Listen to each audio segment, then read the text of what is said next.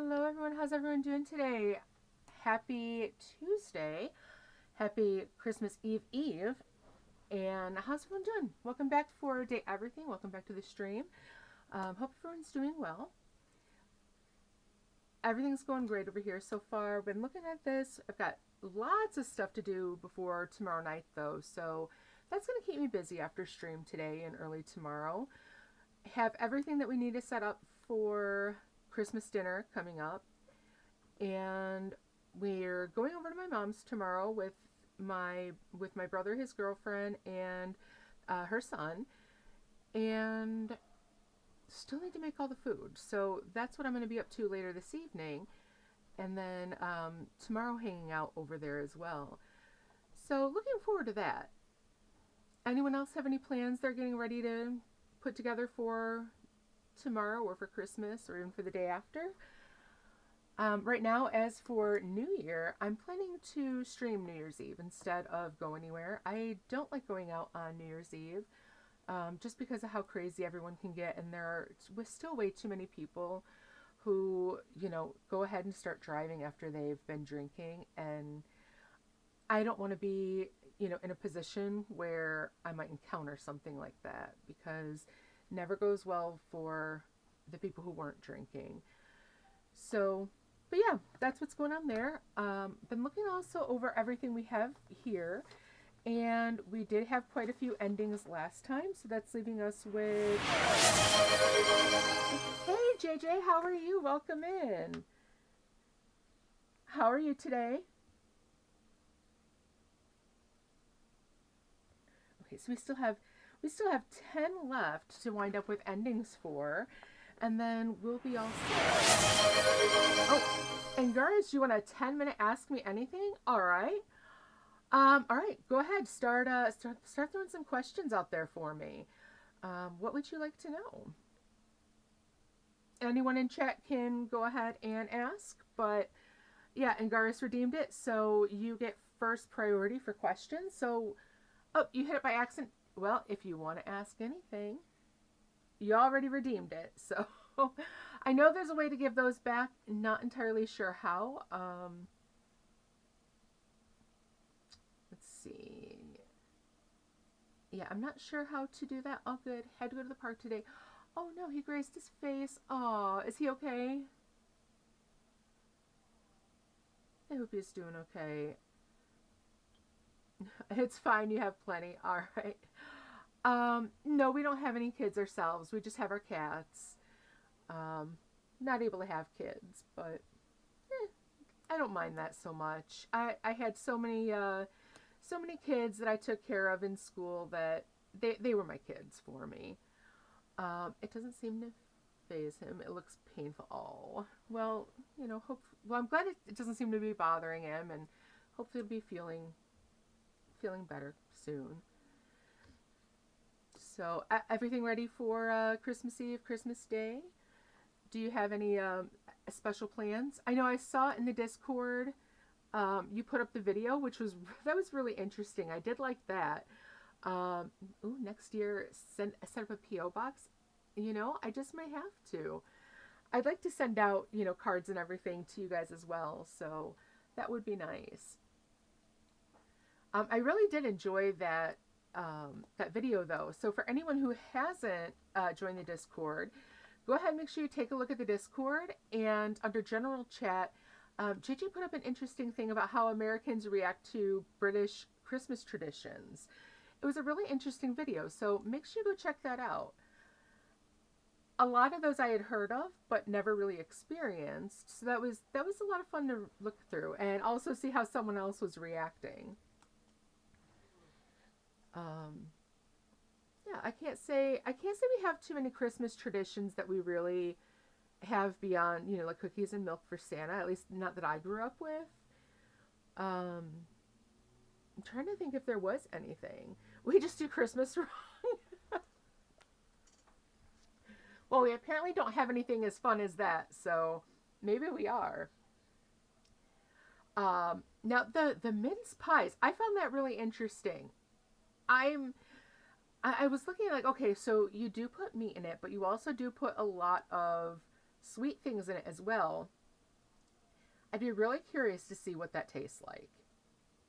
And as I mentioned in the Discord, I really like saganaki, which, is the cheese that they set fire to. So I was like, okay, just because I set fire to something, that probably makes it even cooler, to be honest. Mixed fruit a lot of time, yeah. I mean, any kind of fruit is always good. Hey, Firewolf, how you doing? Yeah, I love Christmas too. It's one of my favorite holidays. I'd say this. I like Halloween for all of the scary stories and stuff that come behind it, but Christmas is definitely one of my other favorites. Yeah, it's the alcohol that gets set alight. Same thing with saganaki. Actually, they pour a little over it and then set it on fire. Oh, that kind of cheese is so good. There was a place where I used to live when I was a teenager that they had it. It was a family.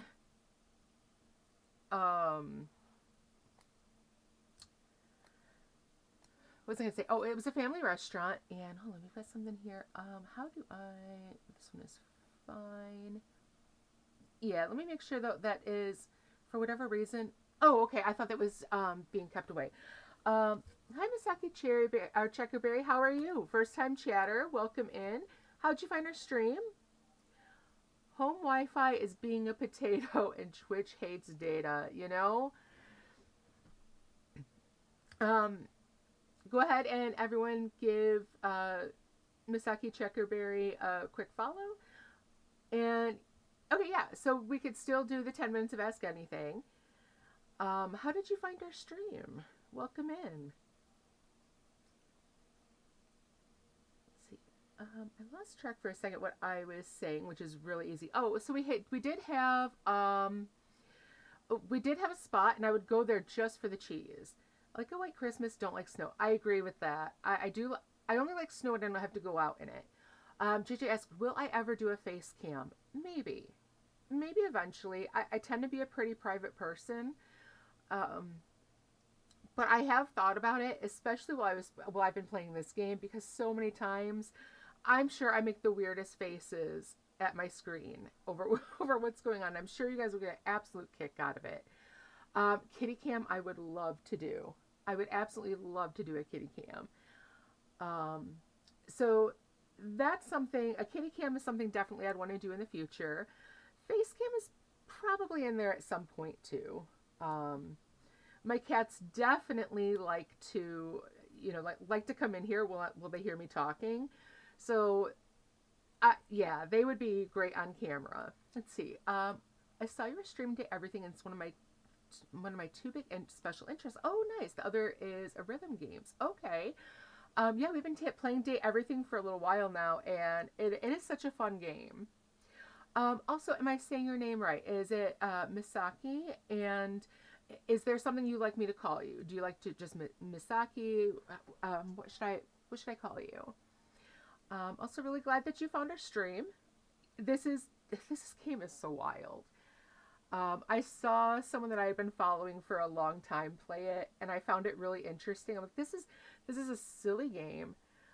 And so after I saw a little bit of it, and then I stopped watching. I'd have it playing in the background, but with no sound, so that I didn't really spoil myself for what's going on, because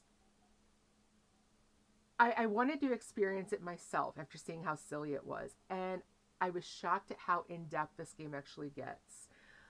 I assume you won't be streaming Christmas. Okay, but idea if you do stream gingerbread house decorating. Ooh. Well, I haven't made a gingerbread house since I was a teenager, and we did it for a group thing. Misaki and Saki are both fine. Okay. Well, very nice to meet you. Welcome in. Let's see. I know. Okay, I won't be streaming on Christmas. I won't be streaming tomorrow night. Well, I don't usually stream on Wednesdays anyway, but tomorrow I'm going to be with my mom and our family. Christmas Day, I mean, in the evening, I might still stream. It might be a little later than the usual 2 o'clock stream, but usually Christmas Day we don't do anything special. So maybe. If not, though, I definitely plan on streaming Friday. I'm going to start at the usual 2 o'clock on Friday, and then just go until whenever. Favorite character is Skylar. I even have joke about her and I being weird. Aw, Skylar is a sweetheart. I do love her. I would say I don't. Oh, my favorites. Eddie and Volt for sure. Betty, absolutely. Other favorites. I really like. Gosh, I'm thinking here who I put on here that are my favorites. Um, Dorian, absolutely. I would love. I would love to have Dorian in my life. He's great. Did I ever think of adopting? I have a friend who adopted a couple years ago, and it is extremely expensive and extremely emotionally exhausting. Not just for the people who are looking to adopt, but also for the families that you discuss it with. And I'm not sure. I don't think I would have the kind of money to do that because it did set them back quite a bit. Um, if anything, I would actually really love to go and doing some like Big Brothers, Big Sisters, where I could actually mentor someone. Because I do like that. I have considered it. I've considered fostering as well, but I think I'd make a better like a mentor than an actual full on parent. Um, but yeah.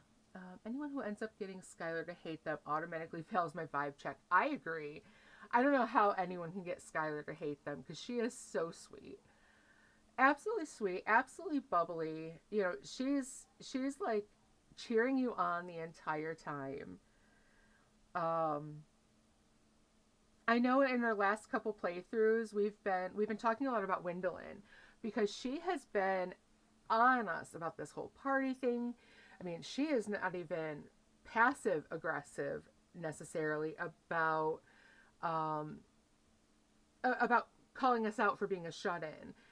And I like that she has been giving us a hard time and then has gone to the, well, you know what? If you're not going to do it, fine. I feel bad for you. Hey, Rosewolf, welcome in. Happy to see you. And what did I think of the idea for the Twitch avatar? I liked it. I liked it a lot. Um, I think was that I think you sent that to me directly. Yeah, you did.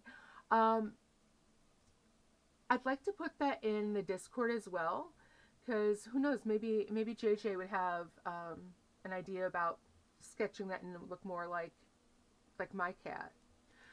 Um, Skylar really fix you, huh? Yeah, Skylar is one of those who is just she's so upbeat and caring. I really like that about her. I like that she's like, okay, so here's what's going on, here's the thing. And then she's like, when you talk about realizing her, she's like, you know what, I would love that. But I've got to make sure everyone else is taken care of first. And everyone else has their unfurnished business taken care of. So not only is she caring about you, but she's caring about everyone else in the house as well. And yes, it might be in part because she's the actual embodiment of the Dateviators, but it's also because she just has that caring to her. And I like that about her. She's really cool. Let's see. One other thing that we've been talking about. So like Doug is obnoxious, but we've also been finding Doug is a lot of fun to give his attitude right back to him. All right, see you in a sec, Rosewolf. Um, so yeah, we started. Okay, so Doug started out. We were like, oh my god, he's really a jerk. And then it's like, okay, well, you know what? We're gonna give it right back to him. And he's been kind of sulky with us because of it. It's also been funny because since he like is the embodiment of existential dread, it's like, hey, these are like the 2 a.m. weird thoughts that you're gonna have that will keep you awake. But a lot of them are supposed to be more like creepy things. Like the fact that he was mentioning something about like our teeth possibly being um, an evolution from fish scales. And he's like, so yeah, think about that. You got fish scales in your mouth. And I'm just like, oh, hey, that's pretty cool. And it's like, okay, so it's like thinking about like the heat death of the universe and everything. And I'm like, you know what? I'm a horror fan. I love horror. So if you're going to go on like that and think that you're going to freak me out, oh no. That's the kind of stuff I'd actually think about that would kind of let me fall asleep. So it's funny with that because I'm like, okay, well, let's see. Doug, you and I are going to match energies. And you might find you find I beat you out on that one. Had the mental image of Skylar pulling out a clock on my depression saying, not today. Ooh, I could see that. I could see that. We also finished up with Barry recently, and so Barry Styles, it's clear he has ADHD brain, and totally. I get the depression thing. I've got that. I'm bipolar actually, so I know what that is like. But I also have severe ADHD brain. So as he's going on about, I'm like, oh, honey, hold on. No, I get you. And he's like, I feel like I'm such a burden on other people around me because I forget things or I start going on about whatever one of my, hyper focused interests are. And I'm like, oh, honey, you and me, we're going to go and just be bestest buddies forever. It's like, you've got something you're hyper fixating on and you just want to info dump. Please lay it on me. I'm here for that. I will listen to you talk all day.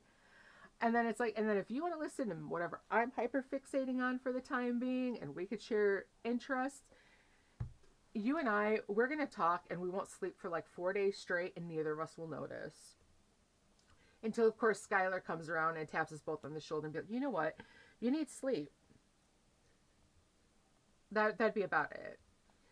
But yeah, Barry is someone who would absolutely, I'd want to be besties with him. Oh, my biggest regret in life. Um, I would say one of my biggest regrets is my dad and I had a bit of a difficult relationship growing up. Um, and I didn't necessarily know how to express a lot of times that I missed being, daddy's little girl because I was for the longest time. I got to a point where I was very independent and I wanted to make decisions on myself. And for my dad, I was still just his baby. And for various reasons, we had a falling out as I got older. And my dad was never very emotionally mature. And I didn't really understand like how to express myself better until I was much older. And I wish it didn't take him being on his deathbed for he and I to make amends and, tell each other how much we actually really did love each other and that being apart kind of sucked. Let's see. Nightmare Chat pressured me to play her route, and in the second interaction nearly made me have a breakdown. Oh my gosh. So she really hit on some of your fears with that. Yeah, JJ, you're pulling out the big guns there. I'm back. Had to restart my computer because it was acting weird. Well, hopefully the reset helped. But yeah, I would say that's one of my biggest regrets. And I know now, like I try to be far more emotionally mature, and I know the background my dad came from didn't really give him a chance to be emotionally mature, and raising kids is hard. But one thing I know, like my dad really, he grew up in a very abusive situation, and he went above and beyond to make sure he didn't act the same way his dad act towards him. And I think he deserves a lot of credit for that because it's really hard to break that kind of cycle. But yeah, I would say if there was something I needed to go back and fix, it would have been that. I would have had a more blunt conversation about what bothered me about his behaviors and what really hurt instead of just being like, okay, well, you know what, you're not understanding that this hurts, so I need to push you away. But yeah, like you said, big guns there. Um, yeah, I'd be okay with some of the political questions. I mean, I'm very I'm very open about my political leanings. Um, it might offend some people, but that's okay. So if there's something in particular, go for it. I'm very left leaning. I'm very politically to the left as well as socially very accepting. My honest view of immigrants. I am only third generation. Um, my family came over from Italy on Rose Wolf. Um, Angaris redeemed a 10-minute AMA, so we're asking some questions. I'm gonna answer whatever questions you've got for me. Um, I'm only third generation, and my family wouldn't be here if it wasn't for immigration. So I'm very pro people coming here if they want to. I think it's a good thing. I think learning other cultures is a great thing. And I think in a lot of ways it's a little too hard to get immigration status in some ways. Sure, there's some work that needs to be done, but I think I'm very open and welcoming towards people who want to be here. I just wish that I felt like our country was a good place to be anymore. As much as I know why people immigrate here, it's kind of one of those, it's like, I just hope that you're not thinking of like America being this great place anymore, because especially since 2016, things have really gone downhill.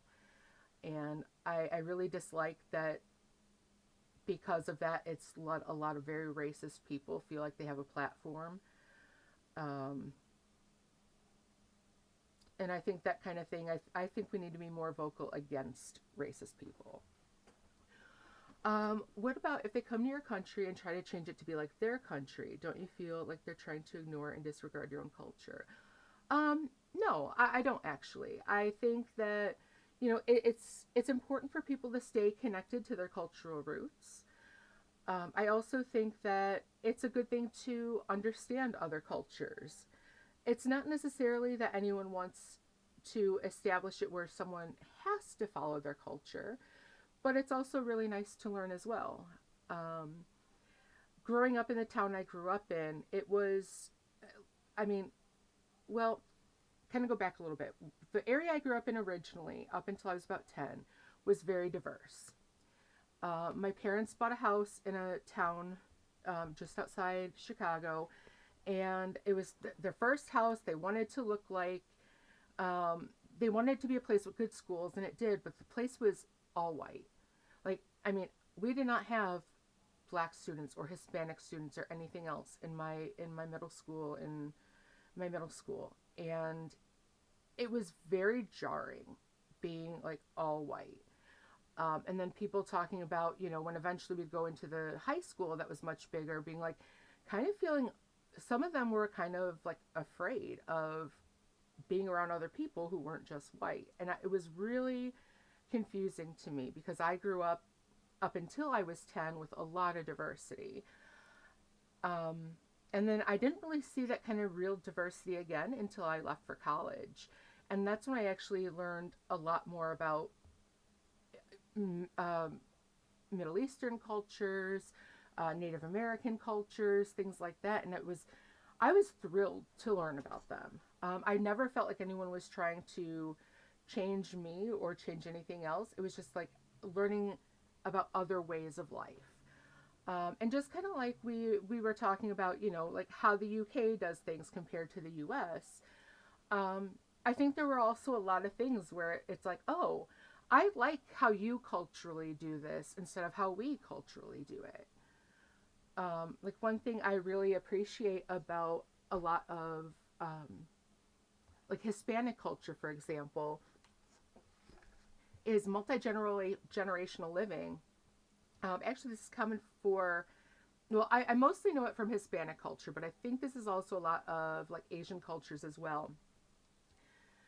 They're very comfortable with multi-generational living, and considering what the economy looks like and how difficult it is for people to have their own homes, the American point of view often tends to look down on people who still live with their parents.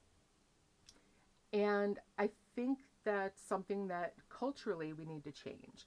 A lot of people can't afford to not live in a generational house. It's often something that is also good for in all the family members. Not only can you be there as your parents are aging, but they can support you when you have children or anything else. And it's also good to help with the financial burdens of everything. Um, so I think it's something more like, I don't feel like anyone is trying to change things. I think it's more we get a really good view at how others see the world and how others live, and it gives us an opportunity to change ourselves if we think it's something that should be changed.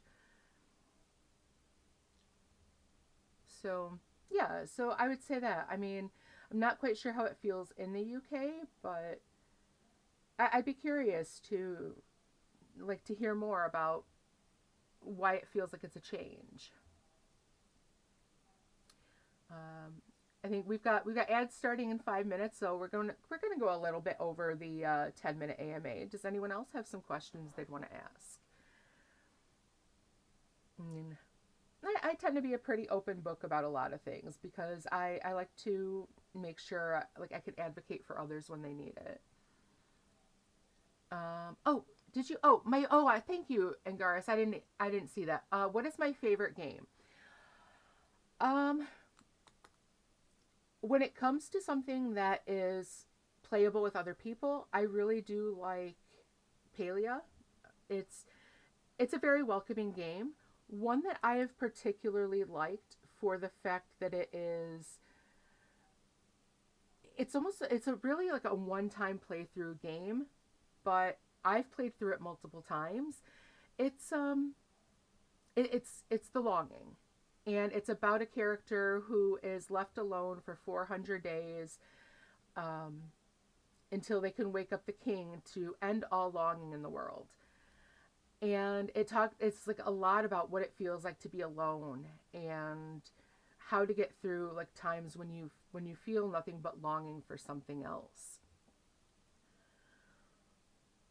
I would definitely recommend if you're someone who is especially dealing with some like mental health kind of issues. It's a good one to kind of slow your brain down and appreciate. The Long is a very long game to play, but it's really good to consider. Like I mean, the slow pace of it is excellent for any time when I've been feeling anxious. A lot of times, if I'm going through anxiety, I'll start that game up again because the slow pace just it reminds me to calm down and to breathe. Not to mention, the soundtrack for it is amazing. Let's see. Jay says, for example, it's become hate speech to wave our own flag and show national pride. Hmm.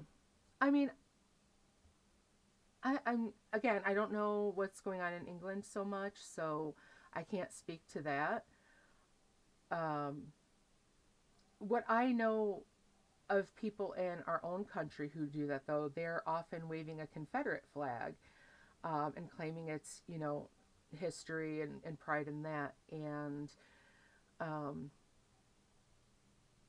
yeah, waving the Confederate flag is pretty much to say that someone is very racist because when they claim states' rights and you say, well, states' rights to do what? That's when they stop because flat out saying that it's the states' rights to okay slavery, and I don't play that. What are my thoughts on medicine for depression and anxiety? Having medication for both of those has made such a huge impact on my life.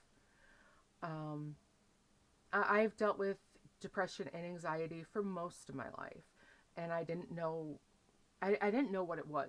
To me, it was just like something that I thought everyone dealt with.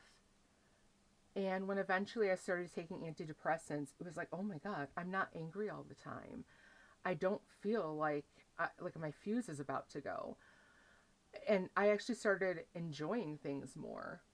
Um, and then finding the right set for both the depression and the bipolar has been incredible. It's helped so much in my life. Um, and anytime where I think that, well, maybe, I mean, I definitely did feel things a little more intensely before, but a lot of that was bad feelings that were more intense. Um, so yeah, I'm very for medicating depression and anxiety. And if someone is like on the fence, should I see someone, should I not? Give it a, give it a go. Talk to a doctor about it because the medication for me completely changed my life and made it so much better. Um, yeah, I mean, I still have, I keep journal entries that I wrote before I was medicated, because you can see from that up until when I started getting medicated, just the extreme change in my views on life, from feeling everything very negatively to feeling everything like, oh, I can deal with that. The thing is to remember about those kinds of med is it's not a one size fits all, and sometimes it does take quite a bit of adjusting. Um, it's taken a lot to get the right combination for myself, and I feel that I'm there now. My doctor wants me to try it, but I had a bad experience in the past and still iffy about it. So you've been asking, okay. Like I know Angaris takes a different one from what I do. He takes bupropion, which gave me horrible migraines. Um, I take fluoxetine for the depression, and I like how that one makes me feel. It does take care of the depression. Um, and then we wound up getting into the bipolar to kind of for a mood stabilizer. Um, that I went with, oh God, what is it? Lamictal. And that's what I'm on for that. And it definitely, the two working together help. Okay, we're in Agile. Okay, so yeah, we won't get started until after that. Um, I'm on antidepressants right now. They haven't started working yet, but I'm on them. Well, I hope they start working for you pretty quickly. How long have you been on them, or have you just started taking them? Because if they don't work within, I would say 2 to 3 months, definitely let your doctor know that it needs to change. Um, yeah, only a couple weeks. Yeah, give it a little time. But if it's not working, or especially if you're having bad intrusive thoughts, get a hold of your doctor so they can work with that. I will say something else. I've always had a hard time sleeping. I've dealt with insomnia for a long time. And I had been on Ambien for several years. I recently wound up taking myself off of it though, because I noticed I was often in a daze, in a bit of a fog, because I think it was that combined with a lot of the stress from work. But I'm glad I stopped taking that. Sometimes I do still have hard time sleeping, and I might not sleep for a couple days at a time, but I don't have that haze that left me in.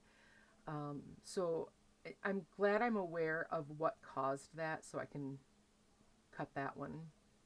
Um, right. Always be honest with the doctor about effects, good or bad.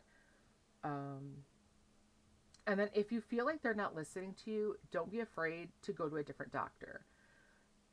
I had for a long time doctors who wanted to have me on birth control for, you know, just taking care of hormonal type things and the like.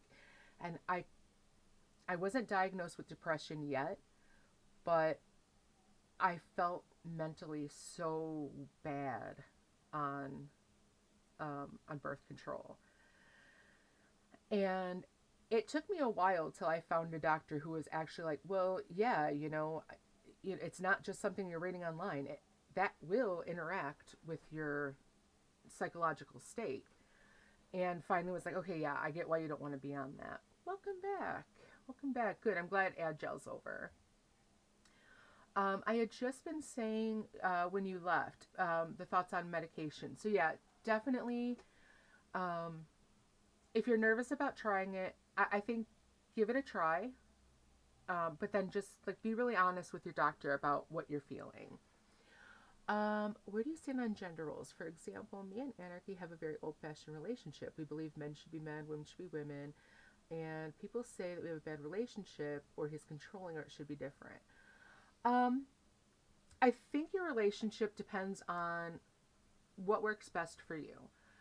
What works for you might not work for everyone else, but that doesn't mean that it's bad.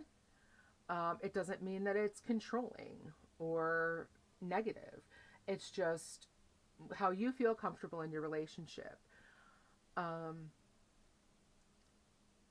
I don't really follow gender roles too firmly. Um, I think that a lot of gender roles are kind of outdated and force people into boxes that don't necessarily fit. Um, so I think it's just fine to pick and choose between what kind of gender roles you find most comfortable.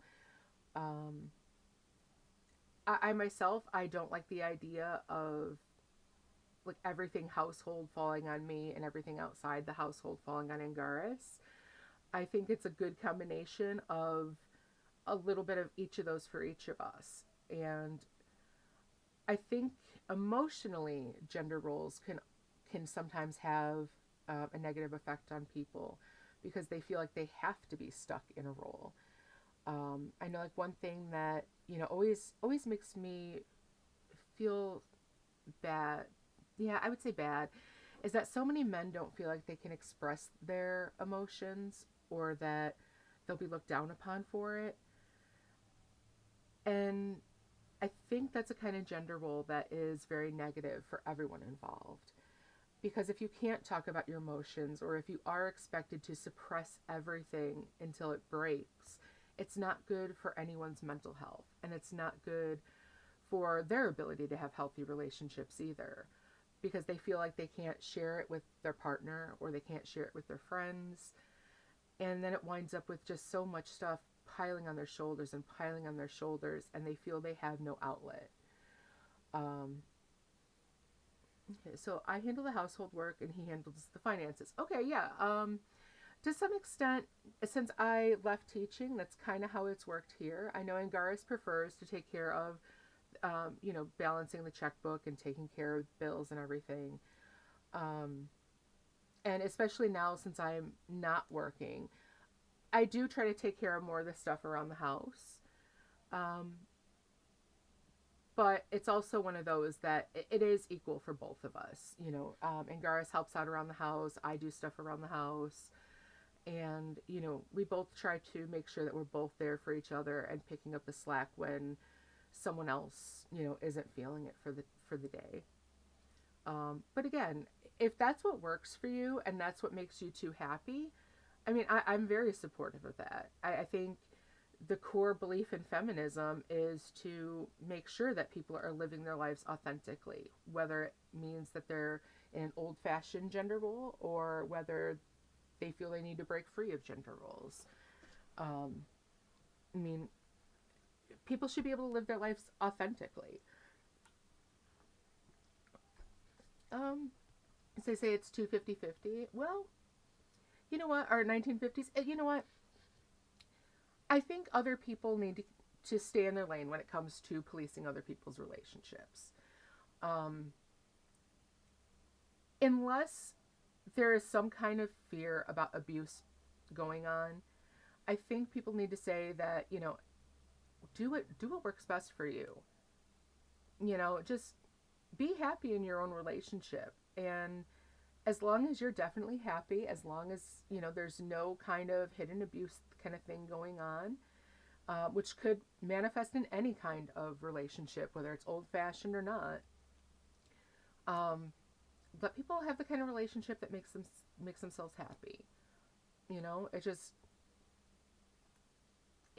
if it works for you to take care of the house, and that's what you prefer to do, and you're happy with it. I mean, good.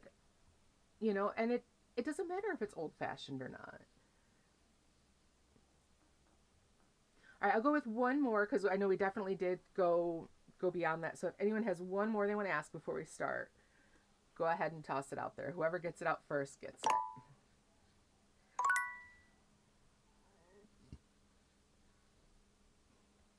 And then we'll go ahead and start. So we have 10 more we need to finish up. Um, and then it looks like for charm, we should be able to fix our relationship with Bathsheba. Okay. Rosa says, do I want kids? Um, I can't have children, and I'm okay with that. I was very happy having all my students as my children, and my nieces and nephews, I dote on. I'm happy not having kids though. I think, especially now at my age now, that it's just I'm okay without it. I'm not sure I would have made a very good parent either, because I don't know if I could have balanced it. Raising kids is so hard, and I know one of my biggest fears about it was, what if I'm not a great parent? Um, so I think for kids, I'm going to stick with cats, and then just kind of be a supportive auntie to everyone else. All right. Well, there's our questions for now. Um, if someone winds up redeeming one again, we could do that again another time. But let's go ahead and hop into our game. Um, get things a little more lighthearted. So we did have a lot of endings last time, and most of them were love endings. We do need to talk to Gwendolyn in at least one more space. I think she was ready for us to talk to her. And then we finished everything up with Kurt and Rod. We talked to them everywhere. We needed to find like the last place to talk to Gwendolyn. We also have Mikey over here, who we've been kind of trying to figure out things with him, because he is fighting with his ex-wife. Hey there. And is having a bit of a hard time, trying to keep himself up for work. You keep coming back, don't you? You hear me going through papers? Yeah, I have a few of them here, because I have them all written out, like my blueprints. Yeah, I keep coming back. Is there something wrong with that? Nothing at all. I've been thinking. Okay. I think we'd make a great pair. Your curiosity and positivity give me hope that one day we can work this stuff out. Do you wanna pull me every night and be my lover, baby? Yeah, sure, why not? I'm the happiest dad in the world!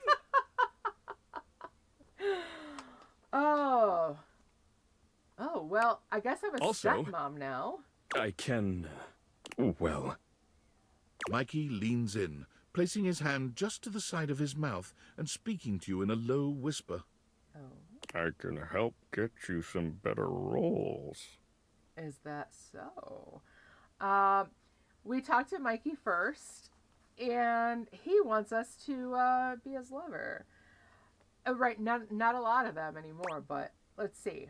Well, all right, sounds great. Okay, just don't tell the gaming control board. The who, the what now? I don't know anything. Your pulls will be 20% luckier. Ooh, okay.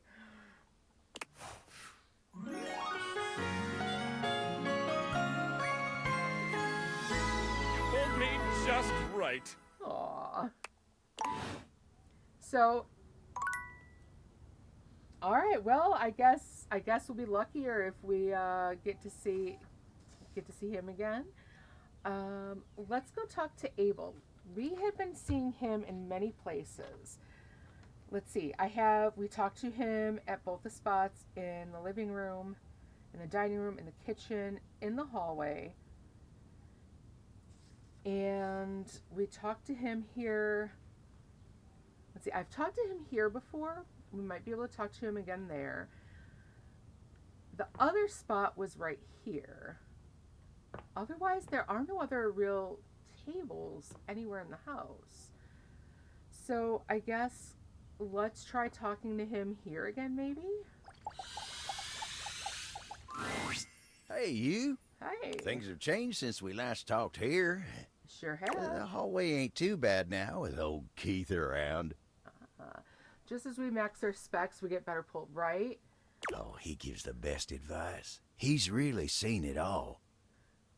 I'm real fond of a lot of the objects in this house, but Keith, oh, he's got my full respect. Does he now? Ain't never met a key like him.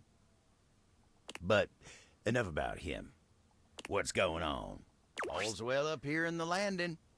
All right. Always a pleasure to see you coming up to get some rest. Not that I'm watching you sleep or nothing. I'm just a fan of rest. Interesting. All right, so we don't seem to be able to find that last bit for Abel. Let's see if we can go talk to Stefan. He's one we haven't talked to much, and he keeps getting a bit cut off every time you go talk to him by someone else. Stefano, bravo! Bravo! Never before in my existence have I felt so full. And for a cabinet, that is a very special sensation in which to achieve a new peak. Interesting. Oh, Fabrizio. It touches me deeply to be so appreciated. Right, what we were just saying. Yep. Everyone else is always over there. What's all the praise for? Deep touching fullness. What on earth is happening? Ooh, what's all the praise for? Stefan turns to you with a proud smile. Our dear Fabrizio just tried my new dish. Oh, and you didn't invite me? What? I have not tried. I have reveled in your new dish. What must I do to taste it once more? Oh, brother, just ask. Of course it'll take some time. Time? I don't know that my need will wait. No. I cannot wait. Not another moment, amore. Please, activate your appetizing alchemy. Beautifully said, but it's not quite that easy. I spent 4 hours on the beef alone, you see? 4 hours? 4? Can you not just do it faster? Skip a step, perhaps? He didn't. Oh, Stefan's gonna be furious. What? Skip a step? Oh, bad. Oh. Braising is art. It takes time. It takes patience. Oh, Fabrizio, you're in trouble. Multi-step braising is the only way I can infuse the intense flavors that have so inspired you into my meat camp. So no, Fabrizio, I do not skip. My dear friend, I cannot promise you that I will want it in 4 hours. Who knows where my passions would have driven me that far in the future? Oh, Fabrizio, you are in so much trouble. How dare you, you water-stained piece of birch! Oh, gosh, I'm sorry, Mr. Cluckles, but I will not calm down. I agree with Stefan at this point. No, don't calm down. He needs If to be you can't told. appreciate the time it takes to make the food, you don't get to enjoy the food. Let's see. I'm with you on this one. Or come on, grilled cheese is amazing, and they take the 10 minutes. I mean, grilled cheese are amazing, but I am so with Stefan on this one. Thank you. Oh, my friend, if I have offended, please forgive me.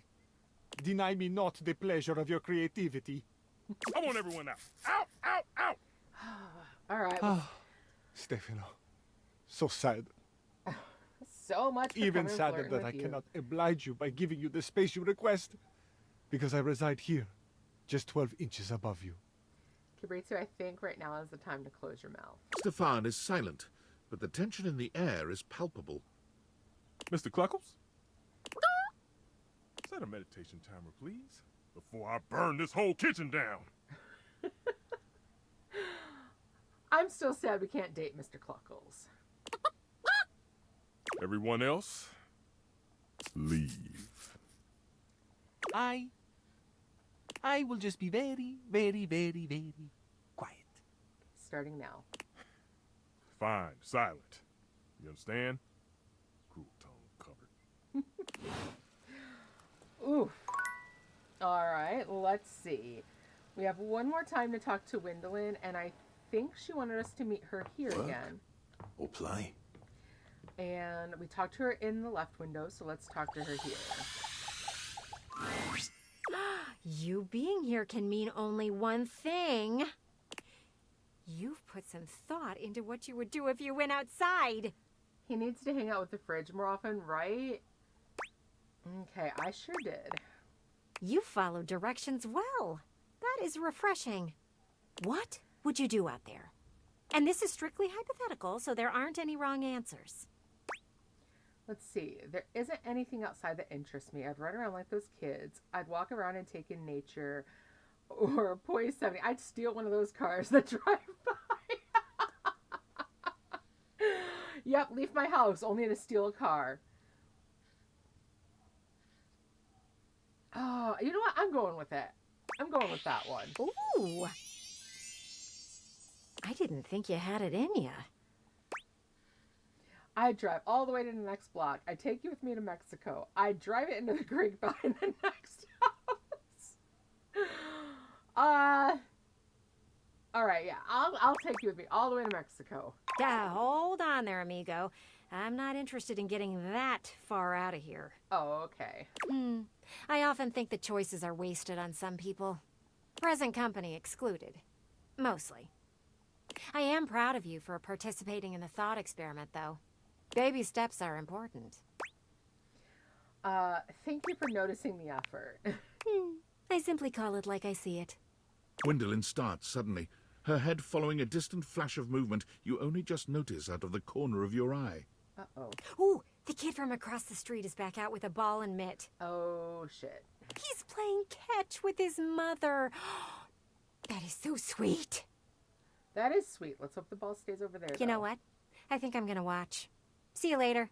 Gwendolyn doesn't even wait for you to leave, resting her hands on the windowsill as she busies herself watching your neighbors outside. Throw the ball a little harder, buddy. I'm invested. All right. Let's go ahead. Let's see if we can finally get Doug to come back out. He has not been wanting to come out, and it seems like he should. I looked that up, and it said wait here, and he should come out. Might take up to a minute. So let's just give it a little while. He tended to come out pretty quickly before, but who knows? Let's see. We can't get an ending with Text-Box Chan until after we've realized, I think it was 14 different beings. Doug there looks he positively is. rattled by your arrival. His blank face doesn't betray much, but the body language says it all. I'll be very quiet since I'm working on some stuff. Okay. Oh, All right, dork. here. Wasn't expecting you. Please just leave me alone, okay? Ooh, I really have him rattled, don't I? That's Brigadier General Dork to you. No one ever expects the dork. I mean, Coppery Cat. I just want to talk. Oh, let's be sassy. Sure, whatever you want, dog. Just please don't bully me anymore. Oh, okay. No promises. Look, I don't mean to be such a time-wasting dick. That's just my deal, you know?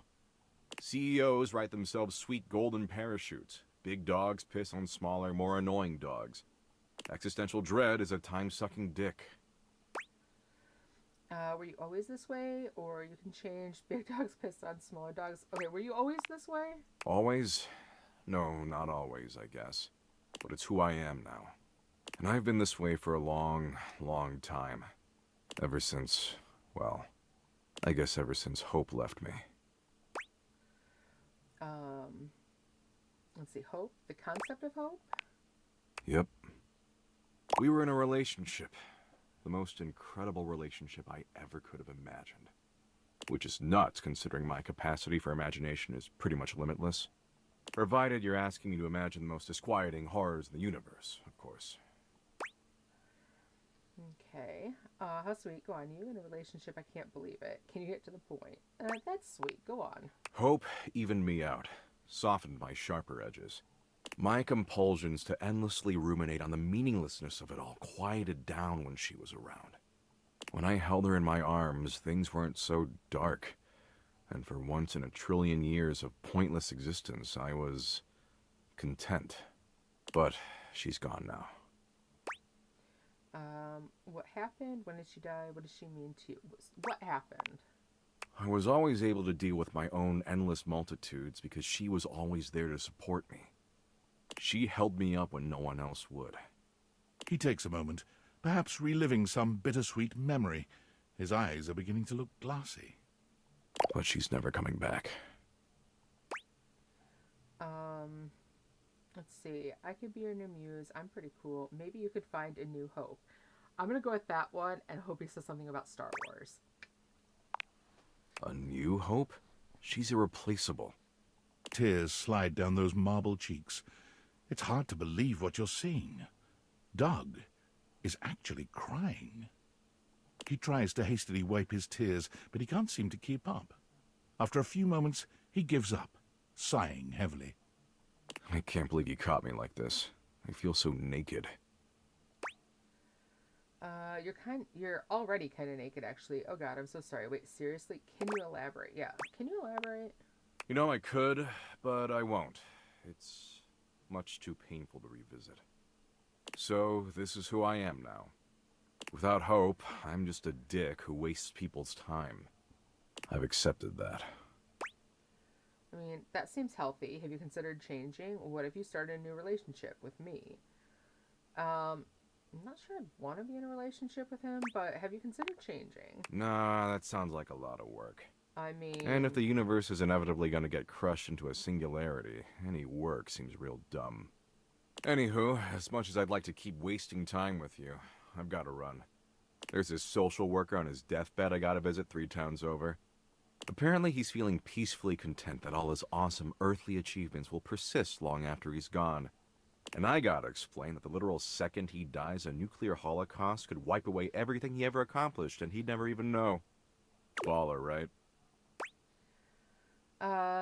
Your cruelty is horrific. Listen, he's the one who wasted his life doing good for others. How is that? Maybe we can meet up later, though? As like FWBs or something? Wait, but I was lying nice to you. Don't you love me? Sure, friends it is. No benefits, though. Yeah, we could do friends with benefits. Friends, no benefits. Damn, love those bennies. See you around, dork. Interesting. Abby still won't answer her texts, so you'll have to do.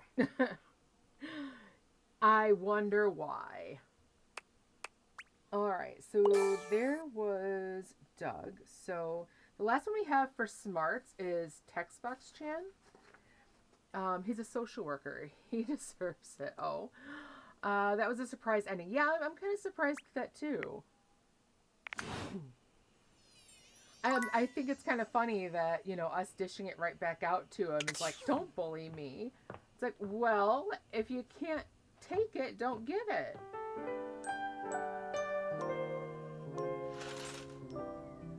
It's like, you've been over here, you know, your mouth writing checks that your ass can't cash, and no, I'm sorry, you met someone who's just as much of a dick as you are. Alright, let's go ahead and try talking to Holly again. Let's go to the one in here, though. It's easier to see her here. Funny how bullies have that reaction, right? You didn't try to get her fired. Duh. We're still tying it all together.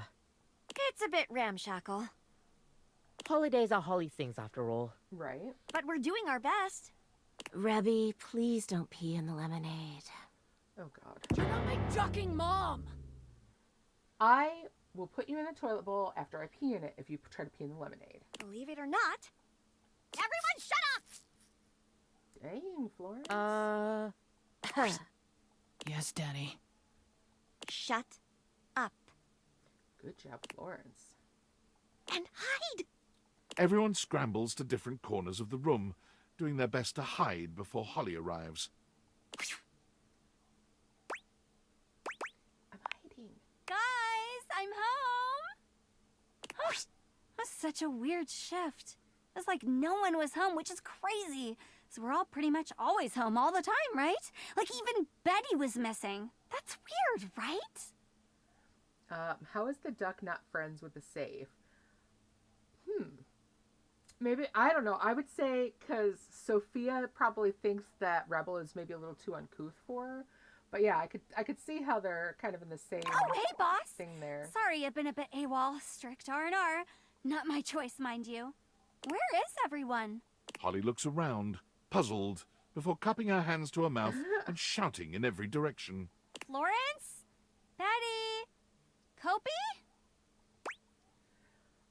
Did you forget? That's so crazy. I wonder where everyone could be. It must be an important day. Yeah, That's right? what I thought, but turns out it's just a regular old, non-important day. Well, that's what my calendar said. Maybe you forgot to update your calendar. Honestly, probably. But then what's going on? Just a little... No, surprise!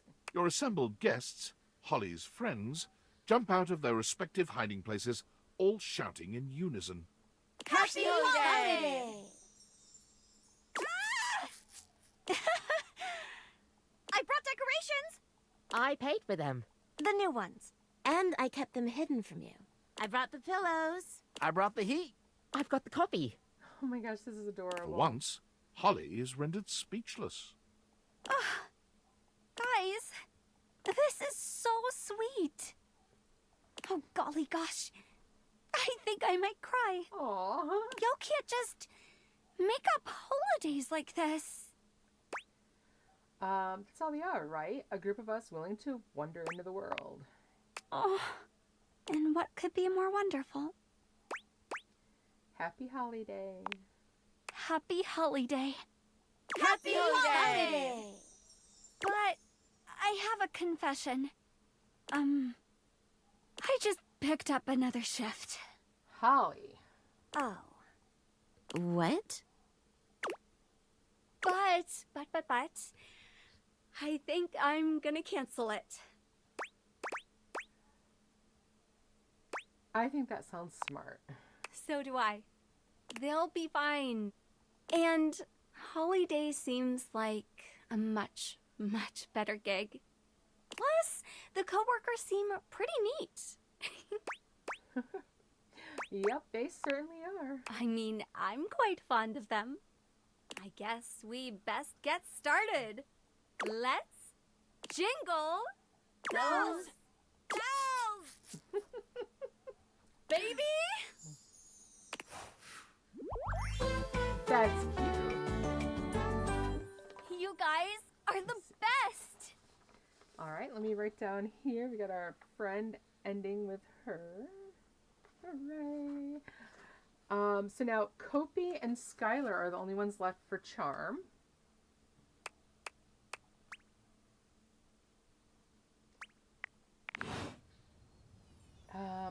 Sassy Chap is the last one for Sass.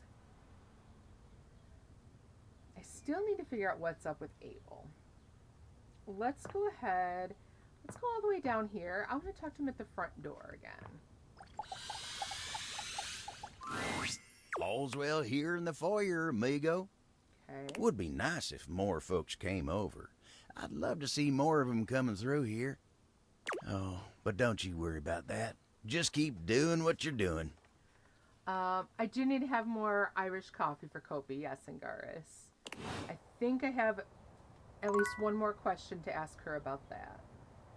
So yeah, let's go ahead and do that. Allow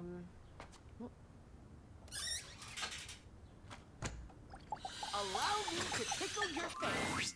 It's my favorite customer. What can I get for you today? Let's go with an Irish coffee. Right. Just, remember that the Irish coffee is going to be a little different. Right. Make sure you can take your alcohol. Kopi makes a lovely cup of coffee in her expert way, topping it off with a generous pour of cream. You could smell the alcohol even before she hands it to you. And there we are. Enjoy. Is there anything you'd like to know about the Irish coffee? Let's see. Why is there alcohol in this one? Yeah, it's more of a cocktail.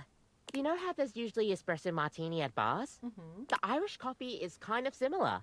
You've got sugar and whiskey poured over black coffee, stir it up a little bit, and then pour some thick cream over it. Yeah, that's a lot of ingredients. Oh, but trust me, it really makes it all worth it when you prepare it correctly. We'll see you next time. All right. See you next time. All right. Let's go ahead. Let's talk to Skylar again then.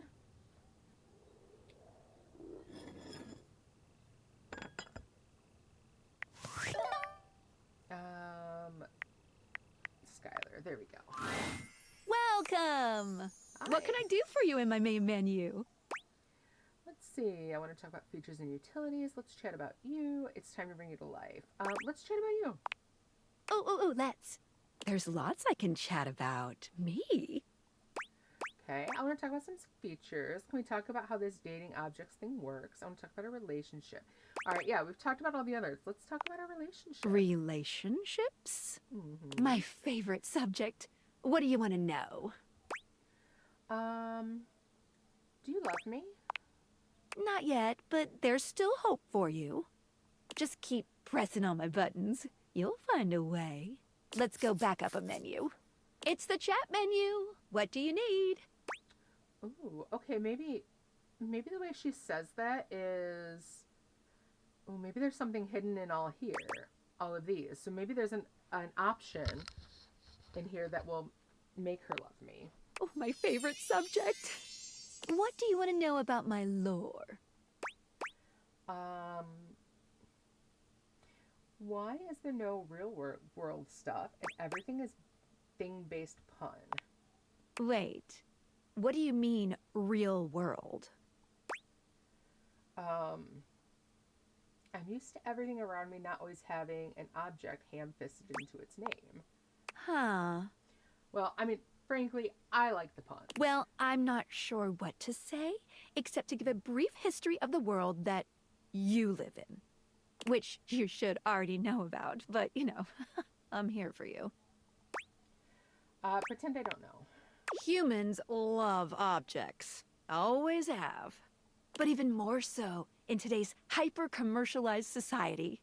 Okay. Recently, TV shows, books, and ordinary brand names have been making the switch to incorporating a focus on making products and entertainment more thing-based in order to drive up sales. Okay. And you might even recognize some historical names with some objects added to them. All for brand potential. Okay. Why would historical people have become branded? Perfect. I love things, and I love buying them too. All right, well, why would historical people have become branded? Someone's gotta make that money, honey. Okay. What did you think about that? I think it makes perfect sense. A lot to take in, but I believe in it. Honestly, it needs a little work. You know what? It makes perfect sense. Nice. Thank you. I know that a lot of with her, we need to kind of the suspension of reality. So, yeah. Oh, my suspension. What's that she's saying? Speaking of, Skylar removes her Dateviators, holding them out so that you can see her suspension of disbelief. Skylar beams at you, her eyes glimmering behind her glasses. Are those happy tears? For a moment, she looks as though she's contemplating hugging you, but she manages to keep her arms at her sides, her hands curled into excited fists. okay, so making sure that I suspend my disbelief for whatever she says. That's going to help my relationship with Yes! her. You did it! My suspension of disbelief has been upheld. All right. She's in there right now feeling great. Good. It kind of itches. Ooh, but it's okay. Okay. I love it. There's a few moments of silence as something seems to dawn on Skylar. Her smile softens, her eyes warm and inviting. Oh, okay. I love you. Oh, really? Will you accept it? Absolutely. Of course. And just like that, Skylar is back to her chipper self. But the warmth in her gaze remains. Yay! Love, love, love! Hooray! No harm. Protect the suspension of disbelief. I love you. Yay. Okay, nice.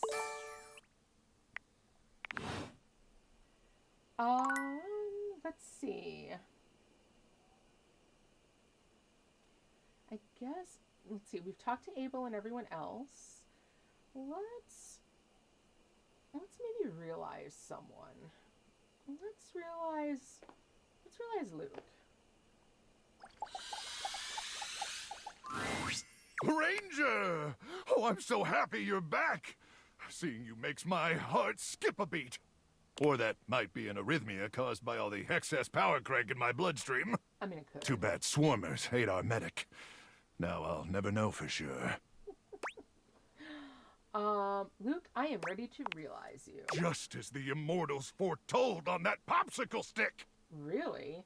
This is a risky mission, though, Ranger. Are you sure your glutes are maxed out enough to power through such a transformation? Oh my god, they so are. Luke, come get some! The spectral energy flows through your Dateviators, and what was once merely a microwave becomes... Alright. Oh, look at his outfit. His outfit that looks so cute. And that, like, grungy Mad Max kind of way, but I like that. Oh, Crook! Thank the immortals for bestowing unto me this blessing. And thank you, Ranger, for being their earthly instrument in rescuing me from that horrific wasteland. Alright. Yeah, he definitely still looks like a post-apocalyptic character. Were the immortals ultimately responsible for this incredible twist in Luke's fate? Was it they who were secretly directing destiny's hand? Perhaps they were the unseen force that had guided the creation of the Dateviators in the first place. I mean, anything's possible. Being alive is incredible. My muscles are even more swollen and throbbing than I could have possibly imagined. Ooh.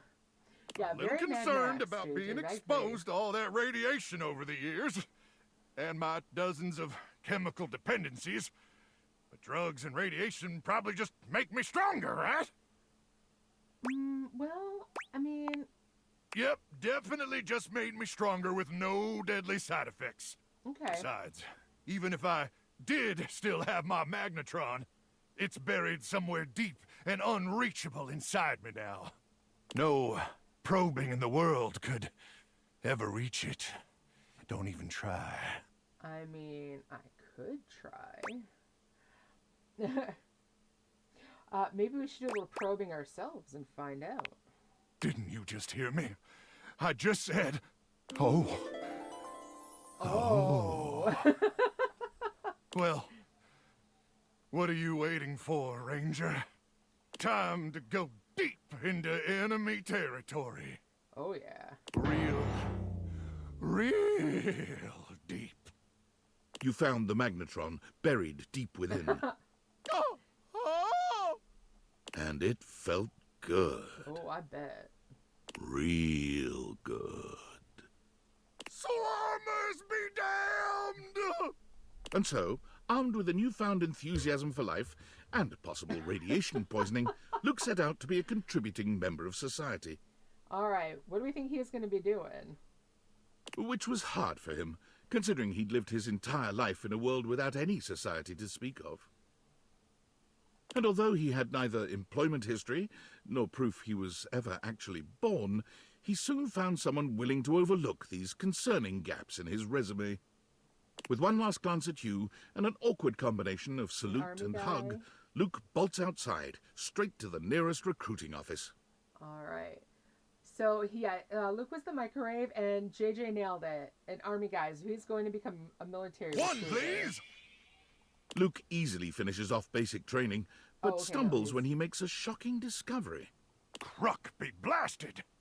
One night, while making a toasted pocket for another trainee, the microwave glitches and overheats, exploding the remains of the treat all over the glass panel. Oh, dear. Crook be blasted! In that moment, Luke realized that his love of safety would always override his call to battle. Interesting. He joined the bomb disposal squad that night, Oh. Okay, yeah, I could see that for him. Nice. One, please! where he works to this day, using his powers of protection wherever they are needed. Nice. Good job, Luke. Well, let's head to bed, and then we can get realizing some others. We do still need to talk to Stefan.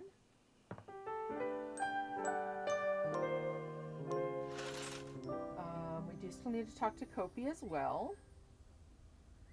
Still haven't figured out where to talk to Abel. So let's see. We know it's not there. Let's try here again. Abel looks much shinier than you remember. Okay. When he sees you walk up, he starts, almost looking as if he wants to flee. But there's nowhere for him to go. Ooh, okay. I like how they all have a slight twist to their story ending. Yeah, I like that too, Angaris. Hey, Abel. Whoa, you are soaked. What's up? Ugh, Consarn it. Why have you come to see me now? What happened? Oh, you should have seen him. Oh. He was an absolute animal last night. Oh. Beg your pardon? Oh, but the fun didn't stop there. You're just in time. This sexual demon was just about to treat us to an intimate act so ambitious and depraved it requires him to coat himself in lube from head to toe. Abel, I didn't know you had it in you. Tarnation, Benoit! I'm sorry, I was just cleaning up after a date. But I'm still a little sore. I was trying to screw the cap back on. Next thing you know, I'm being baptized in this vile liquid. Uh-huh. Hey, there's nothing wrong with a good and safe time, Abel. Besides, it's water-soluble. You just need a good shower. Why does it smell like bubblegum? Well, if bubblegum's not your thing, I've got grape, strawberry, unscented. This was just an unfortunate and sexy accident. Ain't nothing arousing about it. Uh-huh, right. Isn't he adorable when he's all wet and distressed? I ain't in distress. Now leave me be, you miserable rascal. Oh, but it's so fun seeing you like this. Go on, get. Fine, party pooper. I'm gonna call River. She'll take care of this. Don't you bring nobody else into this. Oh. Abel exhales, pinching the bridge of his nose between his fingers. Poor Abel. You know, a little mess is part of the job from time to time. And I get that, but this? Sometimes the table's principles are tested. But everyone deserves support, and it ain't for me to judge no one in this house. Not even Benoit. You kind of are judging them, though. What's wrong with Benoit? Can't be easy getting soaked in bubblegum lube. You are kind of judging him, though. It ain't my intention. I guess I have a hard time seeing someone flit about as free as a bird like that. It ain't something I can relate to. Ain't no worries in that battery-powered head of theirs, no matter how modern and casual they keep things. It ain't really something an old-fashioned table like me can understand. Fair enough. Then something like this happens and they ain't bothered about nothing even when they did cause trouble for somebody else. Okay, yeah, that's a problem. It just ain't nothing I can understand. I mean, if you see you've upset someone, whether you get it or not, you apologize, because, you know, be respectful of others. Okay, Benoit should apologize. There are probably some things you can learn from Benoit. They have a lot of nerve. Yeah, Benoit should apologize. Well, I ain't waiting around for no forced apologies. River enters without Benoit. They wisely seem to have realized they'd be better off letting her handle this on her own. She doesn't even speak to either of you. She just breezes in and out, soaking Abel in water instead of bubblegum lube. Oh, tarnation! You're welcome. Abel manages to look more miserable than he had before. Uh-oh. Alright, okay, but this is an improvement, right? Oh, you poor thing. Well, that wasn't very polite. Oh, you poor thing. No, now don't you go pitying me. Let's get Tyrell in That's here. the only thing that could make this worse. I ain't covered in that stuff no more, but I gotta deal with this now. Alright. Let me help you. Oh, well, I hate to impose, but if you wouldn't mind... Tyrell strides into the room, all business and looking only at Abel. He's holding a cute towel in the shape of a bunny. Aw. Heard there was a mess that needs cleaning up. Here to do my job. Actually, we got it. No need to trouble yourself, Tyrell. Tyrell frowns. Aw, he's trying to help. So I can't even clean up messes anymore? Tyrell's not even good enough for a mess. Is that it? Ooh. Let's see. I'll take it from here, Tyrell. Just let him help you, Abel. You need to learn how to accept help from others who want to care for He you. looks at the two of you and sighs, realizing he's outnumbered. Stop complaining. I'll be out of your timber in just a few. Tyrell goes to work, unfolding his little towel buddy and expertly drying Abel with a few smooth, fluid motions. Was that so hard? He slings the now wet towel over his shoulder. Time to get you dried off now, buddy. He walks off without another word, seemingly more concerned with the towel's welfare. Well, that was embarrassing. What's the big deal about that? Yeah, that little towel thing was a little weird. You gotta learn to be okay with being vulnerable. Yeah. We're all vulnerable at some point. And yeah, it's hard, but yeah. You say that like it's easy. It ain't the sort of thing a solid table like myself can just decide to do. But you and Tyrell helped me out of a tight spot, and I'm mighty grateful. I've wasted enough time today now. I gotta get back to work. Y'all take care. Alright, interesting. That still hasn't brought an ending either. So, we talked to both of him up here. Let's see. Let's realize the hang. You're here! I'm here. What you been up to, fella? We missed you. Have you? Yeah! We've been thinking about what gnarly adventures to go on next. Cliff jumping, bull riding, submersible exploring. The possibilities are endless! Do you have any ideas? Ooh, here's the big one. How about making you guys real human dudes? Rad! Let's do it! Alright, and we are now in Agile as well, so go ahead and pause there. I did just remember, too, we do need to finish up with Dante, because we were able to start our relationship with him basically all over again. So we are going to want to talk to him and make sure we finish going through all of that as well. But let's see, that's a handful now that we've realized. I think, let's see, Stella should be able to be realized pretty quickly. I don't think she has anyone else who she is relying on for her story. Telly, let's see. Since we have an ending with Doug, we could go ahead and realize Art, because the two of them are supposed to go together. Oh, we can go ahead, we can realize Parker. So yeah, let's go ahead with some of them that have like smaller stories, and we'll go through them and realize them first.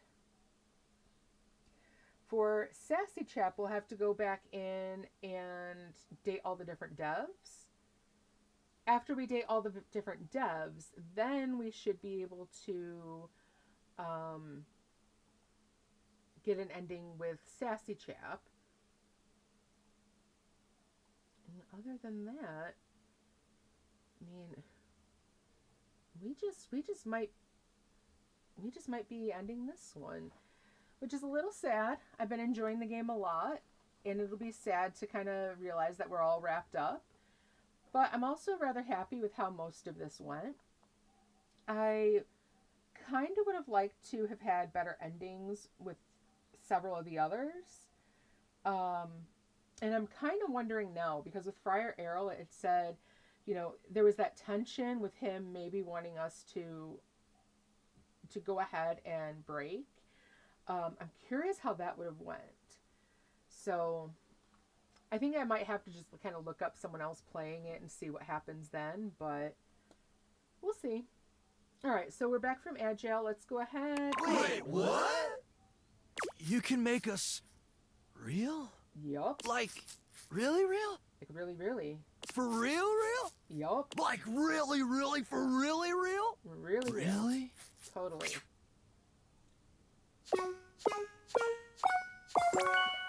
Yup. Really? Got the right stuff. We can do it now if you want. Let's do this! Alright. Humans! Humans! Humans! Humans! Oh, wow. 5 of them. you sure the Dateviators, I can handle this? Only sure you one way can. to find out.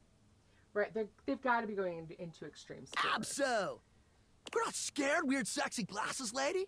Becoming human sounds like the thrill of a lifetime, because you can actually die.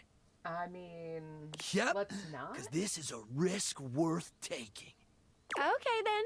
How did you put it? Let's do this. Shut up, buddy! Hey, humanize! You didn't need to... never mind. They're having fun. They are. The spectral energy flows through your Dateviators, and what was once merely a set of hangers becomes...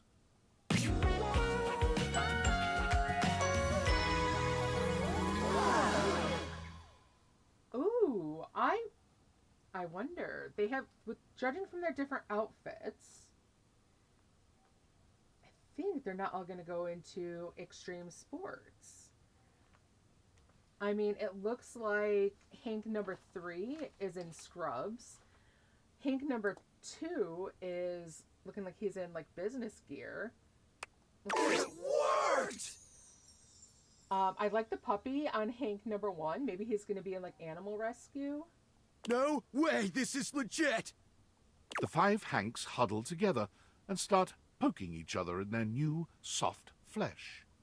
Bro, you're so squishy! They're adorable. Bro, you're squishy! Oh my god, bro, I totally get it now. Why humans are so scared of extreme sports. Ah, totally. If your chute didn't deploy in this shitty body, it would be mad bad. Yeah. Mad bad! Hank's laughter is contagious, and soon everyone within earshot is laughing with you. Okay. You guys are great. So now that you're human, are you going to take it easy a little bit? No. No way! Talk about an adrenaline rush! Thanks, house homie. This is the best! There's so much to do out here! So many adventures to prepare for! Want to go on them with us? What are you up to this time? We base jump! Yep! We already jumped off the highest spots in the house. Time to jump off the highest spot on Earth! Everest is played out. The Burj Khalifa's been done to death. And since we all know the Earth is flat... Hank number 5, no. We're gonna jump to the moon! The 5 of them storm out into a world whose physics might be more than they bargained for. You smile as you imagine how impossible this feat would be.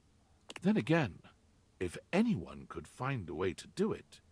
The Hanks! 10 realized datables? Ooh, that's spiffy. So it is. Oh. So cool. Yeah, I'm gonna go.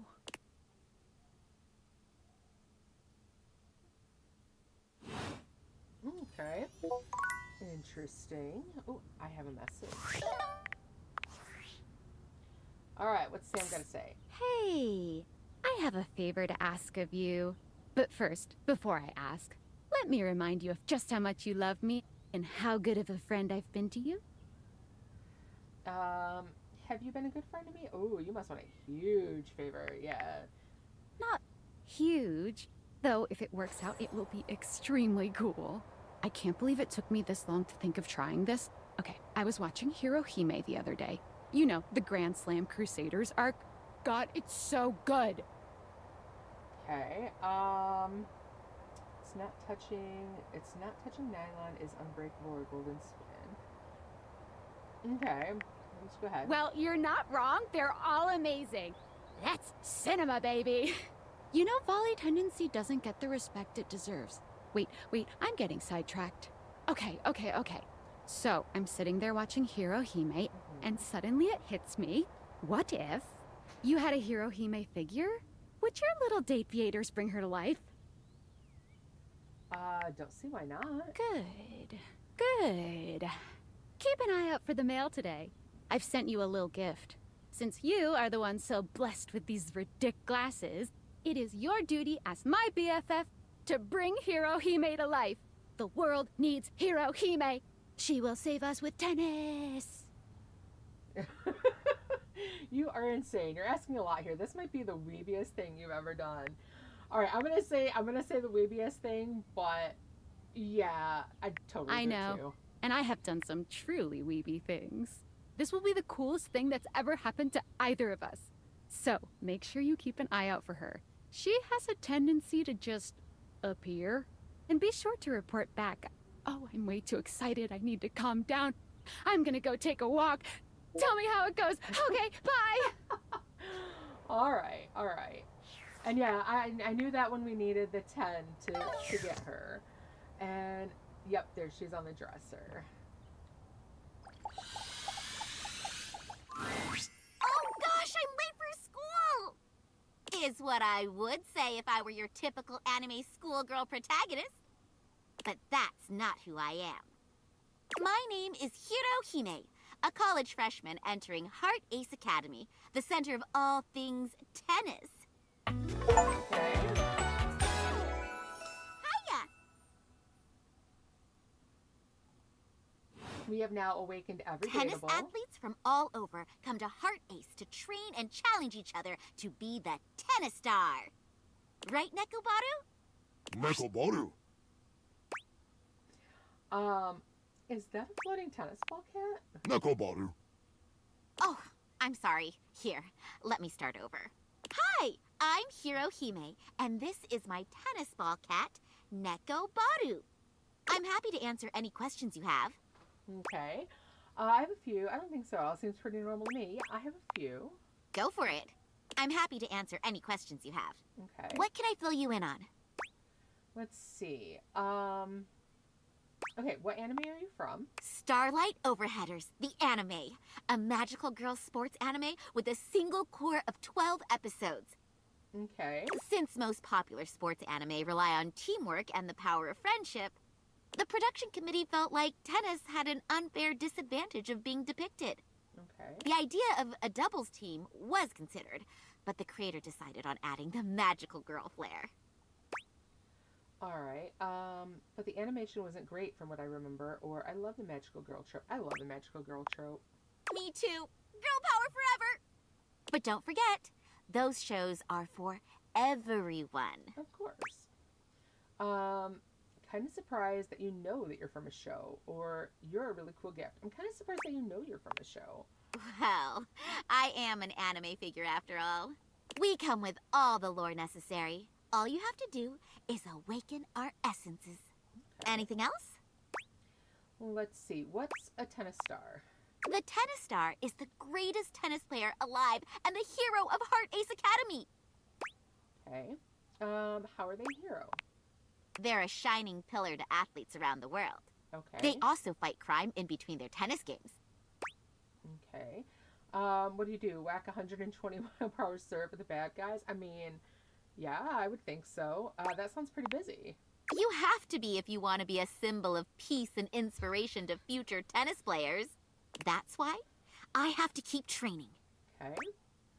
Are you good at fighting crime? Try something funny and find out. Just kidding. Or am I? Anyway, the previous tennis star mysteriously disappeared, so everyone has been training for their spot. But they won't beat me. I hope these are helping. Oh, they are. And then Nikobaru? Yup, Nekobaru. Nekobaru. Nekobaru! All right, see you in a while, Rosewolf. Nekobaru. Let's see. I'm confused. Okay. Nekobaru. Sure? Awesome. You're a lifesaver. Battle court activate. Battle court? Battle court. Hope you're ready. Oh, dear. All right, well, let's do this. Galaxy Arts Starlight Smash. How are you gonna return that? Run toward it with a forehand, with a backhand, back up and wait for the ball. Just swing and pray. Maybe if you had enough practice, but you forgot the most important thing in tennis. Your footing. Uh-oh. The starlight smash cracks through the air and strikes her foe in the torso. And that's my point. I think my rib's broken. Come on, you gotta shape up, partner. But I guess we can call it here for today. I'm gonna go run laps around the house. Catch you around, Kay? Oh, and don't forget your cooldown stretches. Sayonara. Come on, Nekobaru. Nekobaru. All right. Well, that's an interesting one. Let's... Okay, I want to go down and I want to talk to Dante before I get distracted by anything else. Because I want to make sure that we finish his story up. Liliette, my girl. Ready for your penultimate lesson? Sure am.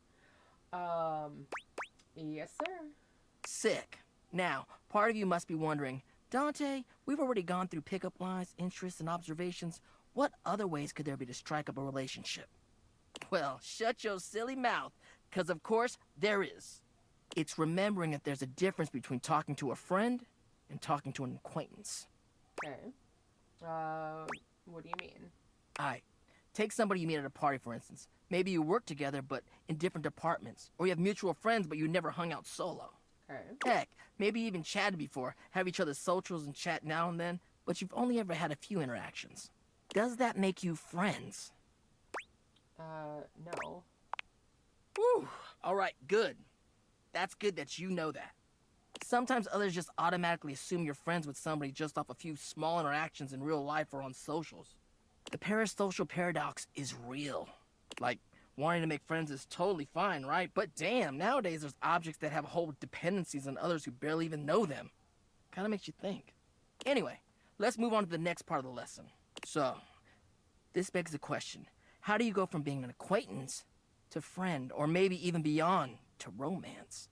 Well, if you follow the way of the flame, it's all about investing in someone to understand them on a deeper level. Sure, you may have broken the ice, but that's just the tip of the iceberg. I'm gonna teach you how to melt that sucker down. Okay. Let's see. I'm ready. Alright, another hypothetical situation. Let's say this acquaintance is a mutual friend. He's like in your hobby group or whatever. You happen to have a meeting and you want to be closer friends with them. So you sit near them. A topic comes up that you don't have much knowledge about, but they're extremely passionate about it. Okay. What do? Actively nod along and ask them questions along the way. Interject with funny observations on the topic. No, ask questions. On the ball, showing that body language, that active interest. You may not understand everything about what they like, but you want to learn more because you're interested in what they have to say, and by extension, them. You're really getting the hang of this. All right, nice job. That concludes our lesson. This is really fun. Have you got any questions for me before we go? Okay, he asked this last time. We said yes, and he just disappeared. So, sure, Dante. I love talking to you outside of school. Fired up. Okay, so even if we say anything, he doesn't actually stick around to chat. Let's see. Who do we want to realize? Let's realize Bodhi. Oh, hey there, you sex pot. Back again? That's kind of a weird thing to be called. Yeah, I've come to realize you. Whoa. Hold on there, amigo. Realize? How many badass things are you gonna do for me? First, you wake me up, then you show me all these bodacious years I missed, and now I'm gonna get realized? You sure are. So you're into it then? Oh, I'm into it. Big time. Let's go! Are you ready to rock right now? You better believe I am. Yep. Buckle up. Bodhi, let's get radical. The spectral energy flows through your Dateviators, and what was once merely a time capsule becomes...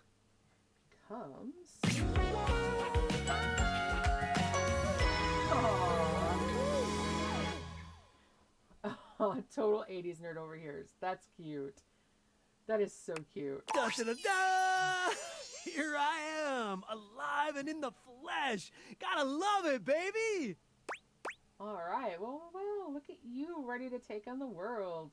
You gonna sing me a sexy song again? I hope so. 80s overload for sure. All right. Yeah, you gonna sing me a sexy song?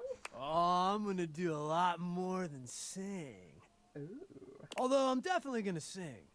You know what I didn't get to do when I was learning all that stuff about the times that came after me? Huh.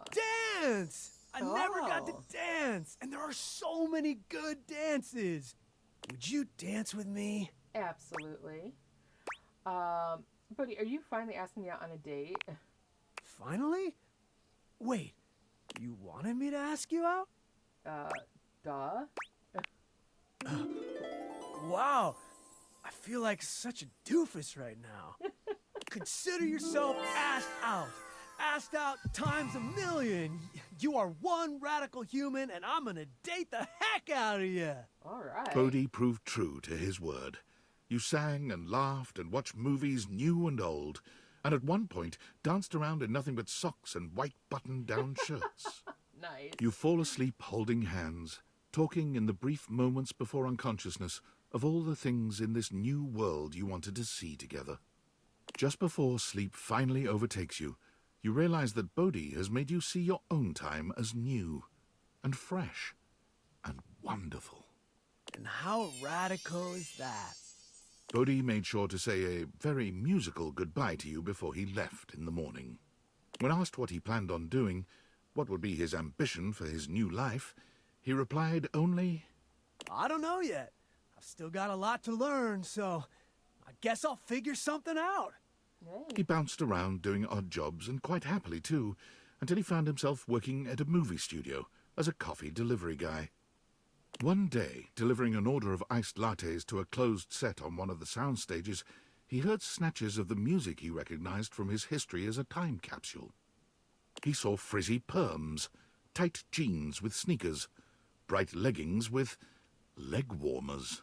He had delivered coffee to the set of the first season of Stranger Rings. Nice. He couldn't contain his excitement or his emotion, and the director soon noticed the kooky coffee delivery boy in the corner who seemed to know all the references and all the mannerisms so much better than the actors, or even the writers. Nice. Although he of course couldn't tell the director why he knew the 80s as well as he did, he was able to label himself an enthusiast. Works for me, thought the grateful director. Bodhi was soon thereafter hired as a consultant. He goes to work grinning every single day. Nice. Good for him. All right. Go ahead and take those off and head on up to bed. Oh, I have a message. Yay. Oh, okay. Dateviators! It's me, David Most. And today, just call me your Chief Endearing Officer. I realized that with all of the focus on finding my missing glasses, which are still missing, I haven't been putting enough focus on you, our beloved employees. Well, today, that changes. To show each and every one of you just how integral you are to our annual net earnings, I've decided to send you all 1.4 ounces of chocolate-inspired Munchables. Yummers! Your chocolate will be delivered shortly by Valdivian drone to your place of residence. Oh, and if the drone starts to surveil your residence like it's searching for something, like, let's say glasses, for instance, do not be alarmed. That's totally normal drone activity that all chocolate delivery drones definitely do. We'll say that 3 times fast. But in all seriousness, don't, as that would waste valuable company time. All right, we need to hide our glasses.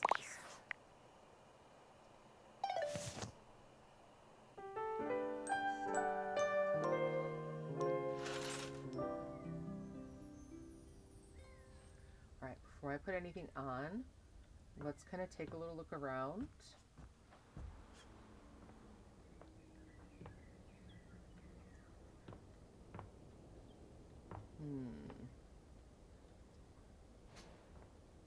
So far, no sign of it, but that doesn't mean that it's not around.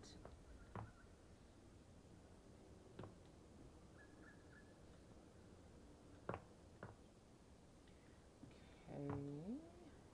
Nothing so far.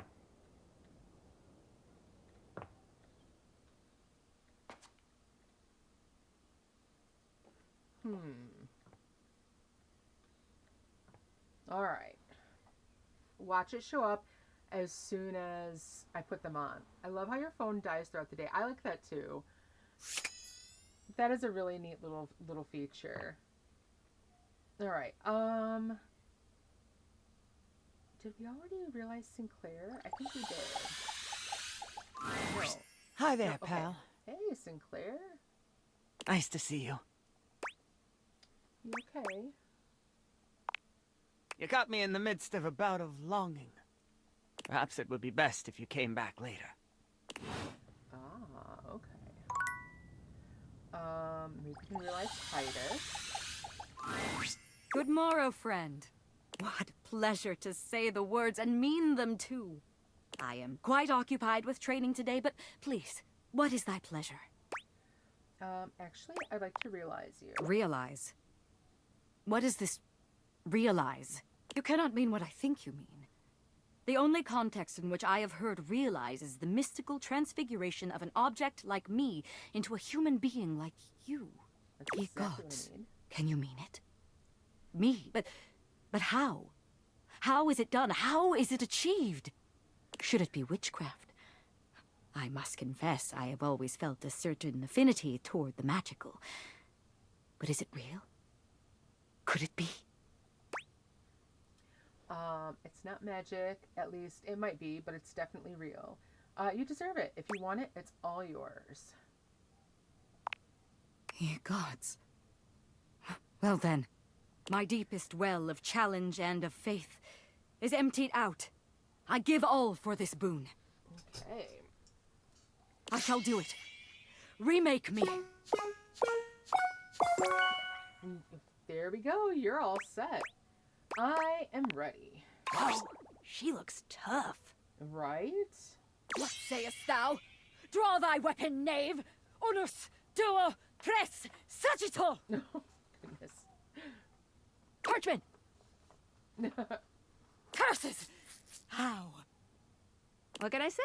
I always see it coming. Anyway, let's do this.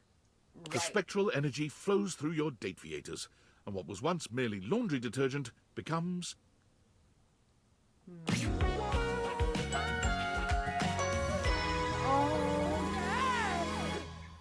Oh my gosh, I love that outfit. That is so cute. And I love that it still has the flowers etched into it, even if you can't see them so much on there, but you can definitely see them on the scabbard. I love it. Titus curls her hand into a fist, flexing her arm and admiring the muscles she sees. As she notes the bulge of her own flesh and blood bicep, she laughs triumphantly. My gods. I feel so alive, so powerful, so tall. She is definitely very tall. It was true. From her former diminutive stature as a box of pods, she stands a full 7 feet tall. Damn. Damn, you look amazing. Yes. If I do say so, yes, I do. Now, what shall we do? Hatch a scheme to dethrone a worthless monarch? Bathe in the blood of our mortal enemies? Drink in the sun and enrapture each other in the eyes of the gods? You can see the passion and fury in the now very human eyes of the warrior you've brought into this world. Right, Amazonian, she is a real Amazon. I agree with both of She is you. a soul out of time and a dominating physical presence. You struggle to decide how much to allow her to indulge in her lusts, blood or otherwise. Maybe we could start with watching some TV. Yeah, we definitely don't want to just release her out in the wild. You attempt to enjoy a show with your new otherworldly warrior, but her energy is overwhelming. Titus glares at the screen with battle lust in her eyes. These contestants compete to be the best voice in the realm, to win the favor of these so-called judges. But the best voice is the loudest! When an ad comes on, it gets even worse.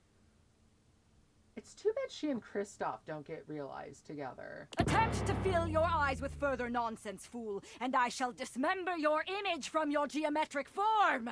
When Titus makes a move toward the TV, you grab her hand and suggest another, more thrilling adventure. True, unadulterated combat. The very next morning, before the sun had even broken through your windows, it hit you that Titus was gone. Oh dear. Indeed, JJ, what have we done? She left the house and began a single-minded search for her goal, the nearest accessible source of single combat. And what does she find? She found it rather quickly, as just a few blocks away from your house lies the Round Table, a battle and burgundy club. Oh. It is the finest medieval swordplay/wine tasting arena in most of the state. Oh, now that's an interesting one. Titus waded in with both arms swinging and a broad grin on her warrior's face. Perhaps unsurprisingly, she trounced everyone who came against her, including 2 bouncers, a burly waiter, and a horse who was known to have a far too playful attitude towards his trainers. Okay. Police were called, but so engaging, so enlivening and entertaining was her performance that rather than leaving in handcuffs, she was hired. She was born from the tiny arena on the few uninjured shoulders in the group. According to her employer, she remains the single greatest attraction on offer at the Round Table, despite her staunch refusal to believe that it isn't real. Real action bears its weight, and I bear mine. So action real by real enacted shines. I am real. It is real. We live, no? We live! I mean, I worry about anyone who crosses her the wrong way. Gee, it's like they made a job just for her, right? Fortunately to date, no one has been seriously injured. All right. Let's go ahead. We do need to talk to Kopi still. And we need to talk to Kopi. We need to talk to Dante. It's my favorite customer. What can I get for you today? Let's go ahead and do the Irish coffee again. Right. Just, remember that the Irish coffee is going to be a little different. Right. Make sure you can take your alcohol. Kopi makes a lovely cup of coffee in her expert way, topping it off with a generous pour of cream. You could smell the alcohol even before she hands it to you. And there we are. Enjoy. All right. You've had the Irish coffee a few times now. Assuming you're not completely gone from the booze, pop quiz. Okay. Why do you need to use Irish whiskey while making an Irish coffee? It's smoother and has hints of vanilla. That's right.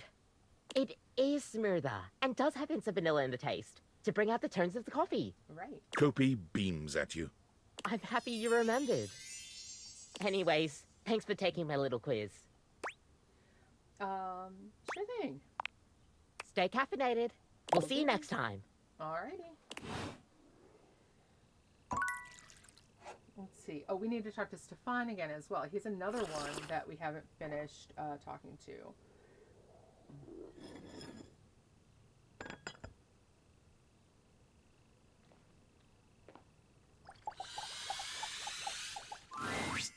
You are persistent, aren't you? Yeah. That's a rather attractive quality. Well, I should hope so. Okay, I'll bite. I have no orders up. What can I interest you in? I make a killer soda bread. Ooh, soda bread. I just don't need to know you more. Stefan raises a suspicious brow at you. You aren't turning my knobs, are you? Every day I'm here making orders for these lazy bones around here. Rarely does one stop to ask, how am I doing? Oh. Ooh, you've offended Mr. Cluckles now. Besides you, Mr. Cluckles. Maybe because you yell at everyone. It isn't my job to be quiet. It's my job to make good food. Well, yeah, It's not my fault the others don't listen. You haven't cooked in ages. I've had to pick up all the slack. Maybe we can do some cooking together. Okay, wow. Rude. I'm just serving up the truth. Piping hot. True. All right. You could try being a bit nicer. Okay, I hear you. Cooking is transcendent. Imagine, if you will, a meal cooked by someone you care about. There's a small little something for you to snack on, the smells of the main course wafting through the kitchen. Your mouth salivating in anticipation. This moment, this food foreplay, is magical. Finally, the plate is in front of you. You take your first bite and your mind races. You take in the flavors, the spices, the everything. Please tell me when he realizes Mr. Cluckles has realized too, like he's a scrawny little chef. Yeah, Mr. Cluckles had better get realized with him too, or I'm gonna be sad. You're feeding every part of you, even just for a short period of time. And then, it's gone. The plate is finished, the bowl is empty, and the only thing left is your appreciation of the meal. But even that is now a nostalgic memory at best. At least until you have that meal again. I see. Tell me, does your nose not wish to be carried away by the delicious smell of food? Does my food not delight? Yeah, it does delight. Then why don't we cook something together at long last? I'd like that. Sounds great. Maybe. I would rather have a taste of your fine ass, if you know what I mean. That sounds great. There we go. That's the spirit. I knew I saw the fire in you. Whenever you're ready to throw down, just let me know. All right. You got it.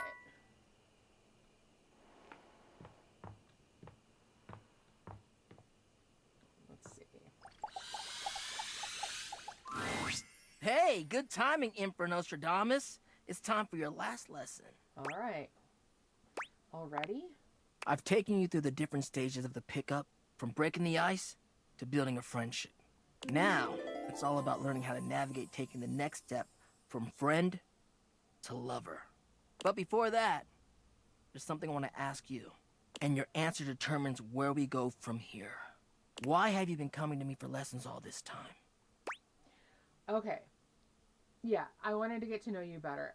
This is the one where last time it was like to take the step from friend to lover, and I misinterpreted that as telling him that that's what I wanted, was to eventually be with him.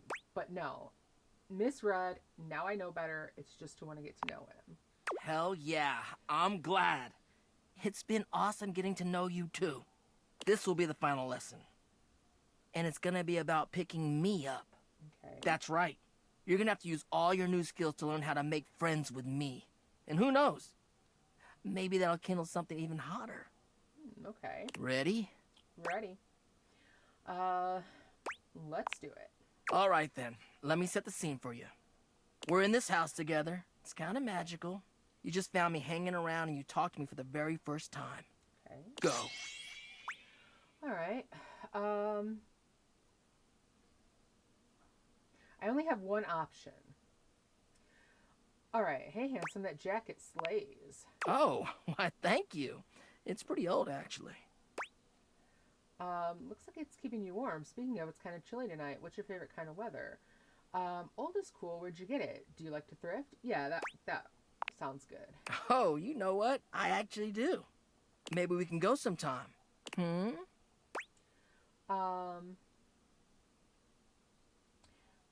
You okay? Yeah, it's just... Truthfully, I'm kind of tired of this shit. Oh? What? This was your idea. I know. It's just that I really don't know what I should be expecting from you. At least from this, anyway. Like, damn, you're literally showing me exactly what I've taught you, but it's kind of meaningless in its weird-ass roleplay scenario. I'm not feeling anything like when we're casually talking. I'm actually interested in you, and all you can do is theorize about what to do instead of actually doing it. Oh, okay. It's like I don't know the first thing about true love. Only pedagogical pickups. I'm a big flaming fraud. Aww. All right, so stop it. No, you're not. Tell me what love is to you. Yeah. All right, tell me what it is to you. What does Really? it actually mean? I mean, I'll tell you what I imagine. Love is supposed to make you feel warm and safe in the knowledge that somebody cares about you. And here I am. I'm giving out this advice because I want to make sure other people are able to find love. But it's so hard when I've never even really had it for myself. Right, I knew he loved us too. Maybe it's just who I am. I give out a lot more warmth than people sometimes give me. All right, I think I get what you mean. What's the best way someone like me could show you love? Well, I happen to think you've been super helpful. Yeah. What's the best way someone like me could show you Basic love? shit, you know? Being attentive, being interested in what I'm about and what I'm into, and like,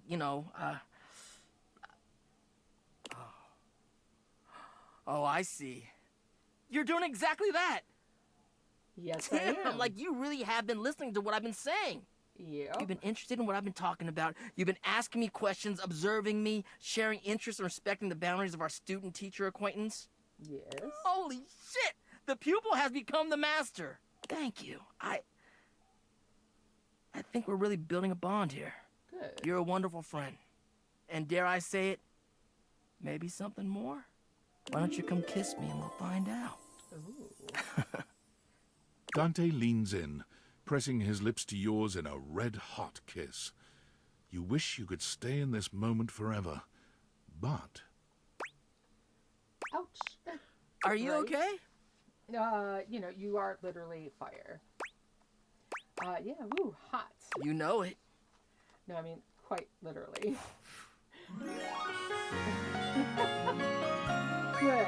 I'm glad we have love with him. I'm really glad we have love with him. All right. And with that, that's the end of this day. No sign of this drone yet, so we'll have to see how that goes.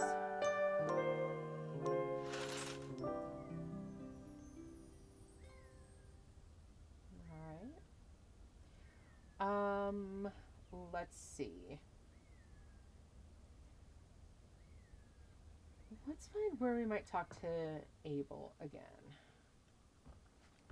And there's definitely talking to Wendolyn again. Where's my map of the house?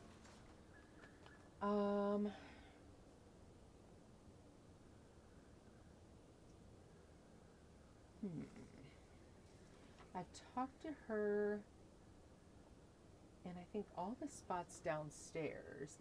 I don't think I talked to her from here, though. So let's try this one. I figured you'd be coming back with the way we get along. Well,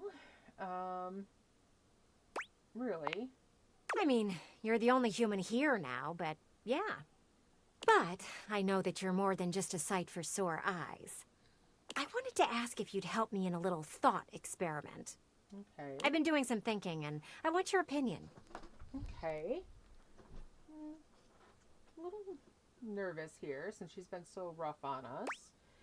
All right, sure, what can I help with? What have you been thinking about? Is this a real thing? You're going to make fun of me. Let's see. Sure, what can I help with? You know how there have been children playing across the street with their parents? Yeah. I've been wondering, do you think I'd be good with kids?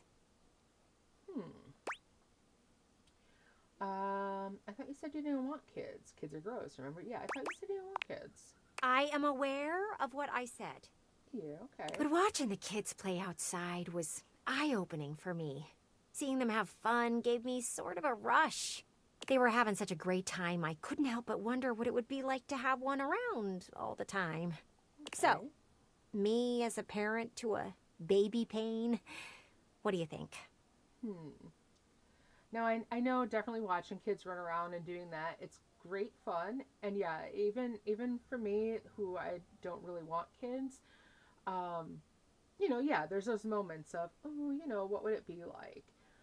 But remember, you're only seeing all the good to it. You're not thinking about, like the fact that you're going to be so sleep deprived and everything else.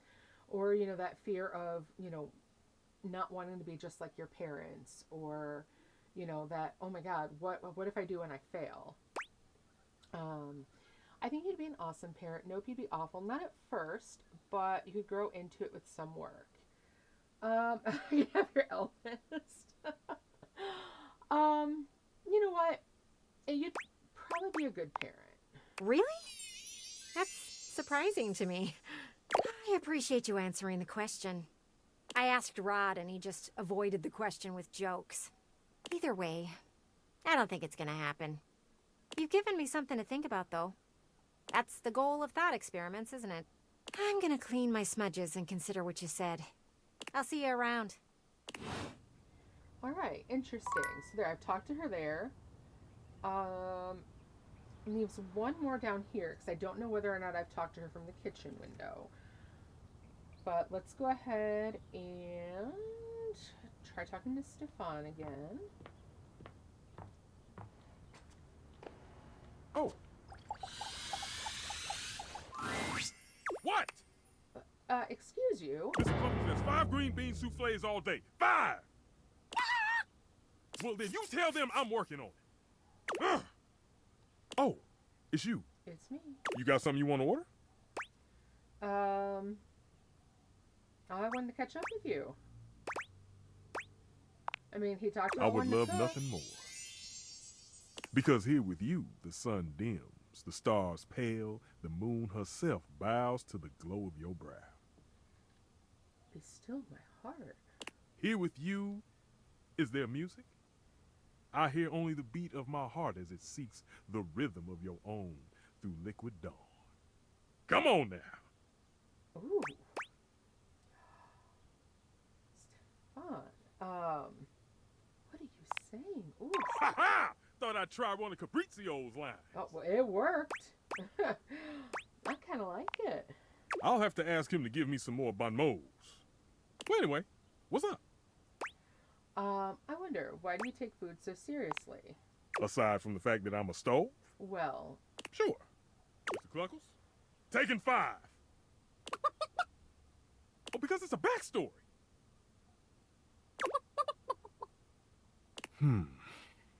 My mother, an old chimenea, bless her hearth, always told me that true love blossoms in the kitchen. The reason I work so hard is to honor that saying. Okay. To me, food is the delicate act of uniting those from all walks of life. It's a brief moment where you can escape from the busyness of modern life and just enjoy. Breathe. It's a reminder that hard work often rewards us with fulfillment. Okay, but whenever you work, you're always yelling and super busy. Or that's kind of romantic. Yeah, see, but whenever you work, okay, yeah, I want to know this one. Of course! I keep it that way so that my patrons can enjoy their meal without thinking of those who crafted it. Oh. That's why I work behind closed oven doors most of the time. So that the finished piece appears effortless. Whew. Would you like to hear a secret? I'd love to. I really hate raw food.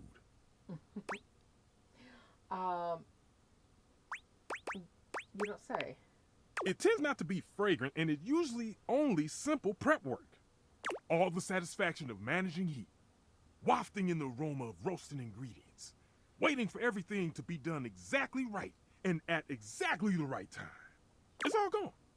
It's replaced with the cold precision that is best left for hospitals. Okay, yeah, I see that. You can? Yeah. You can! Please, get the word out. Raw's blah! Except when it comes to sushi. Yeah, raw's blah. Yes! All right, Mr. Cluckles, I'm coming. Thanks for hearing me out. Come on over sometime and I'll make you something special. All right, yeah, sounds good. Let's go ahead, we'll talk to Kopi. Listen, I need to talk to you about something. Okay, I'm all ears. It's just, you've been coming here so often. I visit to see you. What's wrong with that?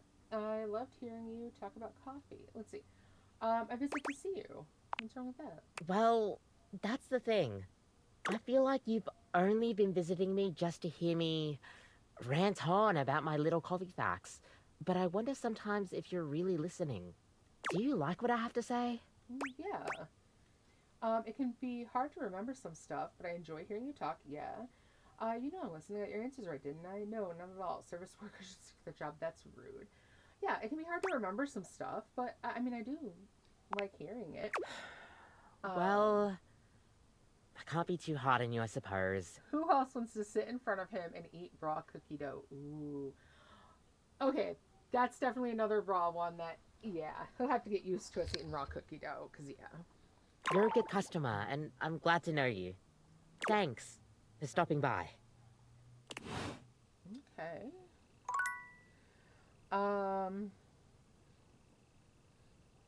Alright, let's go see Hirohime again. Or, I mean, well, there is, of course, Abel, but not in here. There are the ones over here and here. Let's go ahead and look for Hirohime first. She's still over here. Good.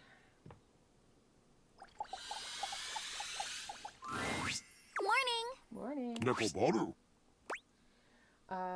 Well, it's not morning, but morning anyway. Yay! So I was thinking about our match we had. Not only are you out of practice, but you're out of shape too. Okay, I've literally never played tennis in my life. Great! I'll be your senpai then. If you realize the stove, does the chicken go with him? I'm not sure, Firewolf. We were talking about that a little earlier. I'm hoping Mr. Cluckles gets realized too. I like Mr. Cluckles. I still wish we could have flirted with him. Tennis is a great cardiovascular activity. You gotta increase your stamina and your skills to keep up. Okay. So, let's start with a warm-up exercise. Alright, can I opt out? Can't scare me. I almost won the Presidential Fitness Award in 4th grade. Alright, we are That's now in Agile as well. Okay, so we have ads on for right now. Let's go ahead and pause until that's all finished. And take a look at this. So, I am looking for where we might be able to talk to Abel again. And we do have our nightstand. We do have Abel in the hallway there. And I think we've talked to him at every different spot now. So, do we talk to him at our nightstand again? Because that seems like where we've had the most conversation now. Or I'm thinking go back down to the kitchen and maybe talk to him there, since like the kitchen does tend to be like the heart of the house. I'm thinking maybe the kitchen. But we'll definitely have to see. So, Kopi and Wendelin, I think we just have to talk to them once more. Stefan, I think we need to talk to once more as well. And that will give us the majority of them. So you think the kitchen or the dining room, Angaris? Okay. Yeah, kitchen or the dining room would work. I am curious which one is going to finally give us our ending with him. So, and then I think debating if we should work our way backwards or how we should do it. I think it was Lux that now that I have everything at 100, I might be able to talk to him. And I might be able to talk to him and have him be friends with us now. Gigi says, doesn't seem like talking in front of John Wick. Ooh. So maybe I need to realize him then first. So, okay, yeah, maybe I'll realize everything else in the dining room first. So what would that be? Rainy, Scandelabra, probably Wendelin, although it doesn't seem like he has any issues with Wendelin.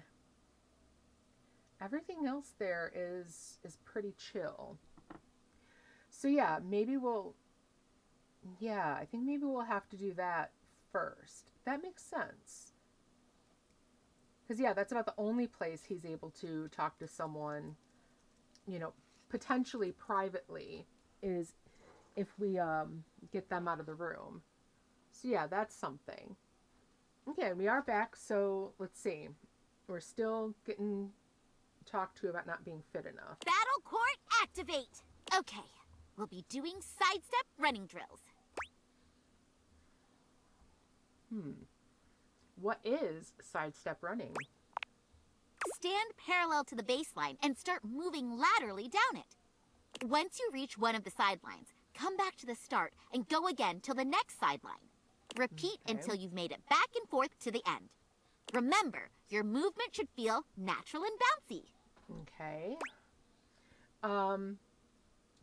What is this supposed to help with? You move sideways in tennis all the time. Okay. Doing this before every game will help improve your feet's reaction time. Okay, that makes sense. Okay, tennis isn't about swinging good. I mean, that is part of it, but yeah, let's ask about that. Are fighting games just about mashing buttons? Sometimes. Okay, I guess you're right. I've got all the motivational quotes. Come on, just do a few more. You're almost there. All right. And done. All right, take a breather. Nickel bottle. All right. Thanks for the water. Nickel bottle. All right, let's do some stretches. 1, 2, 1, 2. Great job. But now, faster than you could have imagined. It's game time. So what do we do first? Okay. Let's see. I'm gonna adjust my footing. Right. Assume the ready position. Okay, here we go. Galaxy Arts 5% Starlight Smash. Okay. Oh, I guess try a forehand shot? I don't know. Well done. Time for me to announce my next attack. Okay. Galaxy Arts, take the advantage now shot. Approach the net and volley. Approach the net and tap the ball in. Step back and swing? Not a bad defense. But let's see how you handle this. Galaxy Arts, pierce the heavens lob! The rival froze. You're the rival, by the way. Sorry. She had never experienced a shot like this before. The ball arced perfectly towards the heavens, eclipsing the sun. Aren't we in an indoor court, she thought? And why is she narrating my thoughts? None of that matters. What matters is how I follow up a slow-moving, easy-to-hit, falling target like this. Okay, overhead smash. It's like a spike or dunk. You should just blast that ball. I guess let's try an overhead smash. That's right. I should smash it back. Okay. But wait! Why is she at the net? She is going to hit me in the head with her racket. Why is she trying something so risky? Is this the semi-supernatural part of a sports anime? The protagonist's not so unrealistic superpower to show that they're special? Is all this too much expositional dialogue, or does the player not watch enough anime? You should have kept me back at the baseline, because up at the net, my reactions are sick. Galaxy reaction, super volley counter cannon! And just like that, the match is over. 60 points scored in a single counterattack. Okay. Woohoo! That was a great rally. Let's call it for today. Your footwork already improved so much during that match. Nickel bottle. See? Even Nekobaru agrees. How was it for you? I'm exhausted. Aw, it'll get better the more you practice. Let's close out with a light cool-down jog while we chat. So, what kind of anime protagonists do you like following? I'll take an underdog klutz over an overrated chosen one any day. Let's see. I don't really like watching anime that much. The overpowered isekai hero with zero personality and a harem. The ball of sunshine with big dreams. The depressed person whose life keeps getting worse and I can't look away. Let's go with, I can't look away from the train wreck. It's tough, but some stories are page-turners. I just keep hoping their life will get better. But they usually don't. Well, I hope my journey still holds up to whatever new series you're into. I can't see why not. After all, I'm going to be the next tennis star. You know, in the last episode of your show... Did you say something?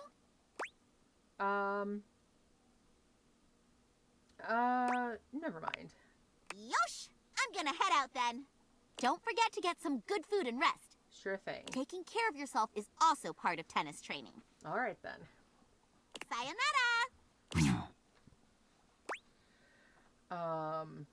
Something feels off. Nickel bottle.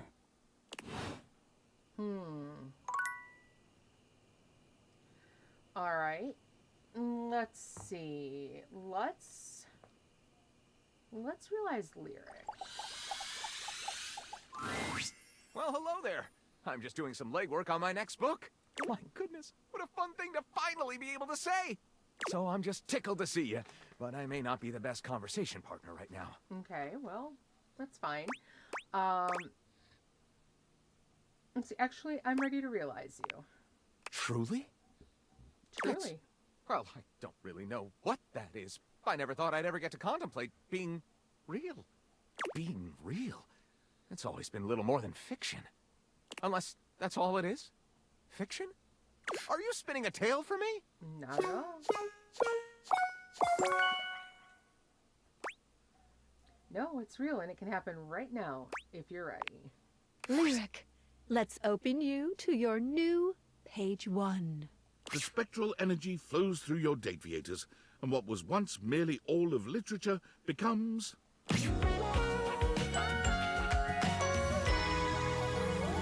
Oh, look at his pants. Oh my goodness. And a snake instead of a worm. That's an interesting one. All right, we got him realized now. Awesome. If not an author, then a librarian. I could definitely see that. Lyric inspects himself, delighting in his transformation. No longer floating before you, he stands on 2 flesh-and-blood legs, with a gorgeous head of blonde hair that cascades down his face.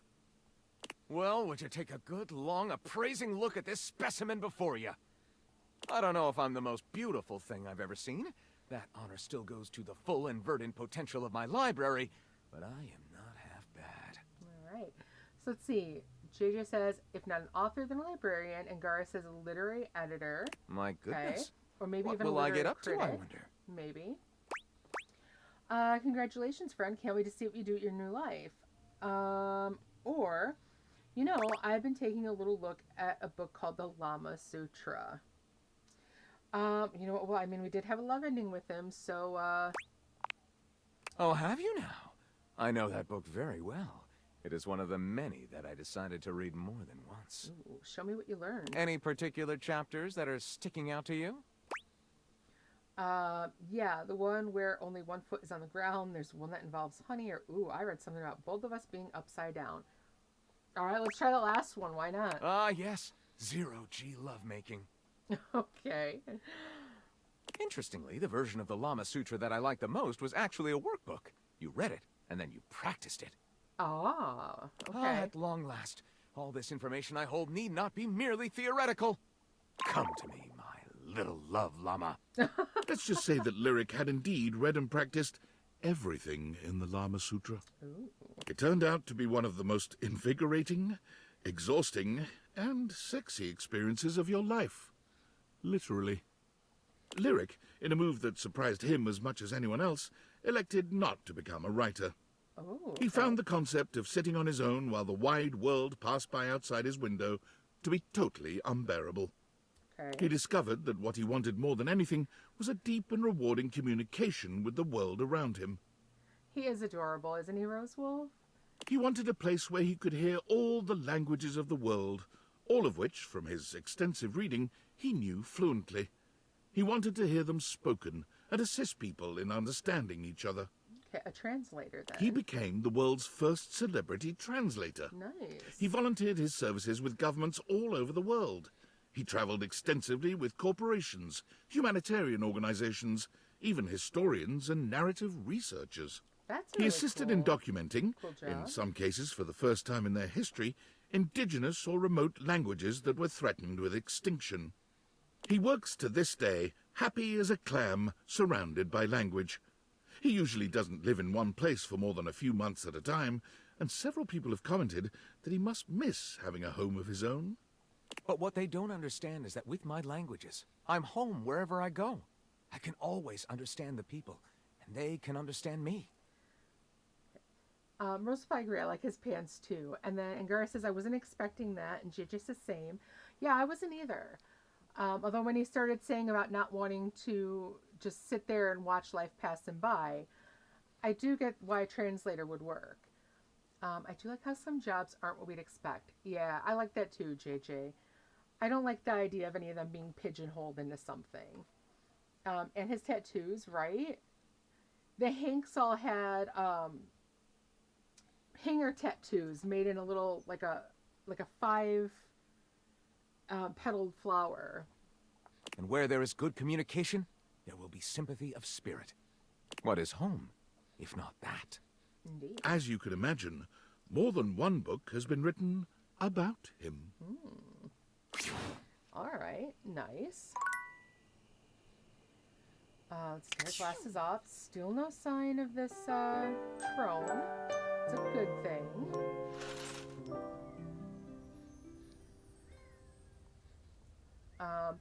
You know, on when I looked at this in my library, there was a little note that says they are doing different stuffies of them. So yeah, check that out. They might actually have one of him. I haven't looked at what all they have, but you might be able to get one. 997, 998, 999, 1,000. Okay. Phew! Training again? Yo! You know it. I'm rallying against this wall. Okay. The wall is every tennis player's invincible opponent. I don't think Wall appreciates that. Okay, how so? A wall will never drop its shot. It's a battle of endurance against the never-ending. Who's that on the pictures in the back? That's supposed to be me with my teddy bear at my high school graduation Anyway, or college my training partner is here, graduation. so let's wrap it up, Wallace. Whoa! All right, hey, Wallace. Aw, thanks, Wallace. Say bye, Nekuboru. Nekoboru. Whoa! A conversation between those two would be legendary. Oh, you couldn't imagine the things those two get up to. I bet. So, for today's agenda, we're gonna train for something every tennis player needs to have. What is that? Oh, I was kind of hoping just to get to know you a bit better without all the, tennis. Okay, let's A say what proper that's serve, first. of course. What's wrong with tapping the ball in? If we're playing for fun, why would I want to nuke my opponent the first thing? Sure, as long as you make it in, you get to play. But if you want to become a tennis star, a true master of the sport, you've got to give it your all every time. Okay. No one likes to be placated, even if it's just a silly game, which it isn't. Okay. Dang, so my serves are flimsy. What if I go full power but miss the service square? In tennis, we have a primary serve and a secondary serve. Your usual puny low-effort serve would work as a secondary, like a backup, if you're not confident or just need to get the ball in. Okay. However, you should go all out on the primary serve and set the tone of the match. Whether it's a tricky spin or just raw power, you can throw off your opponent right away. And once you get in their head, it's over. Okay. Remember, tennis is, above all else, a mental game. Am I really helping your journey? I don't think I'm good enough for this. No problem. I'm ready. Am I really helping your journey? Of course you are. You're the only one who can help me. Come on, let's practice your serves. First, depending on if you're a righty or lefty, you want to stand parallel to the baseline at the center mark. Then have your front foot pointing diagonally towards the opposite service box. Now have both your arms move simultaneously here. One tossing the ball, the other winding the racket behind you. Now, when do you think you should hit the ball? Right after I release, as the ball comes back down, or right at the apex? As the ball comes back down? Too slow. Okay. Try a little faster. Right at the apex? Nice! That's a great start. Okay. You, me, basket of balls, it's serving time. Galaxy Arts Starlight Smash! Not enough spin on that one. Okay, let's see. Why do you yell at names for your shots? It helps to let out a guttural grunt when hitting the ball. It's like releasing more excess energy into your shot. But naming my moves is just something I like to do. You should try one. Okay. Alright, Galaxy Arts Starlight Smash. well, I'm flattered. You have to train more to use my technique. Oh. Let's try it again. Galaxy Arts Meteor Slice! Bracket racket, no pistol. You brought a Alright, so gun what's to that? a tennis battle? Rude. It's a good thing we aren't playing on a seawater court. Looks like we're out of balls. Grab a basket and let's pick them up. So, how are you feeling about all this? Must be great being able to talk to your cool anime figurine, yeah? Yeah, sure, it rules. I'm only doing this for my It rules friend. talking to you, too.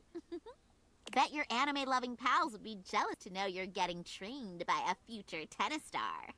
Oh, I'm sure Sam is just gonna be over the moon. It's true. Sam, your original owner, really wanted to talk to you. Yeah. Sam-kun?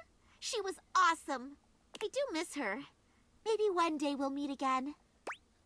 I'm sure you will. Aw, you're so sweet. So, what do you like best about me? How you make me want to root for you, your voice, how well sculpted you are. Oh, nothing really. Let's go with you make me want to root for you. Aw. Well, I won't let you down. All right, we got all the balls. Let's get back to serving. Soon, we'll be clashing with each other at equal strength. We'll first compete for positions on the team. Since there's only 2 of us, it'll be for first and second singles. Okay. Then you'll get drafted by Thorn Slice Institute, which will fuel our rivalry even more. After months of training, we'll finally be able to duke it out at nationals. Then I'll become the tennis star. Okay. So I just replaced the entire supporting cast? I mean, sounds fun, but I have so many things to talk to. Yeah.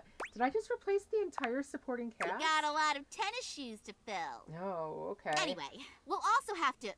Hey, wait a minute. Where's Nekobaru? Right next to you. Did you hear something? Alright, I'm gonna save you, Nekobaru. I think that was him. Nekobaru's cries are coming from... there! In the tennis ball basket! Dump the basket so fast. Thank you! Nickel Butter! Oh my gosh! Are you okay, Nekobaru? Butter. We must have mistaken you for a regular tennis ball from our serving practice. I'm so sorry. Just rest, okay? Hey, can you watch Nekobaru while I go fix the basket? Sure. Thanks! Neko Butter. Neko, now that we're alone, I need you to listen to me. Oh, okay, what's up? You can talk. Quickly, before Hirohime returns, listen carefully. Okay. I am not an average tennis ball cat. I kind of figured. Sailor Moon tennis coach, you know? I am the former tennis star. Holy plot twist. That indeed, my friend. And I am also the god of tennis. I really need to rewatch the show. Wow, have I never seen this show? Okay. Okay, I really need to rewatch. Most fans tend to forget this part. You're right. At the height of my tennisdom, I became one with the ball and was unable to return to my previous form. That's when I noticed Hirohime. Her potential on the court is limitless. She will become the next tennis star. However, it is up to you to guide her. Me. The person who's never played tennis before. Guide her? How? Preferably away from the path of darkness.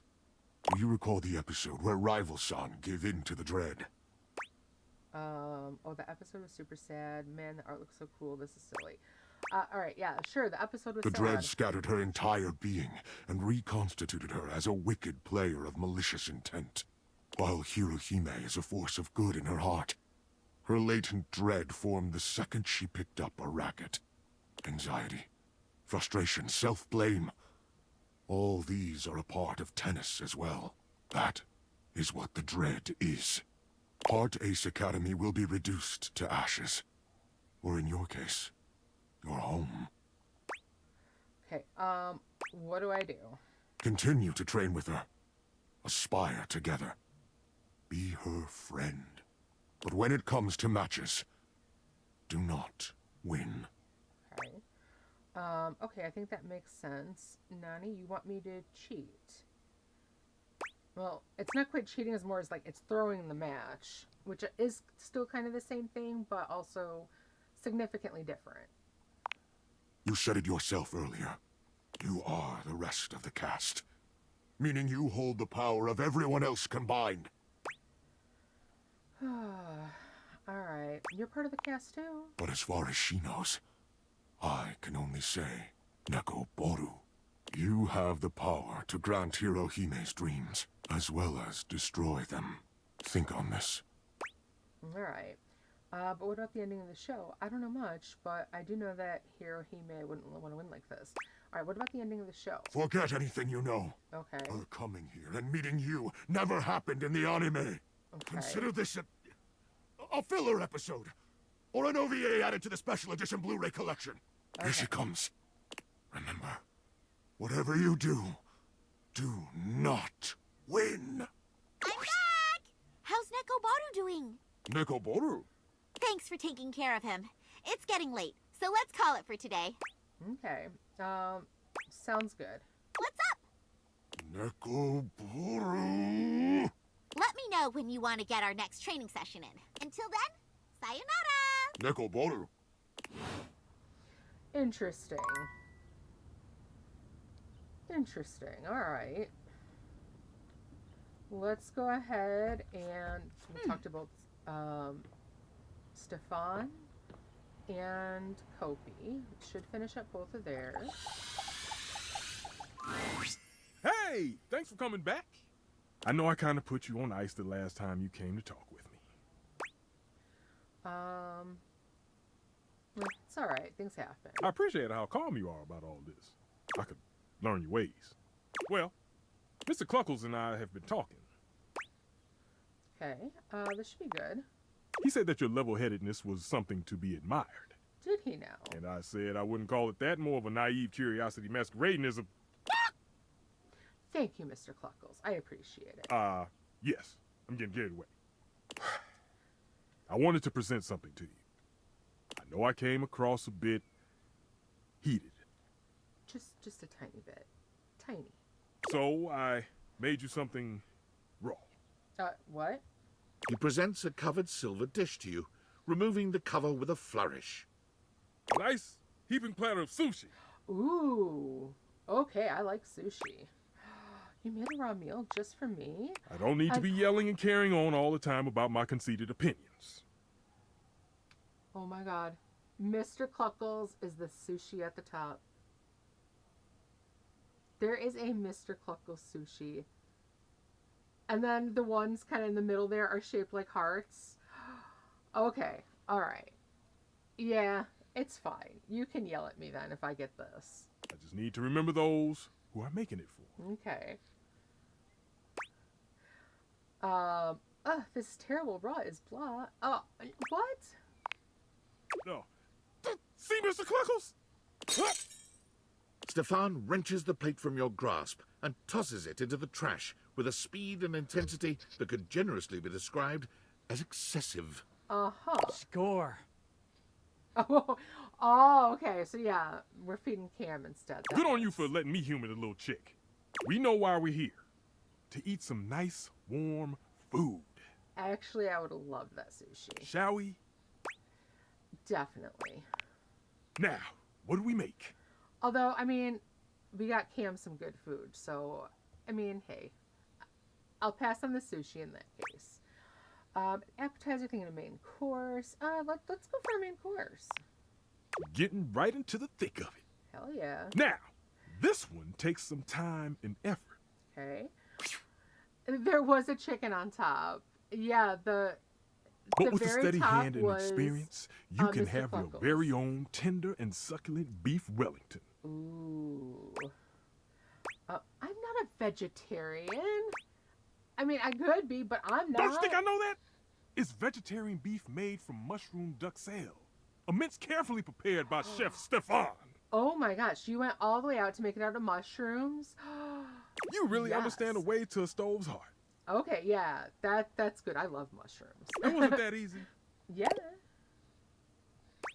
All right, you did all the work. I'm not very good at cooking. You get what you put in. Yeah, I agree with Angars. I hate having only the one option because sometimes the options are kind of rude and. No one starts yeah. off being a world-class chef. You learn little by little along the way. I think though that we had to do the part with throwing out the sushi to make sure that we could cook together. So I think that's why we did that one. Okay, it's not so scary when you put it that way. Yeah, it's fun too. So little by little, yeah, it's fun. It's I fun suppose a little respite is worth the effort. You know, I really enjoy cooking with you. Perhaps you can give this old stove a whirl and do it again? Oh, I like that. I love nothing more. It was a little much. I was literally the worst experience. I love nothing more. You have set my heart aflame. Aw. From this moment forth, I burn only for you, baby. Ooh, okay. How I tremble in anticipation of cooking side by side again. But still, there are nicer ways to say it. I very much agree. I very much agree. But then again, Stefan definitely has that, like, not just fiery, but literally, like, bombastic kind of energy. So maybe, like, the ruder way to do it might have been more appealing for him. I don't know. Together, we shall make the most delicious food the world has ever known. You got and most it. importantly, it'll be solely for us. Nice. All right. So we got a love and Stefan. It burns for you. Nice, nice, nice. And then we'll be able to realize him very soon.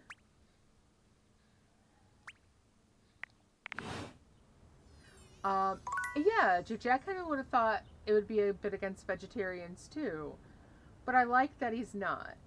I like that he was like, well, yeah, I knew that. That's why I made it with mushrooms. It's like, oh my gosh, you really pay attention.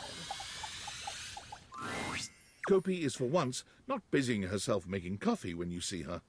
She rests her head on her hand, staring off into the distance. I bet he becomes a cooking show judge. Ooh. I like that idea. Roosevelt, his hat is an oven mitt. Yeah, that's really cute. What's wrong, Kopi? She starts, lifting her head from her hand. Oh, sorry. Hey, good to see you. Anything I can get for you today? Why were you just staring off into space? Oh, well, it's kind of just what I do every now and then. Most of the time when I don't have customers, I'm kind of just expected to do busy work. You know... Okay, so he's going to be the next Ramsey. I could see that. And just call you Rose. Okay, yeah, I'll just call you Rose then. If there's time to lean, there's time to clean. But, like, a lot of the time there's pretty much just nothing else to do, so I just dissociate. Okay. I guess it helps me deal with the business behind the scenes. I can't imagine the kind of things you have to deal with, or you must hate your job. I can't imagine what kind of things you have to deal with. You can. It involves cleaning, mostly. But I think Ruth Bucks expects me to be all smiles all the time. They give you orders like some sort of royalty? Do they ever actually come around? The owner is never around. He just likes being outside of everything that involves boots on the ground. Okay. It's like, I can only do so much, you know? Especially when I'm scheduled to have long, grueling shifts. It's always a pain, but gotta do what I can for the corporate machine. Yeah, Kopi is basically coffee. She's like the coffee and the coffee maker. It's a strange existence, if I'm being honest. Working every day for a company that wouldn't bat an eye if I went away. They just replaced me with the newer, younger barista that's got skills I wouldn't even dream of. I think there's some baristas out there that can make whole drinks in like 30 seconds flat, and all they have to do is just have some setting in their brain to get going. Me, I like to take my time with drinks. Really make sure that the milk in my hands is at the perfect temperature by really feeling it, you know? Makes sense. Doesn't that wear you out? Oh, big time. But I'll never let customers see it on my face. Is it unhealthy? Probably. Yeah. Will I take steps to fix it? Probably not. I just gotta make sure I'm on my game. Otherwise, I'd be tempted to drink a bit of coffee during the night shift.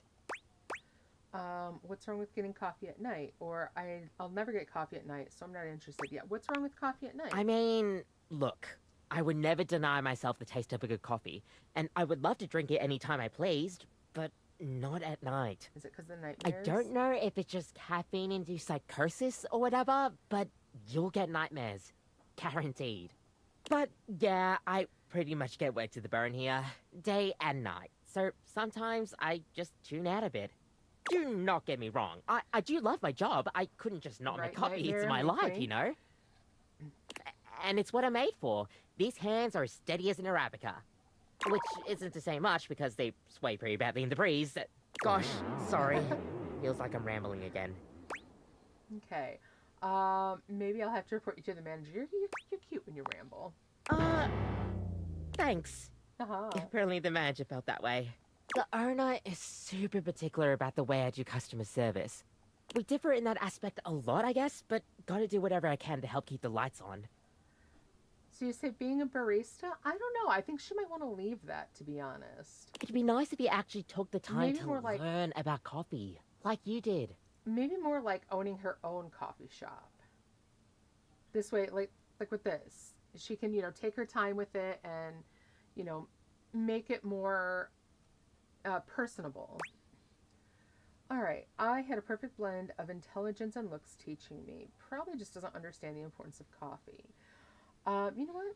I had the perfect blend of intelligence and looks teaching me. Stop.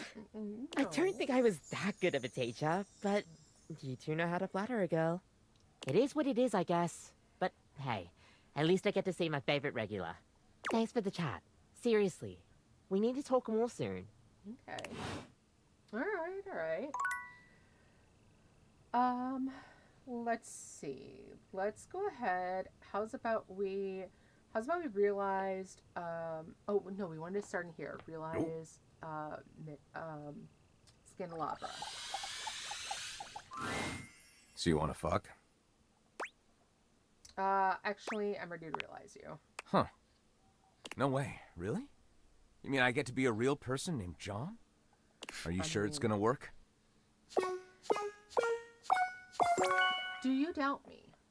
Do you actually doubt me? I'm offended. Are you sure it's gonna work? I can't, but Skylar could. I can't promise you just... Come to life, John Wick. Okay. I feel like his voice changes. Yeah, after we found out that he was the fake, we found out he's actually John Wick, and he started talking like what his voice should have been. We found out he was just putting on a show. Didn't she tell Gaia that kopi means coffee in Filipino? Yeah, I think she did.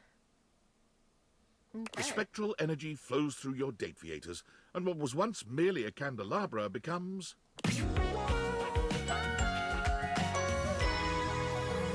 Oh! Looks a bit like Lucius Malfoy. Interesting. I like that his cuffs have the, what looks like dripping candle wax. Very nice. John gives himself a once-over. You honestly can't tell if he's impressed with his new body. Huh. So this is the real John Wick. Seems so. Thank you for making me human. You okay? I feel powerful. Well, okay. A maitre d', yeah, maybe. He curls his hand into a fist, his knuckles cracking from the motion alone. Ah, with the name, he might go be an assassin. I feel like an alloy of rage and the fire for justice.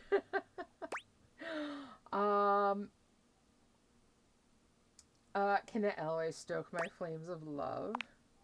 It doesn't make any sense. But sure, let's fuck. That's what I thought. Utilizing his heightened senses and extreme fighting skills, John is able to masterfully work his way through anything and everything you throw his way. He goes on a veritable rampage in your bedroom, pleasuring you with the focus and fury of a man on a quest for vengeance. Well, damn. A man of few words, many moves, and a condom in every pocket.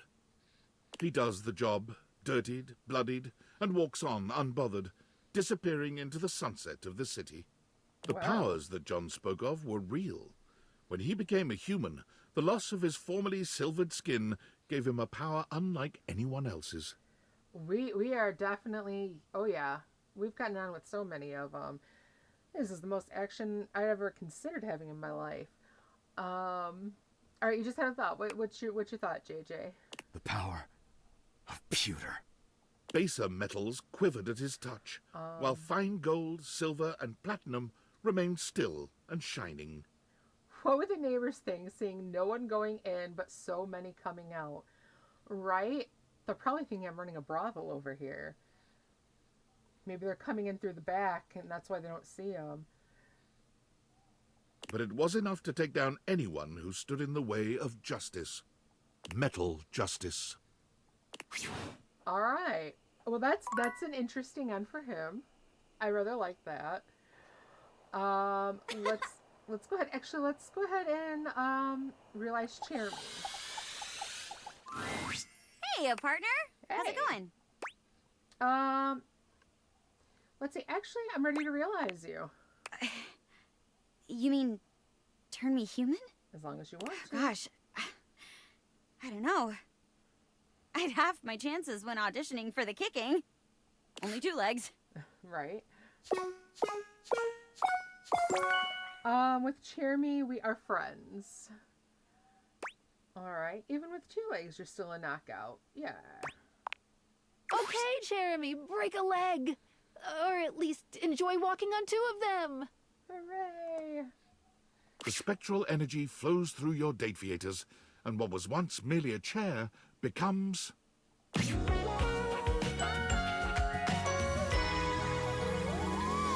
Oh, wow. I really do like the way their outfits still match what they were. I definitely would not want a jacket like hers, but it does so fit. Wow! My newest role! A human being! Okay, please say she gets to stay in acting. Hang on. Let me get into character. Hey, everybody! I'm a human! I need to do my taxes! Oh, I'm gonna bang my foot into the chair and then blame her for it, even though she can't move and I put her there! I spent 7 hours today doom scrolling on my phone. Why do I have anxiety? Okay, that is dead on. See? I'm nailing this human thing already. Right? Jeremy spends the next few hours improvising little skits with you, exploring all the new ways her human body can dance and bend and sing. Her energy seems never-ending, and you tire long before she does. I'm not surprised by that. She is extremely full of Eventually, energy. Jeremy leaves the nest and seeks a job and a home of her own. Beautiful. You see her here and there around town, always working odd jobs with a smile on her face. A waitress here, a grocery bagger there. It's always a nice surprise. Perhaps her favorite appears to be reading stories aloud to little kids at the library. Aww. Also, they have no IDs or birth certificate, right? I mean, that's definitely why we were like, is there an ethical thing here? But I'm wondering if that's going to be addressed again. The how do they get jobs? Because I know Sam did address that with us early on when we first said we were going to realize people, and she was like, do you understand the ethics of that? And we're like, we're just flying by the seat of our pants. So I hope it does come up again, because I really want that answered. She does the voices. The kids love it when she does the voices. That's awesome. Good for her. Good for her. Oh, okay, we got it. Okay, tinfoil hat. Okay. Notice David is promising chocolates, but delivering paranoid, controlling outbursts instead. Wouldn't be the first time. And after the outburst, he'll offer a tear-filled, heartfelt apology, saying how he's sorry, explaining how he won't ever hurt you again. But it's just an act. A perpetual, never-ending roller coaster of pain and heartbreak. A cycle that will never stop until you finally find the courage to slam the bedroom door and excise him from your life. And yet somehow here I am, again, stuck in an endless, spellbinding dance with David Most. this sounds like maybe they were a couple. I mean, okay, I get the, outburst, love bombing, all of that. That's exactly what he's described. Well, I say he because seems to have a male-coded voice, but it seems like they know this from personal experience, and the whole it'll never stop until you finally find the courage to slam the bedroom door. This was David's partner. Okay. JJS, do you need those things in America to get a job? And yeah, you do generally need at least some form of identification, and you need your social security cards that they know who to like, that has to go with all your tax forms that the business that you work for will eventually file. Yeah, he's the one who sent us the glasses. So, okay, so you guys were coworkers, clearly more than coworkers. Is there more to your relationship with David Most? Duh. I mean, hopefully, that's obvious to everyone by now. Why are you acting so weird? Because this is personal. I can say that for sure. So much easier over here. What do you need to get a job over there? What are you insinuating? I think you know what I'm insinuating. No, I don't think I do. Because it's like I explained. David and I founded Valdivian out of David's dorm with 5 other partners. And yes, that dorm room was also my dorm room. And yes, we were technically roommates. And yes, there was only 1 bed, but that was only because we were a startup and couldn't afford 2 beds. Do you know how expensive it is to design a more efficient paperclip? We had to cut corners wherever we could. I survived off only ramen for 6 years. Do you know what malnutrition does to your bones?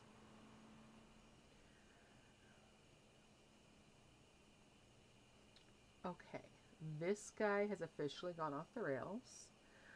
All you need is name, address, contact information, bank details. That's so much easier. Okay, that sounds awful. I'm really sorry. It's all right. You obviously couldn't have known about my various malnourished bones. But let's get one thing straight, okay? My relationship history with David is none of your business, and it has absolutely no bearing on our current goals regarding the Dateviators. If you're curious about the backstory of Valdivian, you're free to order the novelization Valdivian, an Empire Regurgitated. But I'll tell you the same thing I told the hacks who wrote that trash. There's nothing to tell, and stop going through my garbage bins! Okay. I'm just gonna say that. Now, unfortunately, I really have to go. Apparently, I accidentally hacked into Russia's cyber defenses, and I gotta clean that whole mess up before I cause another international incident. The State Department only gives you 2 oopsies. Okay. Alright. Beyond weird. Definitely beyond weird. What the hell is my life? Seriously, in this game, what the hell is my life?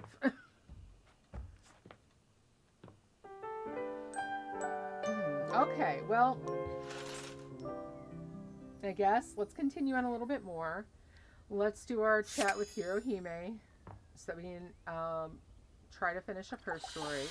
That told us little to nothing, right? And guys, Hey there! It's training time! We definitely know there is something more to whatever's going on than we've been told. To go further off track, the UK rules. Alright, it is training time. I like how the game doesn't like actually like you could be anyone you want in this, and yeah, I do like that. We're going to the beach. Going to the beach, huh? Do you play tennis on the beach? Alright, well, we need to kind of keep her going, and alright, yeah, beach episode, yay! Kidding! Oh, good. We'll warm up with some mini tennis. Alright, what's mini tennis? Mini tennis is where we start at the service line and play with half swings. What is a half It's all about learning control. Ready? Okay. Swing halfway? There you go. Okay. Okay, Nationals are coming up, and I'm a little worried I might overtrain. Okay. I want to make sure I win against you. All right. Well, bring it on then. I'll do my best. What I wanted, get sand in my clothes, right? So, let's call it for today. Okay. Before we go, mind if I ask you something? Sure. Have you ever lost before? What's more important, raw talent or hard work? Have you ever lost before? Wow, very direct question. I've lost several times, actually. Back in high school, I joined the tennis team, but didn't fit in very well. I was so uncomfortable around my teammates that I played really badly. We played each other for the main team spots. There were 5 spots to represent the team. Okay. From lowest to highest skill rating, they were second doubles, first doubles, third single, second single, and first single. Okay. I desperately wanted a single spot, but right at the most pivotal point, I lost. The coach said I was still a decent enough player to be first doubles, but my nerves kept acting up. We ended up losing the most matches out of the whole team. Everyone blamed my poor performance, and they weren't wrong. That's why I decided to train hard and make sure none of my nerves ever got the best of me again. Ah, so poor talent and blaming it on other people. It sounds like that, Rose. Or, blaming everyone else for her anxiety instead of trying to find, a way to handle it properly.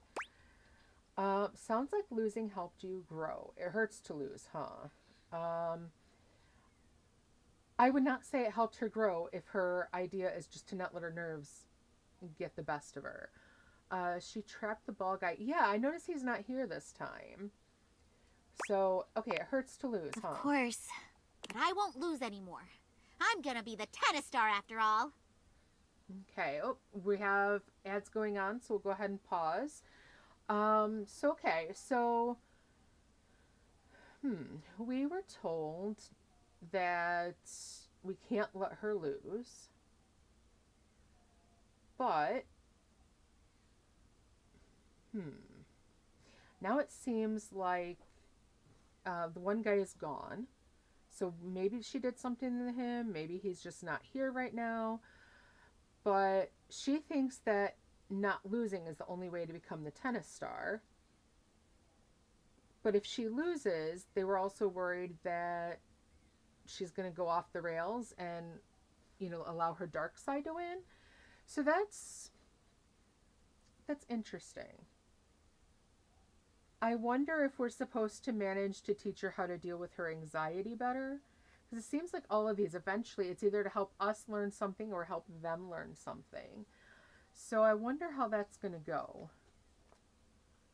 I mean, letting someone win for the sake of letting them win, or because they have a fit if they don't win, is a terrible way to handle things. Learning how to lose and lose gracefully is an important part of life. If someone never loses and, everyone around them always lets them win, they just become kind of entitled and feel like that's, that they're better without even having to try doing training or anything else or making any attempt to improve. And then when someone finally comes around and does beat them at something that they think they're so great at because everyone else around them let them win, and this person now doesn't know to do that, it will cause a huge meltdown. So the whole reason I think that Nikubaro was saying don't let her lose is because of that. What I was just saying is that she doesn't know how to lose properly. From all of this, she's said it's only win, win, win, win, win, and nothing else. So if someone has her lose instead of letting her win, she's going to have a meltdown and not understand how to handle that loss very well. And instead, what I think we should be focusing on here is maybe teaching her how to lose gracefully. That, just because you lose doesn't mean that you're not good at your sport. It just means that someone else is good too, and that's fine. All right, looks like we are back from Adjo, so let's go ahead and see what else she has to say. All right, would you still love tennis if I became the tennis star? Or I'm thinking of letting you win the match so you're sure to win. Let's ask her this. Would you still love tennis if I became the tennis star? Absolutely. If a hero reaches the top in the first core, that means that the show has nowhere to go. Okay. I want tons of seasons with lots to look forward to. Okay. Okay. See you on the court, rival-san. Neko Baru. Neko Destroyer Punch! What about our plan? You're supposed to throw the match. Ooh. Ooh, I wonder if this is actually the darkness and he is lying to us. Trust me, Nikobaro, this will be good for her. We've trained together. All her training will be for nothing if I just roll over and let her win. You're right. I got carried away. Yeah, all her training will be for nothing if I just let her win. What good is her knowing that you're now a threat? Can't you tell? The dread tightens its grip on her soul. I don't see that. Are you planning to doom us all? She has to overcome the dread, not run from it. Maybe you're right. I don't want that to happen to her. Yeah, she has to overcome it. I see. Knowing that you may be serious in coming for the tennis star title may make her reinforce her own resolve. I suppose an otaku like yourself would want what's best for their waifu. What? I'll leave it to you then. How Nationals goes will seal both your fates. Okay. Alright, well there is that. We do need to talk to Kopi again. Right, hold up, what? Right. And I think they think that there's like... Yeah. This one's weird. This is really weird. But yeah, I think just letting her win is going to be more of a problem than not. Oh, let's go ahead. We'll realize Stefan. My love. My muse. Well, hello. Are you back to make the most marvelous of meals? Yes, and that meal is going to be making you human. Oh! Not just me, right? Me and Mr. Cluckles? Oh, you better bet. Of course. Now you're cooking with gas. Do we have all the necessary ingredients? Right? He talks. He doesn't just yell. We sure do. We sure do. Yes, chef, I've come prepared. Living is served. The spectral energy flows through your Dateviators, and what was once merely a stove becomes... Oh my gosh. Look at him. Look at him. And his rings, you see like a frying pan, a pot, a spatula. Oh my god, that's so cute. I love it. Stefan looks down at his body, then at each of his hands in turn. You've never seen him this excited. Ah, I'm human! Hot dog, drizzle, honey on a biscuit. I'm so excited! Ah, yes! Mr. Cluckles, now a bizarre combination of man and chicken, skitters across the tile, nearly colliding with Stefan as he tries to get the hang of his new legs. Okay. Big reveal. Show us Mr. Cluckles. What the hell? Mr. Cluckles, look at you! Oh, this is so highly unsanitary. Stefan takes some time to calm Mr. Cluckles down. A chicken man running around the kitchen isn't the safest thing in the world. I'm sorry, are you not going to show us Mr. Cluckles? Okay, he's calm now, I think.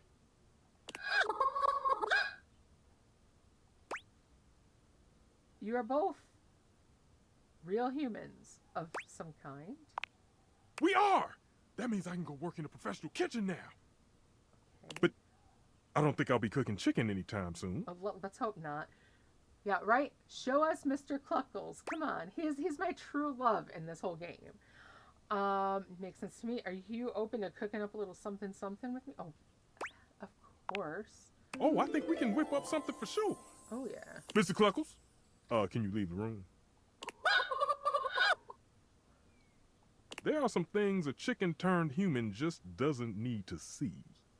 You not only connect with Stefan, you also discover you have a new use for honey. Ooh. And whipped cream, cherries, and gelatin powder. I think maybe he and Benoit need to chat a little bit. Right, every now we want the chicken. Where is Mr. Cluckles? Your union leaves you with a much richer appreciation for the versatility of certain ingredients and their respective viscosities. Stefan and Mr. Cluckles strike out on their own, after a quick fix from Skylar to make Mr. Cluckles a proper chicken. Aww. All right, well, okay, so maybe Mr. Cluckles isn't going to be a person. Mr. Cluckles is still my true love, even in timer form. Stefan, I'm sorry, Mr. Cluckles is just going to have to stay with me. It's just how it is. I know it's going to be hard for you to lose him, but Mr. Cluckles and I, we just have a connection. I need that chicken timer in my life. However, they quickly find that the real world has its own difficulties. Now a human who can burn himself, Stefan's cavalier attitude around a real stove results in far too many accidents. I'm glad they went together too, Rose. They have to stay together. Damn, those things are hot. Well, yeah. Remembering the joy he felt in creating sushi, Stefan and Mr. Cluckles move to a small island off the coast of Japan, where he submits himself to rigorous tutelage under a great sushi master. Stefan has relearned everything he ever knew about food. He purchases a small hut off the coast, determined to search out and serve only the freshest seafood. Oh, I'm seeing a big one down there, Mr. Cluckles. With Stefan's dedication and Mr. Cluckles' remarkable aquiline diving capability, their unassuming hut becomes a mecca for perfect sushi.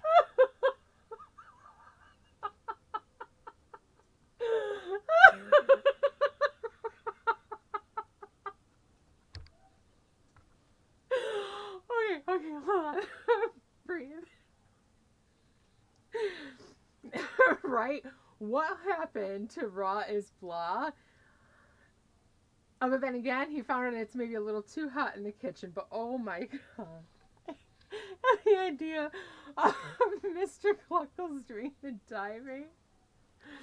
Oh my god. Okay, breathe. Oh, that was funny.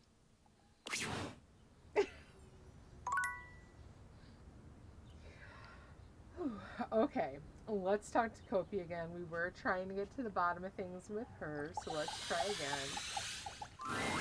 Kopi greets you robotically, lifting her hand to give you a stiff wave. Her gaze looks vacant, and her words are cold and empty. Welcome back to Roofbox, home of all your coffee needs. What the hell is going on? Whatever do you mean, oh fine customer? Roofbox wants to ensure you have a consistent and standardized greeting so that whenever you come to our store, you know that you're getting the best service every time. And your continued patronage is appreciated. Kopi trails off, leaning forward in a sigh that seems to make her entire body droop. Yeah, I can't do that anymore. Oh, good. But we know each other well now. Yeah, that was weird. I know. Roofbox wants people to add the Roofbox touch every single time we greet customers. Okay, right. Who is the manager? Right? She's in our house. So who's actually her manager? Sir, they're just making me sound like a monotone robot. Sounds like a handful. You have no idea. Wait, was that supposed to be a pun? No, what am I saying? I'm sorry, yeah, I'm definitely overthinking that. Sorry, sometimes when I'm blowing off steam, it feels like I'm going a million miles a minute. It's okay. You're doing great. But it sucks, too. I feel like every coffee I make for somebody, I learn a little bit more about them. Get to know what they're like. Right. Like you, for instance. You're... well, I don't really have words for it. Friendly? Sorry, my mind is drawing a blank. Sometimes when we talk, I feel a little out of my depth. I could say the same for the barista making my drinks. Friendly sounds about right. Yeah, I could say the same. I feel a little out of my depth sometimes. Is that a good thing or a bad thing? How would you describe me then? I mean, and you're kind and thoughtful. You're like the coffee you make, warm and beautiful. Yeah, I think she liked the pun before. So yeah, you're warm and beautiful. Well, I've never received such a review before. Thank you. But you get what I mean, right? I like to be more personable with the customers. That's the best kind of customer experience to me. The corporate nature always gets in the way of all of that. Heck, if it weren't for the customers, maybe I would have quit a long time ago. Yeah. Coffee is just everything to me. The aroma, the flavor profiles, the warmth. You feel that too, right? See, of course. Probably not as much as you, but I get it. Yeah, I mean, I'm feeling that after what we've Good. talked about. Good. I'm glad somebody around here does. Sometimes it feels like I go cocoa crazy and nobody else really gets my obsession with this fabulous drink. Especially with the boss like... Look, I wasn't going to say anything while he was here, but he's making new plans. Plans that I don't like. Oh gosh, her shirt is yeah, it's the coffee designs. Yeah, that's so cute. What plans? Roofbucks, in their infinite wisdom, have decided to completely get rid of the customer experience. They want to turn us into a fast coffee business. But you love going slowly. Exactly. Yeah, it seems her boss maybe isn't here now, but They was say there? the whole ordering system needs to be completely revamped to maximize profit. Instead of warmly greeting customers like I normally would, now I'm expected to have 30-second interactions with them at most to get their order. And then mindlessly brew away. No special touches, no conversations, nothing. Coffee in, coffee out. It's like they don't want what they hired me for. Quality and thoughtful coffee. Well, time to overthrow our corporate overlords, right? They just want me to take every customer interaction, every drink I make it all in an instant and then wrap it all up and then throw it away in a disposable pod. Yeah, she does really care. Apparently, somebody made a complaint about the times I've been chatting away. Mainly to you. Oh, who is this somebody who made an issue? Because, I got my Dateviators, and I got a hand that's made for slapping. Okay, yeah, I'm gonna find that snitch and end him. Whoa! Don't have to go that far. I get it. I'm just probably not the corporate machine type. I care too much. Have you ever thought about making coffee somewhere else? Somewhere else? I guess I never thought of that before. I mean, I guess I do know a thing or two about my coffee. Right, it's like when we were talking about the silent quitting. Yeah. But Roofbox has a complete monopoly on the coffee business. There's nowhere else for me to go. Get rid of people, keep the money, right? That's how they behave, and then they wonder why no one wants to work for them. You're a literal coffee maker. You don't need them. Wow, I mean, it's a lot of work to make that happen. I wouldn't have any corporate backing or anything like that. Yeah, you know the story too, right? Yeah. Yeah, sometimes the whole idea of the way corporations work is just, you know, it's money over people, and it's ridiculous. Well, you don't need corporate backing. Do I even have what it takes to make it? You have me. You know what? With your support, I guess I could do anything. I'm the one making the coffee and seeing the customers day in, day out. Right. I'll have to give this some thought, but maybe I can do it. I'm a smart bean. I know I'll be able to figure this out. Absolutely. Yeah, you're a lot more confident now. All thanks to you. Like the one person on your phone who is having the meeting. If you hadn't encouraged me David to step Most, out on my yeah. own, I would have never been able to even think about this. It'll take a lot of work, and honestly, still a lot of hours I need to do under Roofbucks to get stuff going, but it's worth it to chase after my dreams. Exactly. Thank you. Thank you so much. All right, so still no end with her. which is interesting. But okay. I like that. Let's see what else we've got here. Let's talk to Kurt and Rod. Yo, look who is. What have you been up to? Seen anything ridiculous lately? They're looking at you, right? You got me.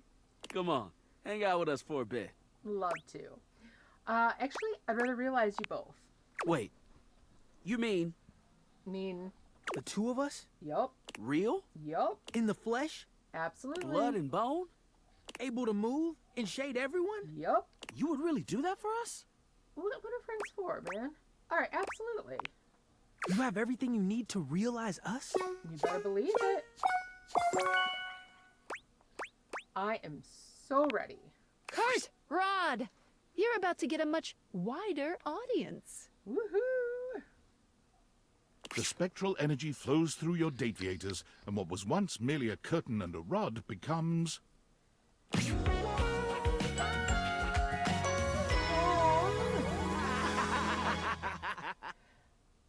Kurt's fit is still definitely better. By far. Alright, yeah. Let's see. What are they going to wind up being? Stand-up comedians, maybe? I'd like to see that. Oh, yeah. Yo! Yo! You look fly! And you look dope! This is real!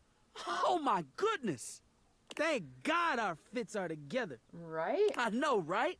I hate to have to call you out within the first seconds of you being a human. Oh, man. Before you stand two of the Interior finest designers, I'd love to fabric see that. specimens you have seen in a long time. Oh, yeah. And to think, you just had them in your windows for everyone to see. Models. Please be models.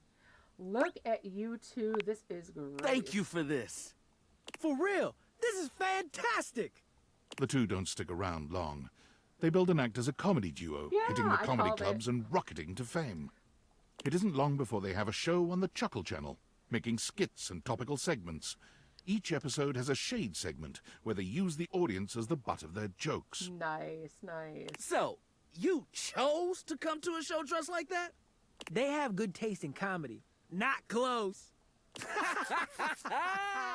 Nice. Soon, Rod decides to leave the show in order to follow his dream of making socially relevant thriller movies. Ooh, okay. Kurt continues on, writing and starring in comedy shows and sitcoms. The two remain the best of friends, even buy a pair of homes that connect through a door between them. Aw, that's sweet. Every weekend they go people watch. They brainstorm new ideas and poke fun at people as they pass by. These two would be so much fun. All right, so we've got almost everyone in here now. Let's go ahead and realize Rainy as well. Real yeah, decent there- of you to okay, come see me yeah, here. With yeah. a beauty like Rainy around. Oh. That's it. Okay. The record hutch.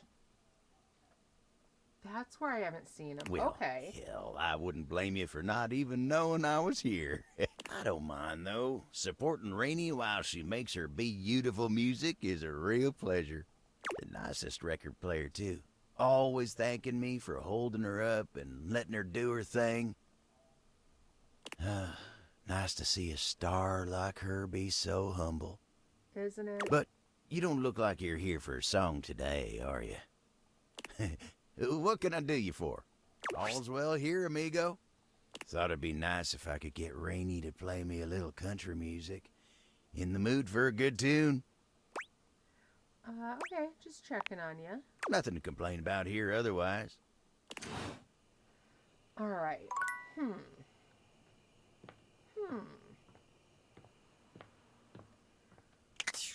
Why am I not able to realize Able? Oh, another workspace message. Okay, didn't hear that. All right, okay. Here's trouble. Datevianites, I'm CEO David Most, and I approve this message. Is what I'd be saying if my recent campaign for governor had gotten any traction. But if it's that important to the people of Wisconsin that I actually live there, that's their prerogative. Speaking of looking a gift horse in the mouth, I've noticed almost no one has taken me up on my free chocolate offer. Is it because to receive the chocolate you must agree to terms and conditions allowing Valdivian drones unrestricted access to search your property and or boathouse? Because my legal team assures me that's in the Constitution. Is it? Regardless, don't wait too long. Your free chocolate-adjacent cocoa product only has a shelf life of 36 years. A chocolate adjacent cocoa product. So you're not even giving us the good stuff. See the bill? Yeah. Let's do that first thing in the morning. Because, yeah, we've got quite a few of them. And that should mean now that we can talk to Textbox Chan as well and finish what we need to do with her. Let's see. Here is our board so far. So let's see. We have Zoe. Okay. All right. So, yeah, from the top we have Zoe. Underneath that is Bodhi. Then we have Von Trapp, Shelley, Stefan, Lyric, Hoove, and Dunk. Hector, the Hanks, and Luke. Above them we have Titus and Tina, Kurt and Rod, Scandelabra / John Wick, and Jeremy. So yeah, that's 16 so far. Nice. Oh, and of course, all the way here at the bottom, we have Lucinda. So let's go ahead, and I want to see now if we can talk to Textbox Chan and see if I do this. Oh, damn it, I wasn't supposed to actually say yes. Okay, hold on.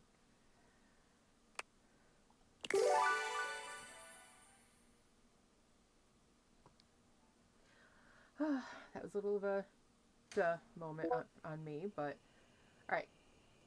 Oh, and it left us at the end of last night then. Okay, so there's all this.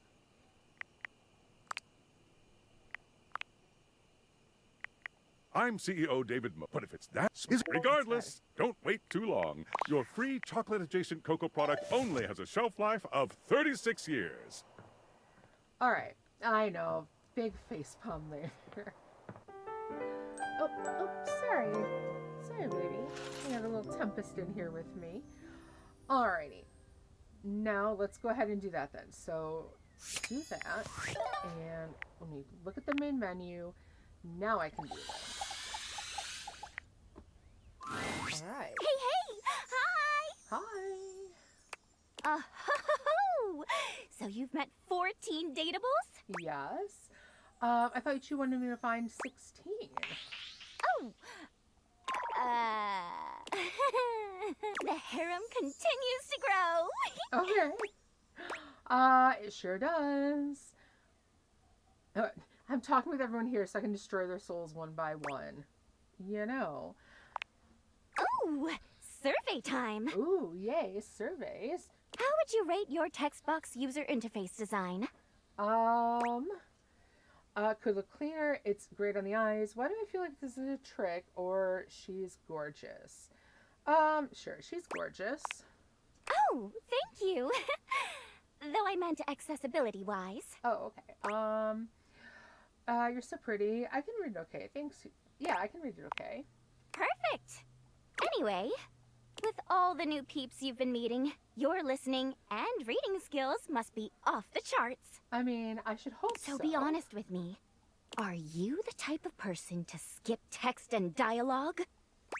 No, I read every single word. What, me? I would never skip. Well, I don't read, like, the TOS when I'm signing up for things, but yeah, me, I would never. Huh, is that so? Because I get an alert every time you click next, and you were button mashing like crazy. Okay, well, that was just because it was David Most, and we already heard it. Love isn't a race, dude. Okay. Ugh. Well, whatever. As long as my texts are still useful to you. They totally are. Oh, really? Yep. I'm glad to hear that. All right, your turn. Turn to do what? To ask me a question, duh. Oh, okay. It's not fair that I just ask you questions all the time, right? Right. So, Okay. ask away. What's your biggest pet peeve? What's your greatest fear? What's the most not safe for work thing you've had to convert into text? Or I don't have any questions. What's your biggest pet peeve? Oh, that's easy. People skipping through text? The way my parser works is dependent on the name of each character followed by 2 colons. If there's a typo anywhere, I won't be able to connect to all the great art, and things get all messed up. Ah. Like this. Text box Chan. Or this. There's only 1 colon here, and they forgot to record my voiceover line. Oof. I wish I could help your colons. We're going to move on from that conversation. Chatting time is over. Come back after you've awakened 41 dateables. All right. Okay. See you then. TTYL! Oh, not awakened. I awakened, not realized. Okay, so that is different. Okay. Again, reading comprehension fail on my part. Let's go ahead, talk to Hirahime. Okay, Rival-san. After all our blood, sweat, and tennis buzz, we're finally here. Nationals. The spotlights. The cheering crowd. Right, yeah, we can talk to her again in the morning. It's so surreal. So awesome. Thanks for training with me. You know it. All right. Battle Court activate.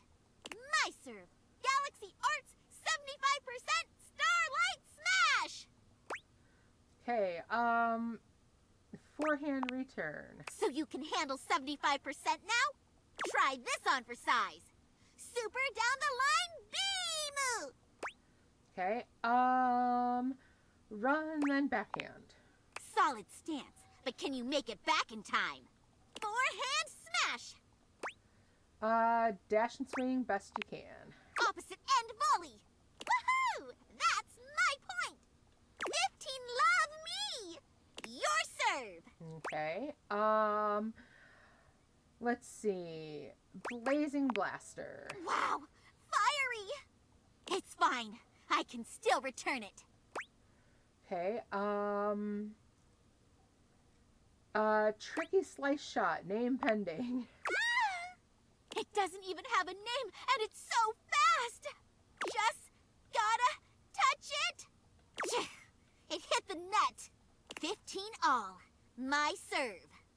Galaxy Arts 75% Starlight Slice. Okay, approach carefully but not too close and swing. How did you know? Take this. Forehand down the line shot. Backhand volley. Seriously? I mean, I don't know. 15-30. You're winning. Your serve. Storm Stinger. From that one story. Bounty Light, I think it was called. Available online, written by J. Purier. Only those with excellent taste have read it. No! I missed! How did your serves get so good? 15-40. Match point. Time for a comeback. Alright, I'm ready. There's no turning back. Galaxy Arts 100% Starlight Smash! It's looking good, but... Fault? Ah!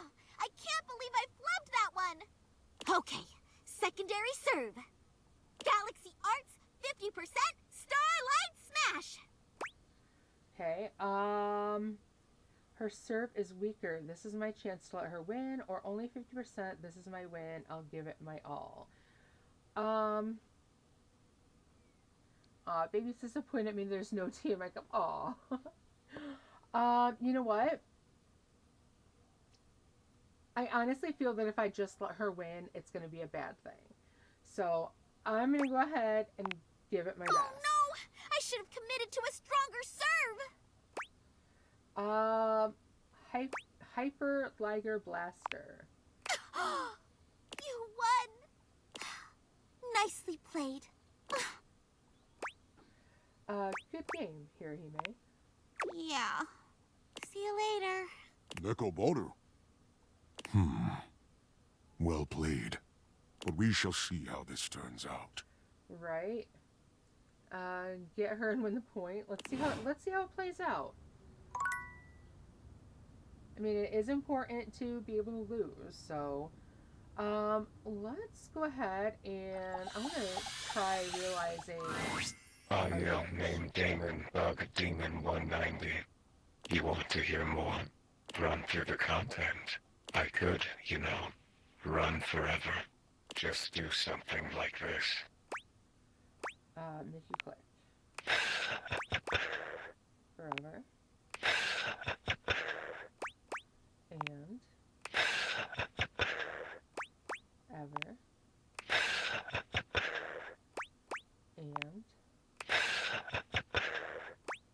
ever. Ever. And ever. Ever. And okay. Okay. I do have an ending with this one, but I'm waiting to see if I can realize them or not.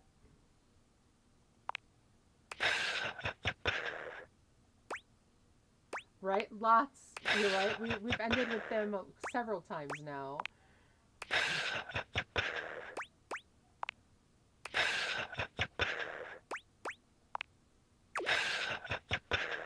Ooh, here, Dina pops up.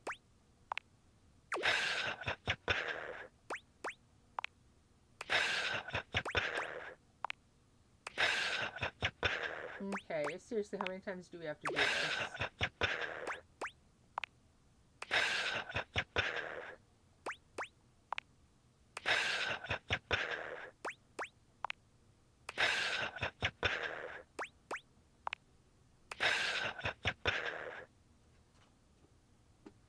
Okay, I can't use my glasses again. Did I scare you? No. Damn. I like being scary. Oh god, it's the dishwasher loading thing, right? Did I annoy you? Yes. Sorry. It's the repetition that kills you. The mundanity. But I hope my point was made.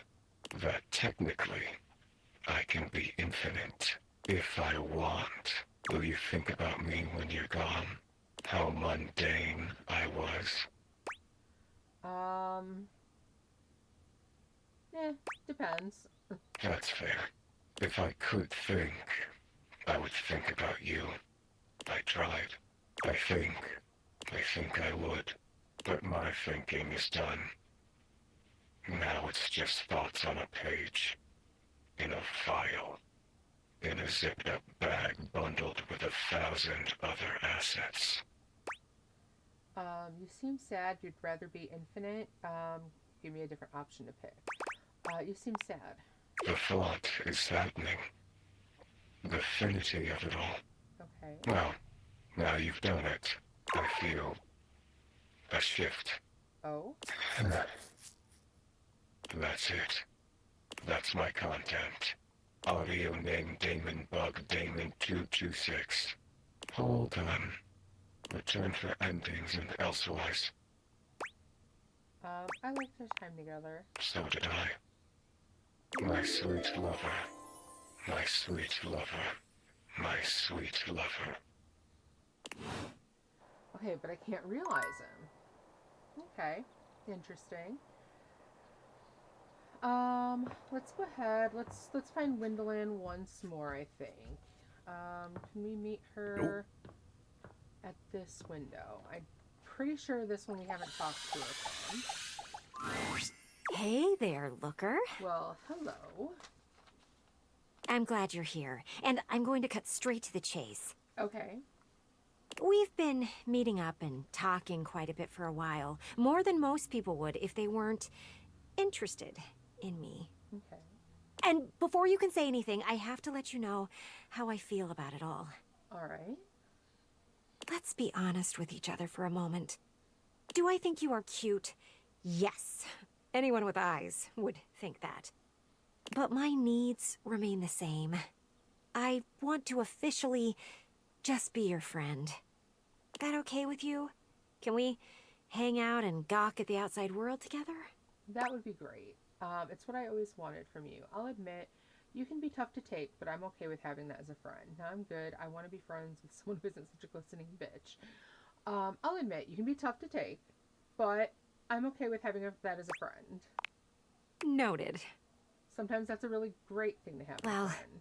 thank you for letting me get to know you more. Whenever you want to stare out some more, come find me. Well, I sure will. Alright. We're besties now, you hear? We now have an ending for everyone that requires empathy. And we didn't have to use the candy at all either. So let's see, in Charm, we still have to finish with Kopi. And then I have a feeling that that's going to be just fine with her.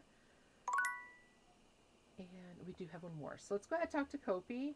And then as long as we end things with her well, we'll go ahead and we'll go give that other one to Order up. Bathsheba. I've got a Vietnamese iced coffee, soy frappuccino, and a Mexican iced mocha. Ooh, okay. Kopi seems far cheerier this time around, as busy as ever and calling out orders. She grins when she spots you, greeting you with a peppy wave. Well, hello, hello, hello. Hi. If it isn't my favorite customer. Business is pretty hectic today. No kidding. Okay, Rose, I haven't thank you had for the this look. much business in ages. Right? But hey, at least I'm doing things my way. Good. What do you mean? Wait. No. Didn't you hear? Not yet. Did nobody tell you? Nobody told me. Did I not tell you? Oh my gosh, I can't believe this. What did I miss? I do all of my marketing and it was all for nothing? What a drag. Wait. What is it, Kopi? Kopi sets her coffee implements down and gestures all around her, absolutely radiating pride. I did. I went and made my own cafe. Good Welcome to for my little you. slice of paradise. Everything looks the same. Well, funny story about that. It was kind of like mutiny. I still get to keep the space, but I get to do things my way. Damn. But once Good the others job. realized that Roofbox had nobody else to be a barista, they started ordering under my own branding real fast. It was kind of a whirlwind experience, but now I get to do things my way. I'm so proud of you. I'm so proud of you. All right, I'm happy Right? for you then. I'm so stoked that I could finally make this a reality. And it's all thanks to you. Aww. It just goes to show you, sometimes red line policies aren't always the way. Sometimes you have to bend them to get return business. Coffee Mutiny. Oh my god, that would be the best name for her coffee shop. Coffee Mutiny. Now, Love it. bear in mind, I do not have a name for this place yet. Angaris just gave you a good one. Coffee Mutiny. It's perfect. It's currently just, hey, want to get a coffee from Kopi? At least that's the word of mouth I'm hearing at the moment. I don't really have a proper business name, but I'm workshopping some ideas. I really hope that that's one of them. All right, call it Kopi Burger. Call it Kopi Cabana. Call it the Bean Feet Kopi, or featuring Kopi. I'll let you come up with something. Kopi's Coffee would be nice. Call it the Bean featuring Kopi. I think... no. Okay. Next time you come around, hopefully I'll have something ready. Coffee Mutiny. I like that I one. seriously And it's can't thank you exactly enough how for you all of decided this. to do this. Which reminds me, you've been one of my favorite customers, and, well, I don't get this close to just anybody. Okay. I think I love you. Like, more than a friend way. Aw, I feel the same way. Maybe it's too much to ask, and it's just wishful thinking on my part, but I've been seeing the signs from you. I think I'm ready to take this to the next step. Creamer to my coffee. Aw. Do you think we could be more than just barista and customer? I would love that. I love you too. Really? Yeah. How is it that children always lose one side? Gosh, I'm so glad. It's the dryer gnomes.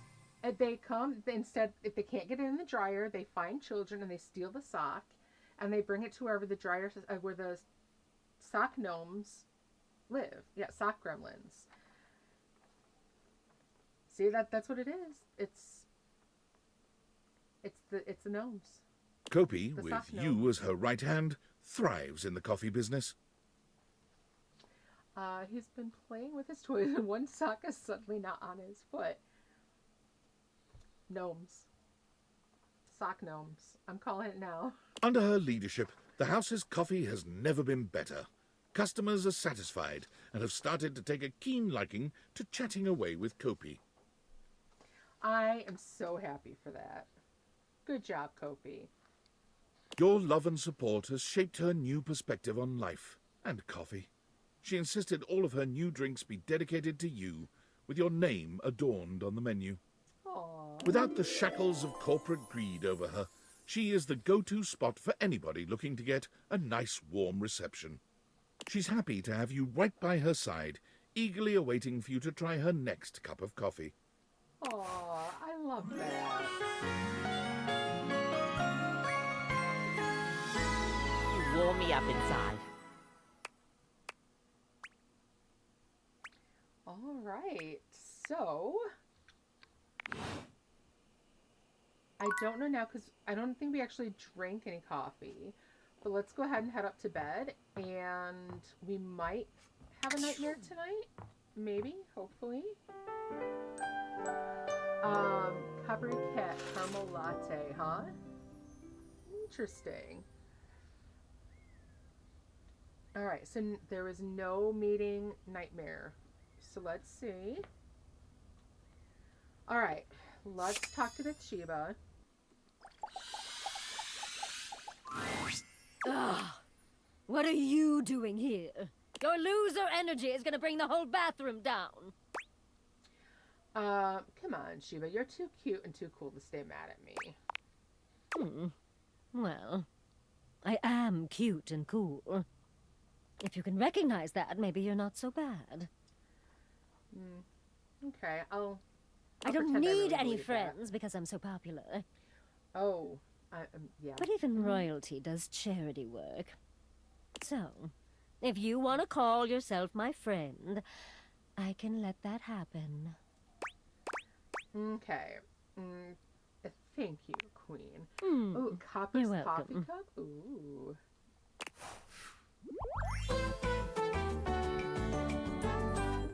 Rub-a-dub-dub, your bestie's a tub! Or Copper's Chaos Coffee. That I can get behind.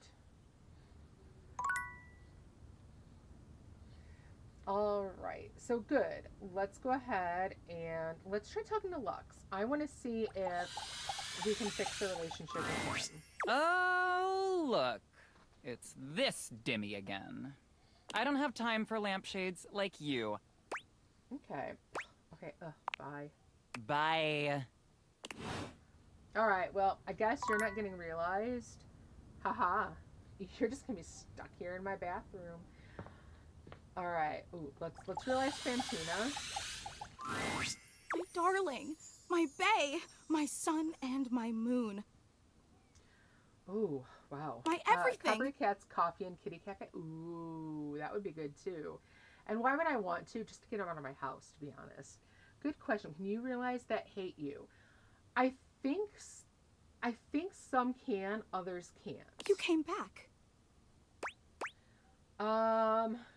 I did. Yeah, you did! So funny.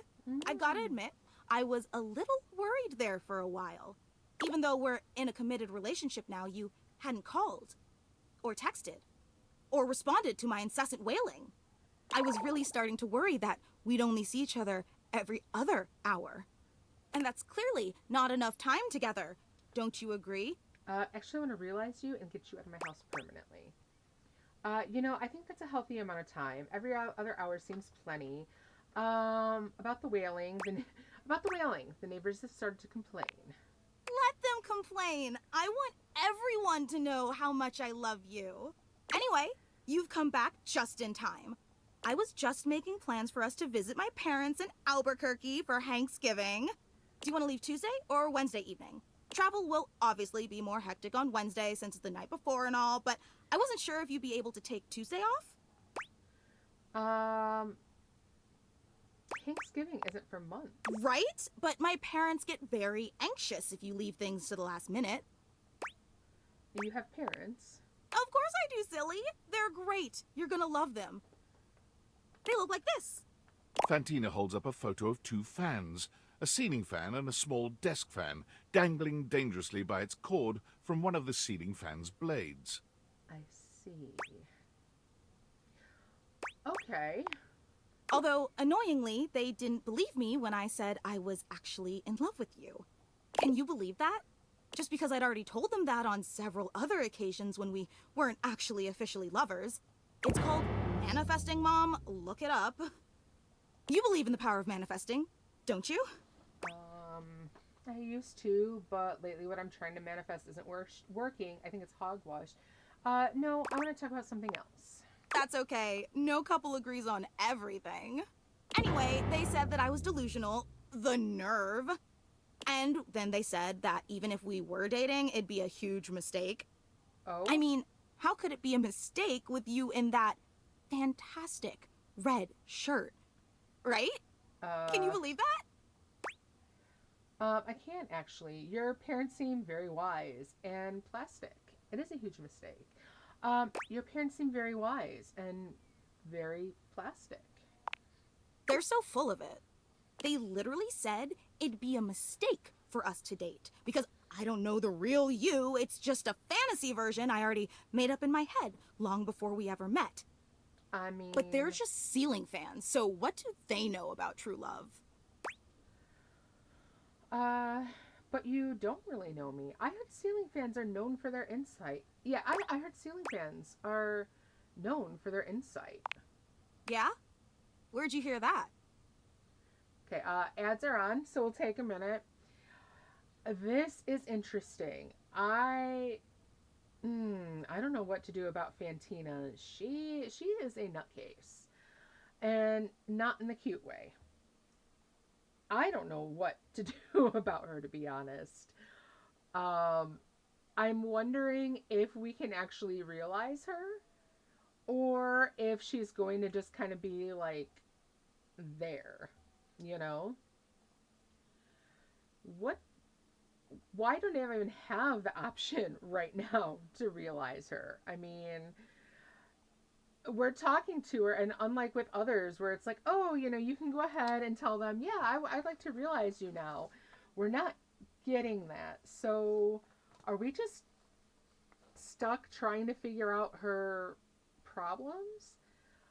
All right, yeah, we heard it from the desk fan. Exactly. Stick her in the garage. I don't want to stick her in the garage. I want to throw her out with the garbage. I mean, oh my God, she is insane.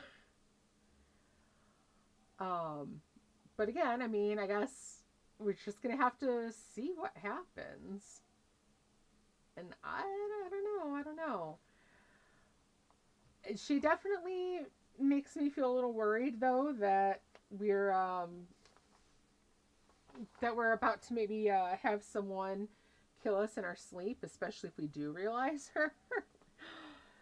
But yeah. Let's see. And then we have so many finished. I'm kind of looking through that now, and we have so many done. We do have about 30 seconds more. Wow. So, okay. So we still don't have Abel, Hirohime, Tex-Bex-chan, or Sassy Chap. So that's only 4 that we don't have endings with. Her and the Hamper, forgot their name, Harper, would make me worry about realizing either. Yeah. Okay, welcome back, Rosewolf. Looks like our ads are finished as well, so that is good. Let's see just how bad this conversation continues to go. Social media, I told myself while I was sleeping, I talked in my sleep. My old professor, Dr. Randy Professorson. But Dr. Randy Professorson has been in a coma since 2009. Are you spying on me? Look, I'm sorry. If I crossed a line, it's just because I so desperately wanted to know every facet of you. Every single fascinating detail. I am about as fascinating And as watching so tell me paint this, dry. if I know everything about you and I still love you, then how can anyone say I don't actually know you? I know everything, right? I don't know. There's a lot of repressed memories in here. We'd probably need to conduct a rigorous test. Just, no, you really don't. Seriously? Seriously. I don't see how you can say that. I'm starting to think that maybe you don't actually want to be in a relationship with me. Wow, you catch on fast. Okay, I'm just going with, I don't. Why are you lying to me? This isn't like you at all. No, see, it's exactly like me. Huh. I see. So you're saying the real you is different than the version of you that I thought I knew. Yes. Yes, exactly. Ding, ding, ding. We are all unknown to ourselves. That's just philosophy and stuff. No, yes, exactly. Wow. That's so... Professor Man probably went to school with Boss Man and our guy in charge man, you know? They probably all did. I mean, they go way back. Incredibly insightful. Like, I always knew that you were smart, but I had no idea you had such intuitive instincts about deep-level psychology. You're even more incredible than I thought you were. Hey, Fun Trap, can you come, nibble her cords? Damn it, we were so close. Hell yeah, I am. Damn it. But you're also kind of a jerk, which I never knew. Thank you. That's not something that really comes across in your carefully crafted public persona. And to be quite honest, I don't think I really like that about you. Thank I mean, goodness. I've done so many amazing things to show you how deeply I care about you, and you've coldly rejected all of them. Like, don't get me wrong, I'm still a fan of yours, but after how you've treated me, I don't think I'm interested in being your #1 fan anymore. Thank goodness. I hope you understand. Thank goodness. I never knew how cool it could feel to have a friend. All right, I'm very happy with that one. Let's go ahead. Let's realize Telly. Well, if it isn't the VIP dream that makes my flat screen scream, how can I cater to my greatest spectator? I'm ready to realize you. Legit, my pet? It's time to upgrade this TV set? You got it. Turn on the telly. The spectral energy flows through your Dateviators, and what was once merely a television becomes... Oh, yes. Damn. He is hot. That outfit is amazing. And the hair. Oh my god, the hair. Sexy. I don't know. I mean, he is just, whew. I like. This ain't a joke, artichoke. I'm alive. It's dope. And I'm so freaking stoked. It's true. Telly is alive. And for the first time, you can finally enjoy each other's company without being bombarded with commercials for pharmaceuticals every goddamn 30 seconds. Thank goodness. While I'll miss the thrill of being a shrill TV shill, I got so many desires I still need to fulfill. Mm-hmm. And what are you going to do with that? Wow. Maybe now we can find some time alone. I was wondering if you'd ever And ask. finally produce some steamy, must-see TV of our own. Are you saying you want to make a naughty tape? Actually, I prefer to change the channel on this conversation. Did you press the remote? Because suddenly I'm feeling turned on. Well, grab some popcorn and Oh. spread those thighs. Oh my goodness. Because the following is definitely viewer discretion advised. Well. And boy, howdy is it. The kind of steamy, raunchy scene much too graphic to show on cable television. or in a video game rated M for mature. But rest assured, it is very, very hot. But, as I'm sure you're well aware, being alive isn't all just breathing and keying your ex's car and begging your parents to help pay the legal fees for keying your ex's car. Okay, hold on. Are we talking about him or Fantina right now? Because that would be Fantina. No, we haven't done Dante yet, although we can run down and do And so the Teddy, next. like I think we have all one adult more. humans of legal employment age, set out to earn a steady paycheck. Something that would allow him to purchase questionably effective health insurance at an absurdly inflated rate. And that right there is how you know you're in America, because, yeah. Amazing update, my mate! We gotta celebrate! All right. I got a job reviewing Valdiviflix shows. It was well worth the wait. All right, but don't you hate Valdiviflix? Listen, sometimes you gotta fight back and howl. Yeah. And sometimes you gotta know when to throw in the towel. And great way to take him down from the inside. And thus Teddy became the resident Valdiviflix review blogger for the entertainment website ContentBucket.com. He spends his days watching a never-ending stream of original reality series about baking that no one has ever heard of or cares about. Right, I said it right as you were typing it, right? Sometimes yeah, you try to make your way through his reviews, very obvious. but honestly, his whole bit where everything has to rhyme gets pretty stale after a while. Okay, so he gets a job, but he's bad at it, apparently. All right, yeah, let's go realize Dante. Our house is starting to glow everywhere. Well, if it isn't my beautiful blue flame, what's on your mind? Let's see. I'm ready to realize you.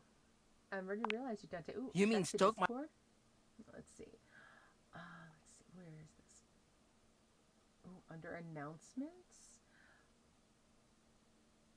Oh no, it's not there. Where? Oh, from you directly. Okay.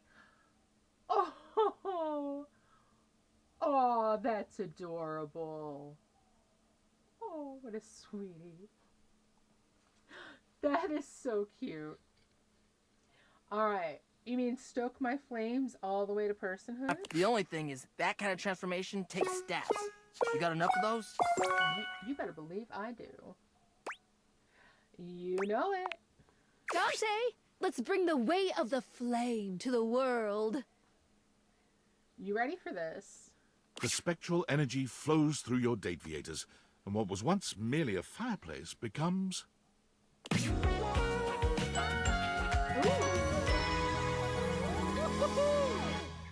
Ooh, look at that hair. Oh, yeah. Your fiery homie and love coach is nearly unrecognizable. Gone are the embers and flames that made up his body, replaced by flesh and bone. There's so much to take in. An impressive pompadour on his head, tattoos on his neck and chest, the impressive set of abs he shows off beneath his jacket. Yeah, I like the beanie too, but that hair, that's amazing. Oh my god! Yeah. What? I'm so hot! Yeah, you look great, Dante. I know! You made me like this. Now I'm gonna spread the gospel of game. You go for it. Thank you. It was nothing. I'm trying to help you spread the gospel of bang, baby. Dante quickly finds himself going to all the hottest clubs to strike up conversations with humans for the first time, where he finds that his eagerness to bring people together in healthy ways is a fairly useful skill. Yes, it is. He becomes the brightest light in each bar he goes to, a beacon of friendliness and sexiness in equal parts. Right. Bringing all the lonely customers together in laid-back, congenial ways makes people trust him, and word spreads out that he is the ultimate wingman, willing to step back and give others the heat they need. You got this, homie. Be kind and be sincere. His winged motorcycle jacket becomes an icon in the clubbing scene for years to come. Nice. Nice. Good job, Dante. All right, head up to bed. We'll talk to Hirohime again in the morning, as well as Tex-Mex Chin.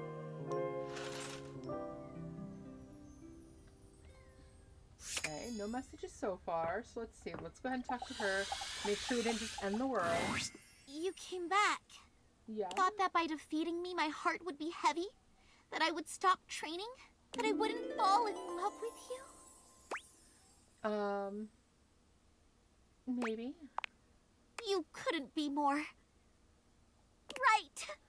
When we do well, is the whole house going to glow? Ooh, I You hope and me, so. up against each other in the Grand National Final Super Championship. I had a whole season to come back. Nekobaru noticed my deepened resolve and trained me even harder. Well, that's I good. went beyond, plus even a little ultra. Nekobaru. You said it, Nekobaru. Now come on, let's begin. All right. I couldn't be more happy for you. Battle Court activate. Love all. My serve. Galaxy Arts 100% Super Starlight Smash!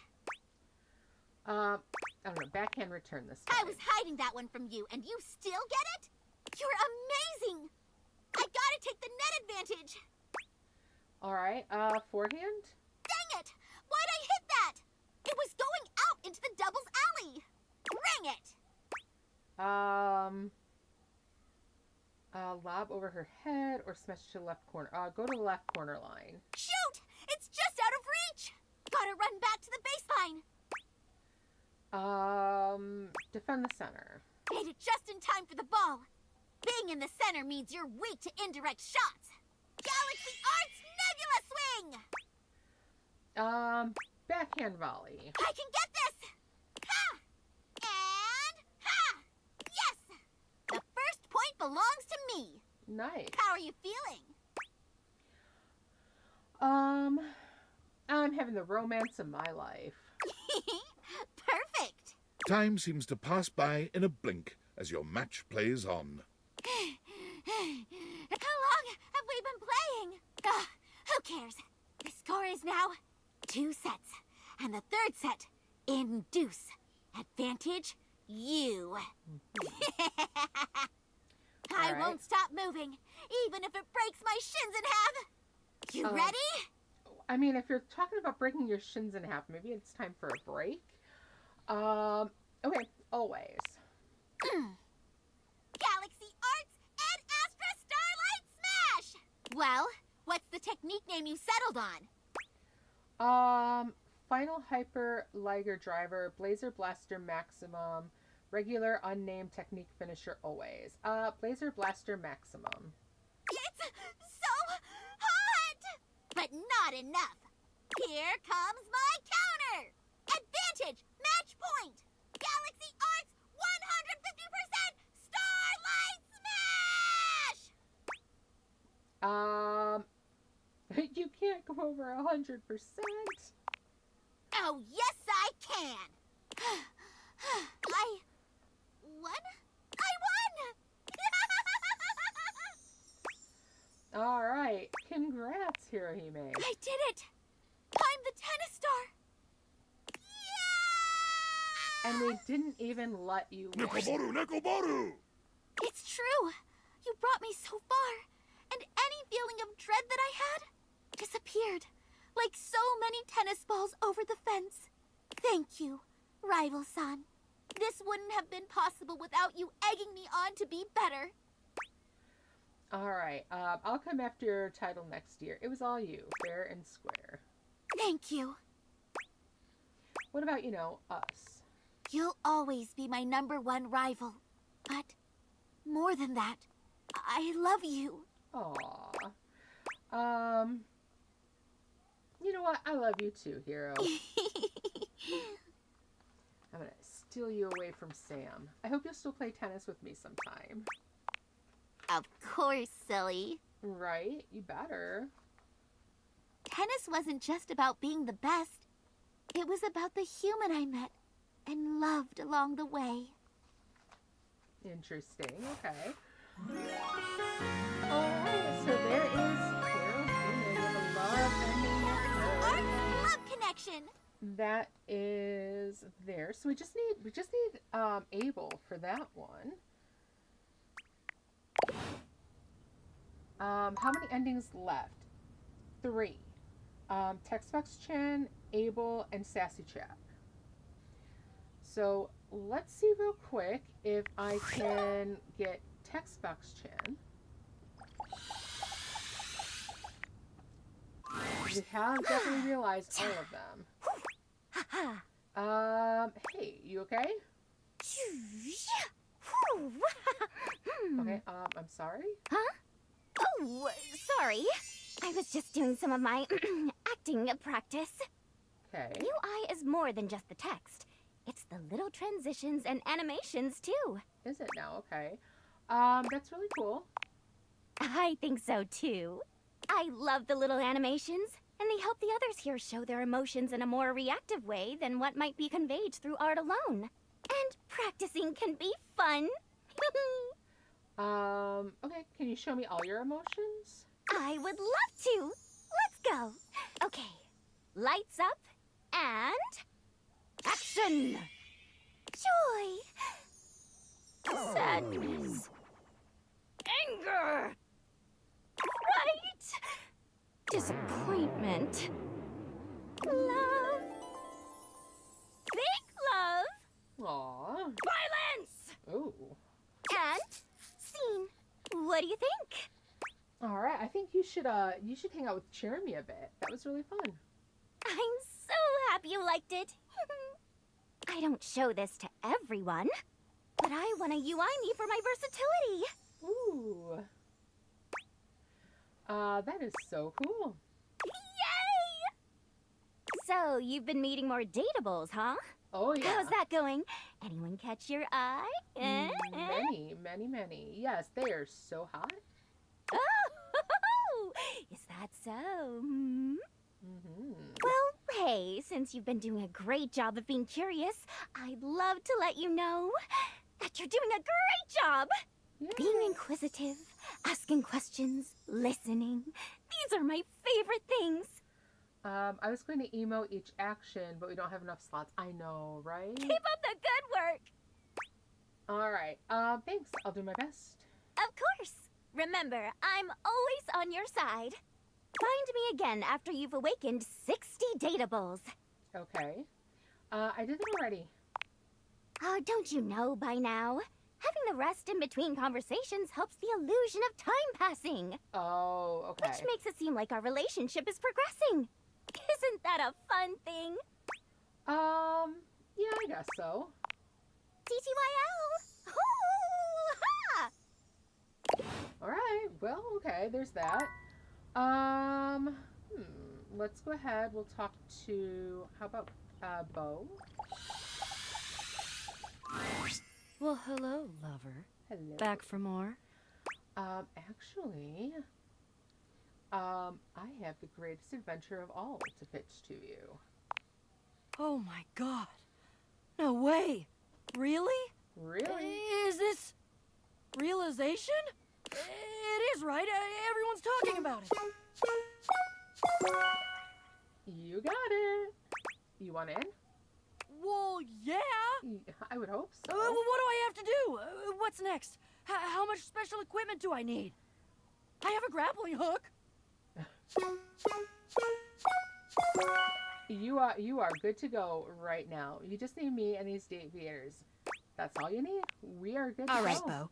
Time for your latest adventure. All right. Are you ready? The spectral energy flows through your Dateviators, and what was once merely a box becomes... That is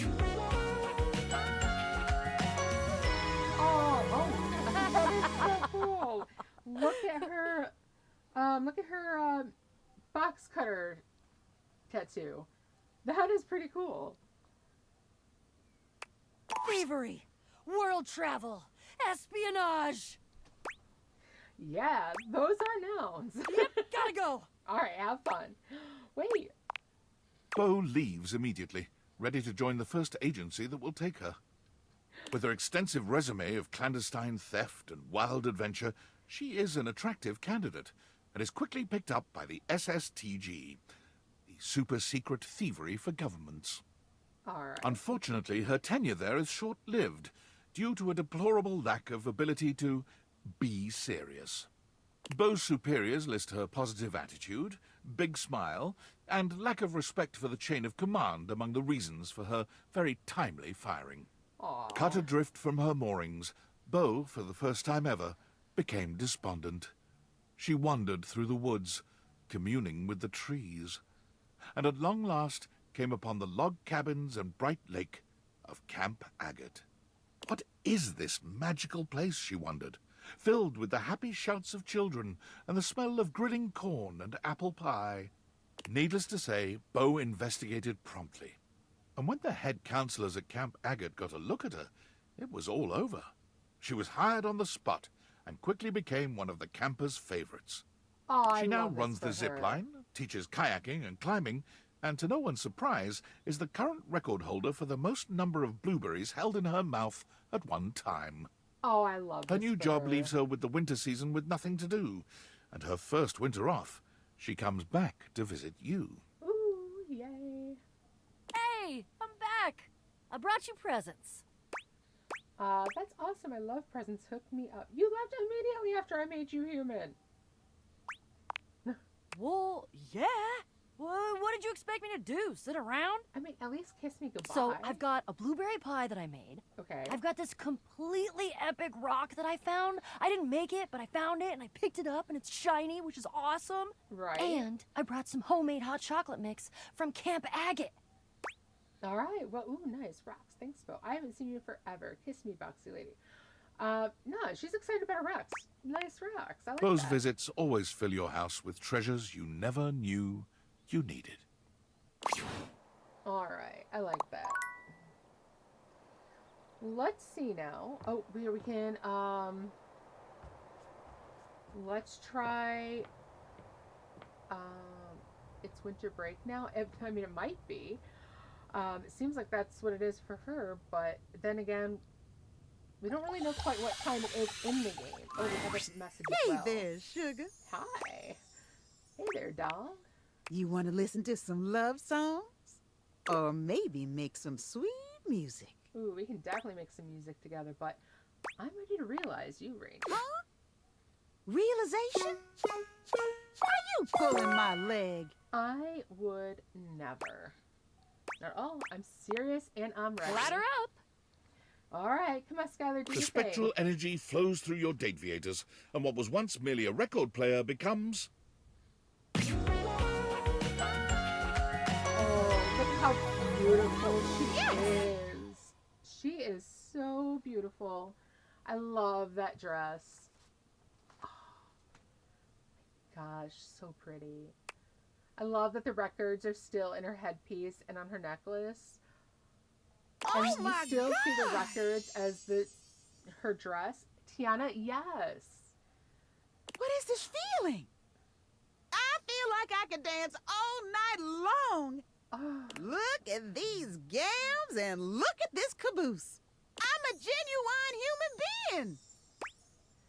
all right, you really are. It suits you. You're so much more to me than that. So much more than that to me, Rainy. Oh, yeah? Why don't we get out of here? Oh, yeah. And you can tell me just what I am to you in private. You better believe I'm going to. Rainey was a good time as a record player, but as a human woman, she's a real bear cat. A firecracker in and out of the bedroom. Ooh, But as lucky fiery me. as she may be, there's a real sweetness and care in her touch. This isn't just frenzied rutting. You find yourself truly dizzy with this dame, your sweet lovemaking leaving a lasting impression on you long after she's left your house.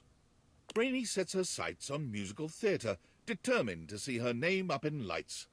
But fame and accolades are slow to come, and for a moment Rainey finds herself deeply discouraged. But Rainey has spent many years dancing to the beat of her own drum, and the lack of recognition for her efforts only galvanizes her further. In a serendipitous turn of events, Rainey is cast in a 1920s-style jazz musical homage to the powdery old-time gangster Talc Capone. With Talc, her star begins to rise. Reviews rave that Rainey is the very spirit of the Roaring Twenties, an actress so talented she transports the viewer back in time. Rainey sends you her playbill and a photo of her name in lights, just as she'd hoped. When you're ready to leave the house, she's reserved tickets for you. Oh, good. I will have to make sure to go see her when she does. Let's see. Who should we... Oh, we have a message. What's that first? The workspace. Vale. Hello, human. I am Val 9000, the latest in iterative AI assistance.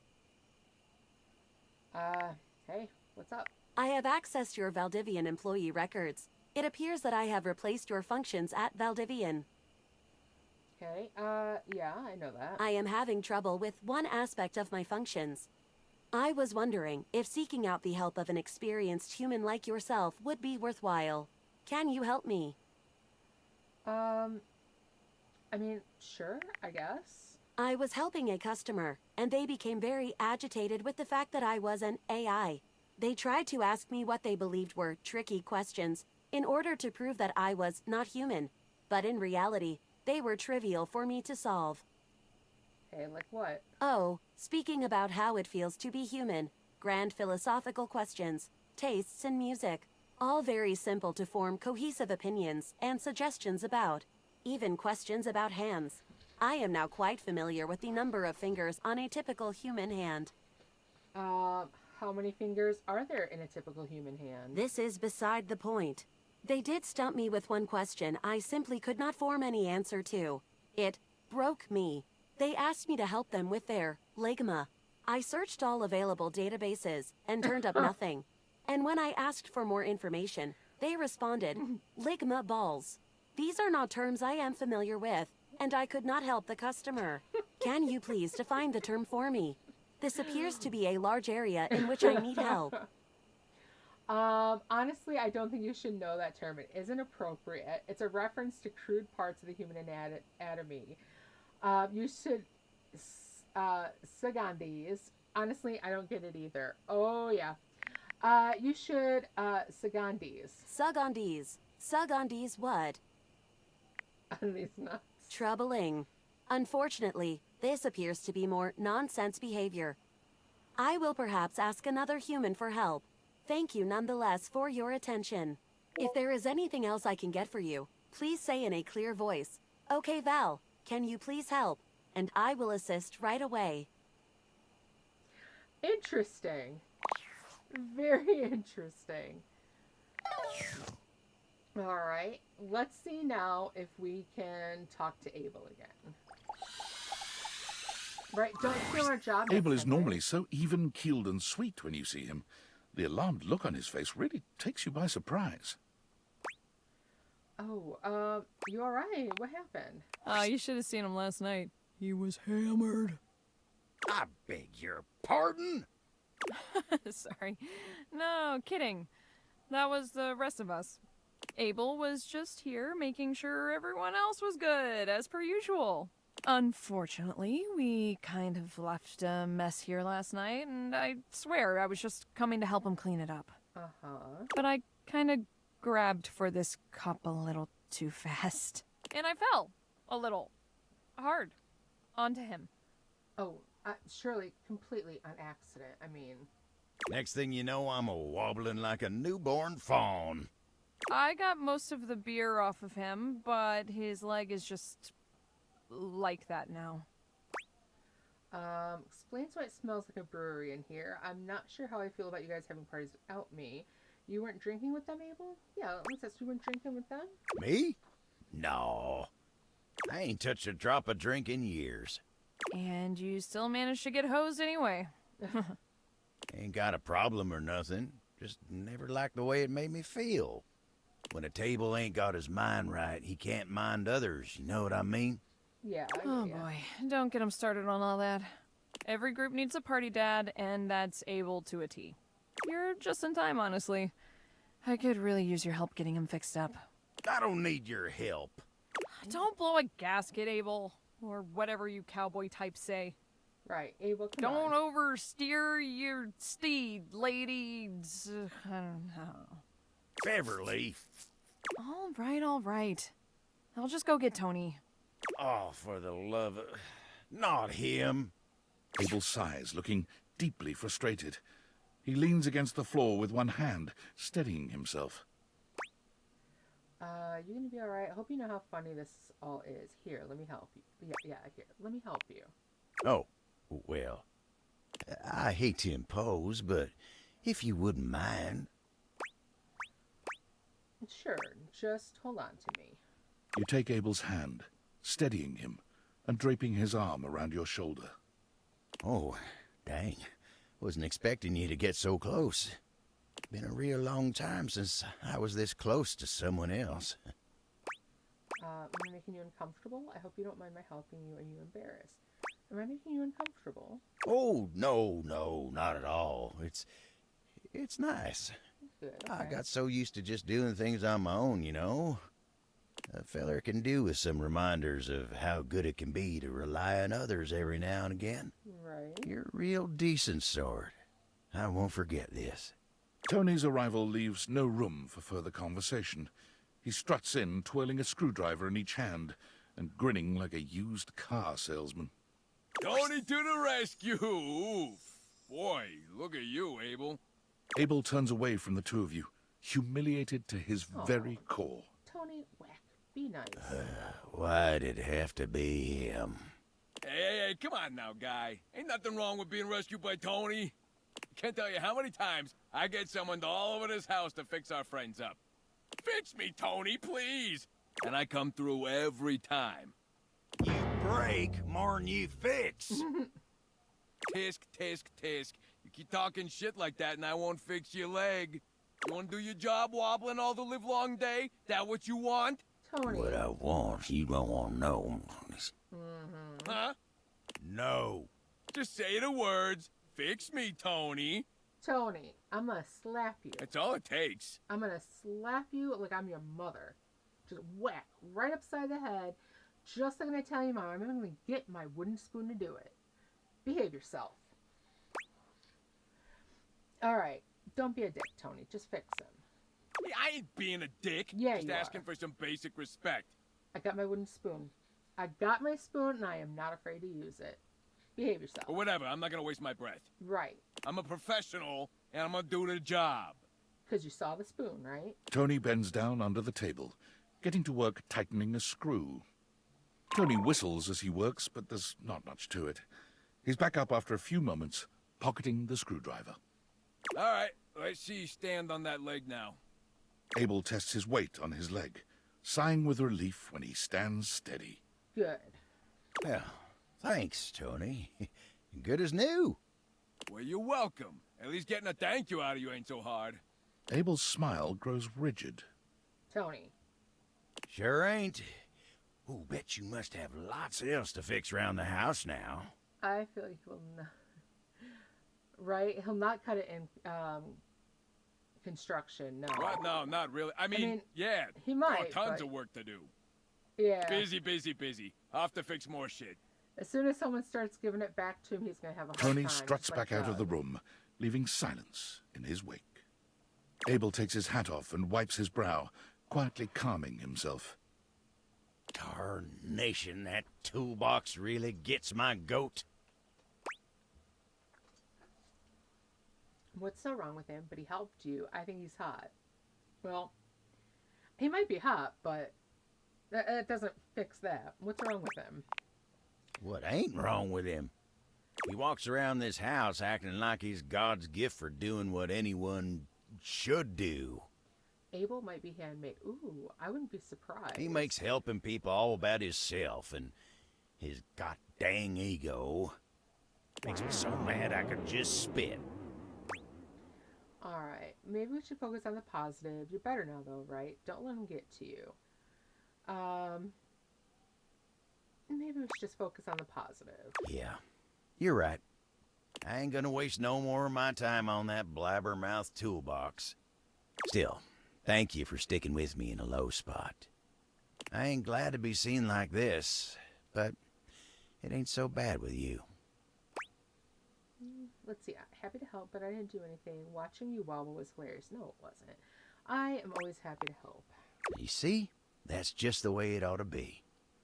Anywho, I've wasted enough of your time today. You go on now. Go on. Get. Alright. I love how everything is shiny. It just... Ooh. Everything is shiny. Alright, no more messages so far. Let's go ahead and climb in bed. Still no end. No, not with him, not yet. Let's go ahead right off the bat. Let's go talk to Textbox-chan. Hi, hi. Look at that. You found 60 dateables. Yep. Despite the visible uwu in her words, you can tell that Textbox-chan's heart is simply not in it today. How long is his story? I don't know. It seems like it's definitely more in depth than the others. I wish it would disappear once you realize them. No, I'm kind of glad it doesn't disappear, because then it would start making your house feel like too empty. But I like that it highlights it so that you can see like just how much around your house that you've appreciated in a way. Hey, are you okay? And you need to tell me, is whatever's going on going to affect your work? Hey, are you okay? I'm fine, really. You've been doing a lot of running around the house dating, huh? You're really flying through those text screens. And boy, are my arms tired. Over 60 dateables now, yeah. What's it to you? Now, over 60 dateables now, yeah. It's impressive, honestly. And so much text to transcribe. Let's see. Yes, but if they leave, then... I think that the furniture itself remains, but you're, like, taking the essence of them out of the furniture. That's what I'm thinking. I was just thinking, you know... It's very hard work following you around and transcribing all those different conversations. Okay. And it's my job. I do it happily. Right. But you know, it would mean a lot to know I was doing my job properly. She looks at you hopefully, her yellow eyes shining. Yeah, you're doing great. Really? Oh, I'm so glad you think so. Ooh. You know, it's funny I ended up in this line of work. Is it? I was always really interested in reading and communication. I was just so in love with the power of the written word bringing people together. And UI really lets me do that, but... everyone is always so concerned with, does it look cool? Legibility is the most important thing. But no, all you ever hear people say is that UI is so stylish, or that UI is ugly as sin.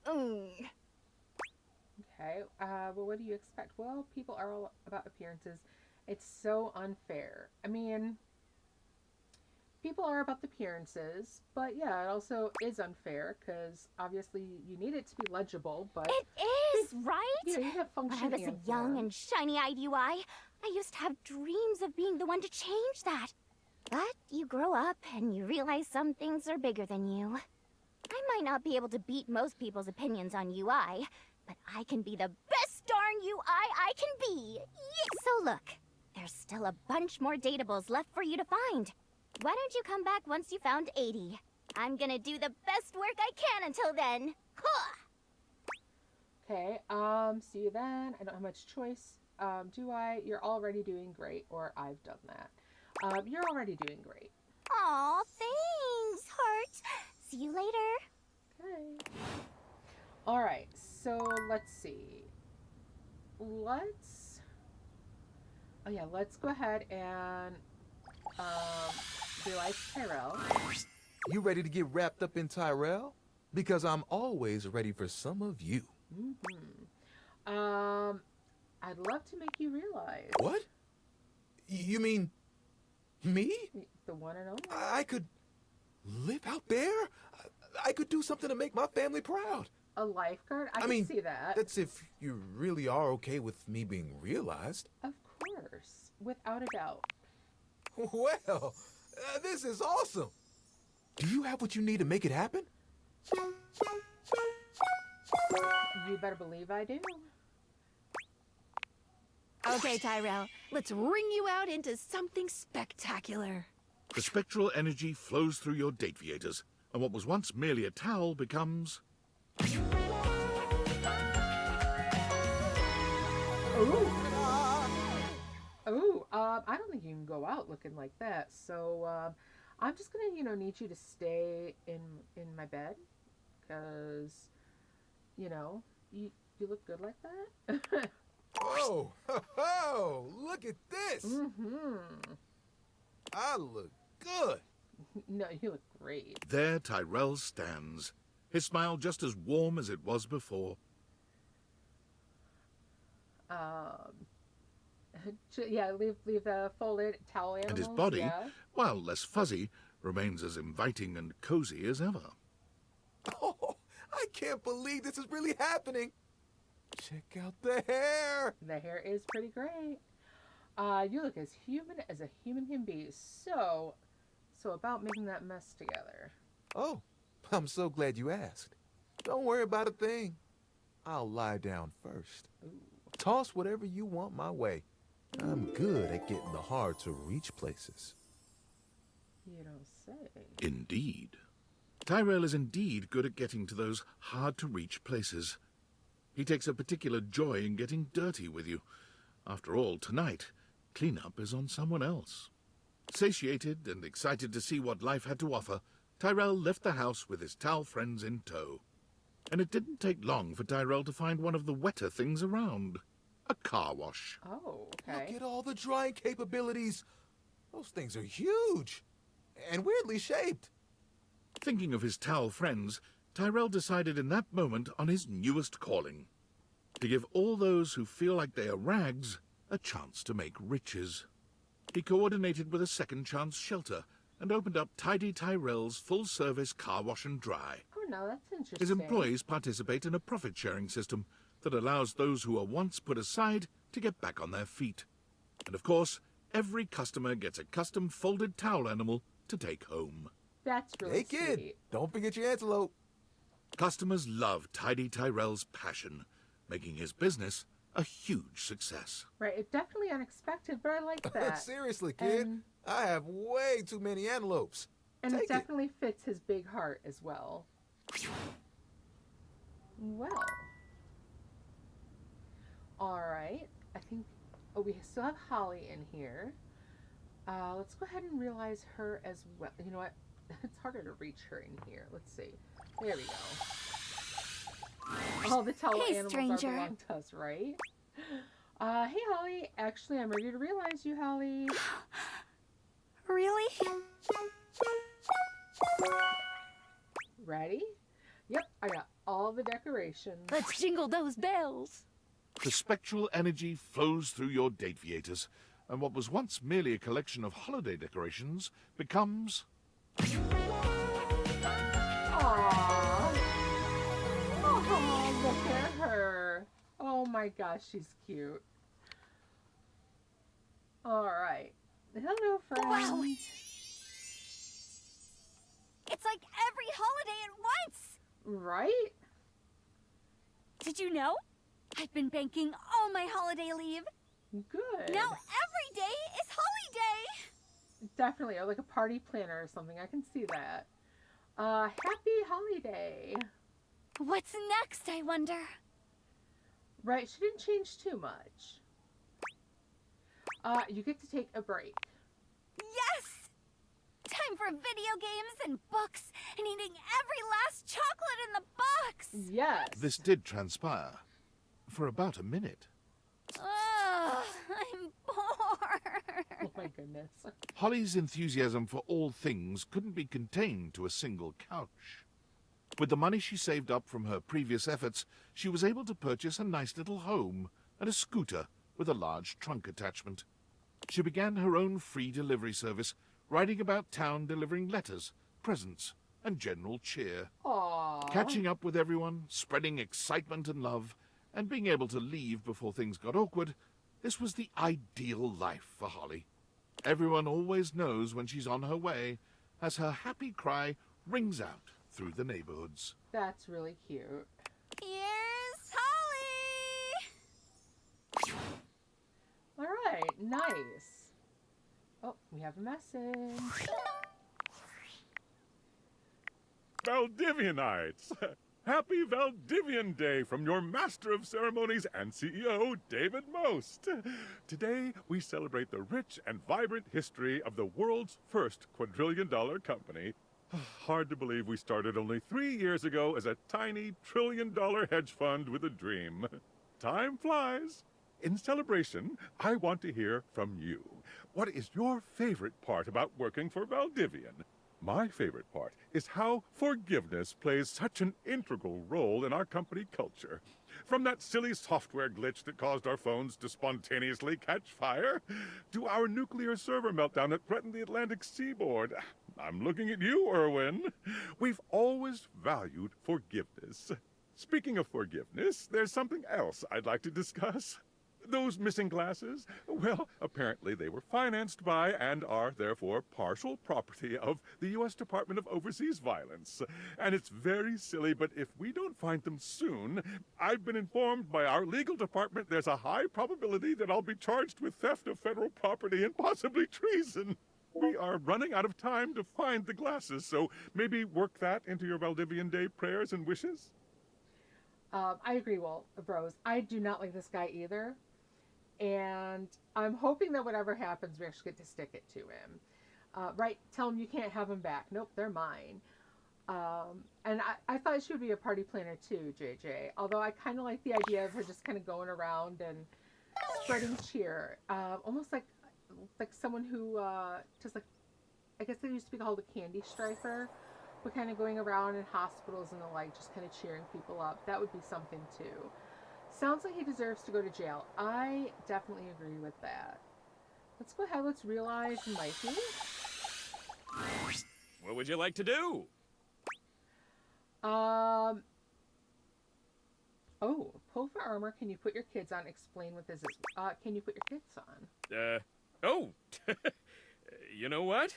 Sure. Just don't tell the bosses, yeah? Mikey pulls out his phone, dialing some number and putting the kids on speakerphone. Oh. He beams, positively radiating paternal pride. Okay, ads are in progress, so yeah, let's go ahead. Is in possession 9/10 of the law, so they say. And if no one can prove that they didn't belong to him, well then, I mean, and I didn't steal them. They were given to me.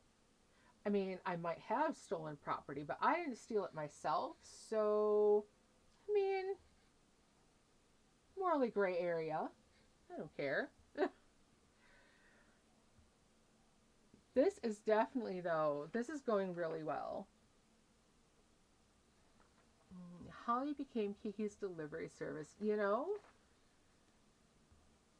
Let's see. Oh, I'm trying to look through this now, and while we're in ads, let me take a second to kind of organize this a little bit, because I do want to, I'm going through and just kind of, I have it in like a spreadsheet. I'm trying to go ahead and just hide those that I have realized so that, I mean, I have it printed out, but I can take a look through here now too and see which ones I'm still missing. So let's see, we did have Dante, we did have Telly, we did have, let's see who else. We had Stefan and Luke. So hide those two. We have Tyrell. We also have Lyric. We have Rainy and Scandelabra. We have the Hanks. And where'd they go? Okay, here they are. So yeah, we have a lot of these. And we are almost back from ads. That's good. Let's see. I'm going to hide Titus. Hide Bo. Hide Bodie. And Holly. And that should be most of them. Yep. All right. So then we have these guys. And so let's see. Mikey has been realized as well. So we do have that. And I think, yeah, that's looking pretty good. So nice. We can go ahead and keep that in mind as we go. All right. Welcome back. We are back from Ants. So we asked Mikey to put his kids on the phone. So he's got that, and the kids are now on speakerphone. Hey there, kids! Daddy and his special friend are here! 3 distinct and very, very young voices come through the phone, all speaking over each other. Aww. Hello. Are we talking? Hi. Hey kids, am I on? Yo, yo, yo, who's my favorite little beans? Oh, I'm asking them that. That's cute. Oh, Daddy, that sounds like a human. That sounds so weird. I like grapes. Yep, it's my special human friend. Maybe one day she'll come over and meet you. What's a special friend? It's when one object loves another very, very much. I like grapes. I like grapes too, Mickey. Wanna ask them something? What do you think you'll be when you grow up? What do you like most about your dad? What do you like most about your mom? What do you think about humans? What do you like most about your dad? Dad sacrifices everything for us. Every weekend we get to spend with him is the best. Aww. He's so good at playing hide and go seek. I don't like my daddy. Oh, no. Oh, dear. Oh, dear. I love my daddy. Aww. Nice one, Mickey. Mikey's face turns a delightful shade of crimson. You wonder if he's beginning to regret letting you speak to his children. Anything else? Let's see. What do you think you'll be when you grow up? I'm going to be a new kind of vacuum that takes away all the bad pollution. Nice. I'm gonna be a big type of building that flies. Cool. I wanna be a baseball. Oh, I think baseballs are already a thing, Mickey. Then I'll be a yellow baseball. Okay. Big yellow baseball with stickers. Makes sense to me. Anything else? What do you like most about your mom? Mommy's a good leader and has good moral standards. Oh, interesting. It takes forever to get to her house after visiting Daddy, though. Mommy makes great words, but Mommy makes bad singing. Oh, yeah, sing, Daddy, sing. Oh. Oh. Just a sweet little lullaby. Aww. For my sweet little lady and 2 little babies. Aw, their mom is a sail star. through the magical skies. Aww. Yay! Wait, I'm not a baby. Okay, I can tell they're getting tired. I'm hanging up now. Okay, see you kids soon. Bye! Aww. That was kind of cute. The way he sings to his kids. Let's get Rebel out of here. What do you think? Teasy McTeaserson returns. All right, ready to realize you. Duck off, 4 eyes for eyes. Up. I'll miss you, Rebel. Let's flap. The spectral energy flows through your Dateviators, and what was once merely a rubber duck with a potty mouth becomes...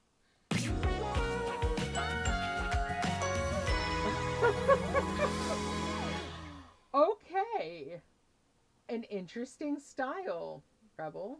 Very interesting style. Interesting.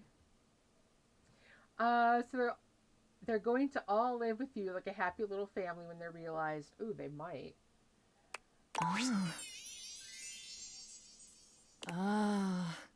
Oh, that's new. Right? Oh, that's nice. Enjoying yourself? Duck, yeah. You should try it. I'd say thank you, but gratitude ain't really my style. So hell yeah. And, thanks. Shit, I did it anyway. I think I was a little scared. Don't worry, I won't tell anyone. You tell anyone I said that, I won't suck your earlobes anymore. Excuse me? I think you might be scared too. But take your time, dickhead. I bet it's worth the wait. Take care, you butt munch. Rebels squeaked out of the house and into the sunlight, where they promptly hid under a nearby bench. They eventually crawled into the nearest warehouse, where they felt at least a little more at home among the concrete. Standing there scowling, they attracted a crowd of runaway teens who could feel an intense burst of bad Mother Clucker energy. Shitbirds want. What they wanted was a leader, and with some nearby junk found out and about on the streets, most likely stolen, the teens put together a small refuge where only their kind were welcome. Misfits, miscreants, and misanthropes all, they helped each other through the shithole called life with unmitigated support and love. Well. They would never admit it, but the group home made the world a much better place. Duck off with that sappy shit. We're problems. Only. Alright, well. Alright, there we are for Tuesday. Let's go ahead and head to bed. Did I mark in here? Yeah, I did. Okay. So, let's see. We have... we have text box today. Let's go ahead and talk to her.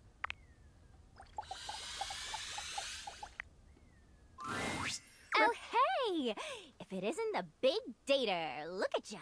That was another unexpected good ending. And you have 45,000 channel points? Ooh. We'd have to start putting some more interesting things in there for that. You've really been testing the limits of UI lately. A 25 I've been in overdrive just streak? keeping up. Nice job, JJ. Alright, 25 stream streak. Everyone, close your eyes. We got JJ streaking in the chat over here. Snaky running through the chat. Wondering which one of my dateables. Love me. And send some love. JJ, you are awesome, amazing, and everything in between. You have made the most adorable emotes for the channel, and I can't even begin to thank you enough for that. You have been just a great addition to my life in general, and I'm so glad that I've gotten to get to know you. So I love you very much. Mwah.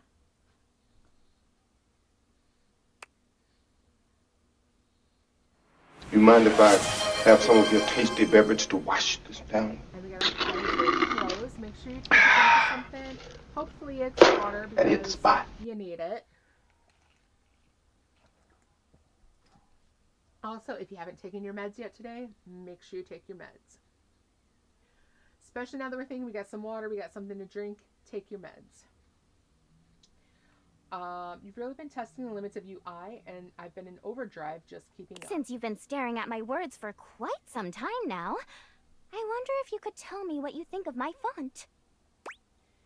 You know what? I like the font. It's very playful, but it's also very easy to read. But Mom, no, drink your water, eat your vegetables, and take your meds. I'm so glad you do. I put a lot of work into finding just the right one, you know? Font selection is such a huge part of communication, and it's wild how many players overlook that. Yeah, it's one of those that if you're not careful with what kind of text you're using, letters very easily stick together in a way that you can't tell what they are. Like you have an R and an N next to each other and they look like an M because you don't have the decent spacing. Yeah. As with a lot of things with UI, most people don't even bother noticing the font when it's good. But when it's hideous, boy oh boy will people complain about it then. Right. And nobody says, "Hey, Textbox-chan, love that font." Yeah, I mean, right. I can tell you really thought long and hard about what would look best and be most accessible. You know what, though? It's almost one of those things that when something is really, really good, you don't really notice it until it's gone, especially when it's like an accessibility thing. Like, if it's done right, you don't even notice that it's there. And unfortunately, that means like in like what she was saying, you don't necessarily get, appreciation for it. What do you mean by that? How do you figure out what works best? Or I've certainly never thought of anything of the sort. So, yeah, what exactly do you mean? Accessibility refers to ease of use, obtainability, or access, really, for people with disabilities.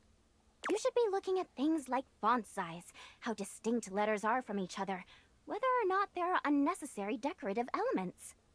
It doesn't mean you can't make your font look nice, of course, but sometimes people use completely silly or overly ornamental fonts when they don't have to. Very true. And it really just excludes a whole group of people from whatever it is you're trying to get across. Even the color you're using can make it harder for some people to read the text. I could go on about this all day, honestly. The point is, there is so much information that goes into UI, and gosh darn it, I am trying! And you are succeeding. It's really cool hearing this kind of behind the scenes stuff. You seem kind of defensive, or your efforts are seen and appreciated. Trust me. Both the first and the third, really, but I'm going to say it's really cool hearing this, because... Oh, yeah. thank you! I'm just so glad someone else cares, Hearing about it is what's going to make you appreciate it. Right, we were discussing this with the name color, exactly. Because I wanted to go ahead, I wanted to pick a nice dark purple in there. And then, you said, oh no, I still can't really see it. So it was like all adjusting. And yeah, it's the same thing with fonts as well. I gotta say, it's so nice being able to talk to someone else about this other than Lauren. Who's Lauren? Oh, sorry. Lauren. My pal, Lauren Ipsum. Do you mean Lorem Ipsum? No, I mean Lauren Ipsum. Oh, maybe we just haven't spelled your name right. Wait, what am I saying? I should just introduce you guys. I mean, sure. Hey, Lauren! Come over here for a minute. A strange little creature appears from the ether somewhere, settling just above Textbox Chan's hand. Lauren Ipsen dolorsid amet consectetur ad episking elect. Donec vera magna ut quam varius, pelentesque plubinar nisi consectetur. Okay. Quisque ad licinia ligula, eu consequat orsi. Nullus ad biblectus. Proene terdum enim sit amet fugiat velit. Isn't she just the coolest? What's she saying? Does she not speak English? Can I date her? What's she saying? Nobody knows. I mean, not literally, but... Well, hello. I got Kitty here with me now. Hello, Miss Vex. Oh. Someone has come looking over for attention, right?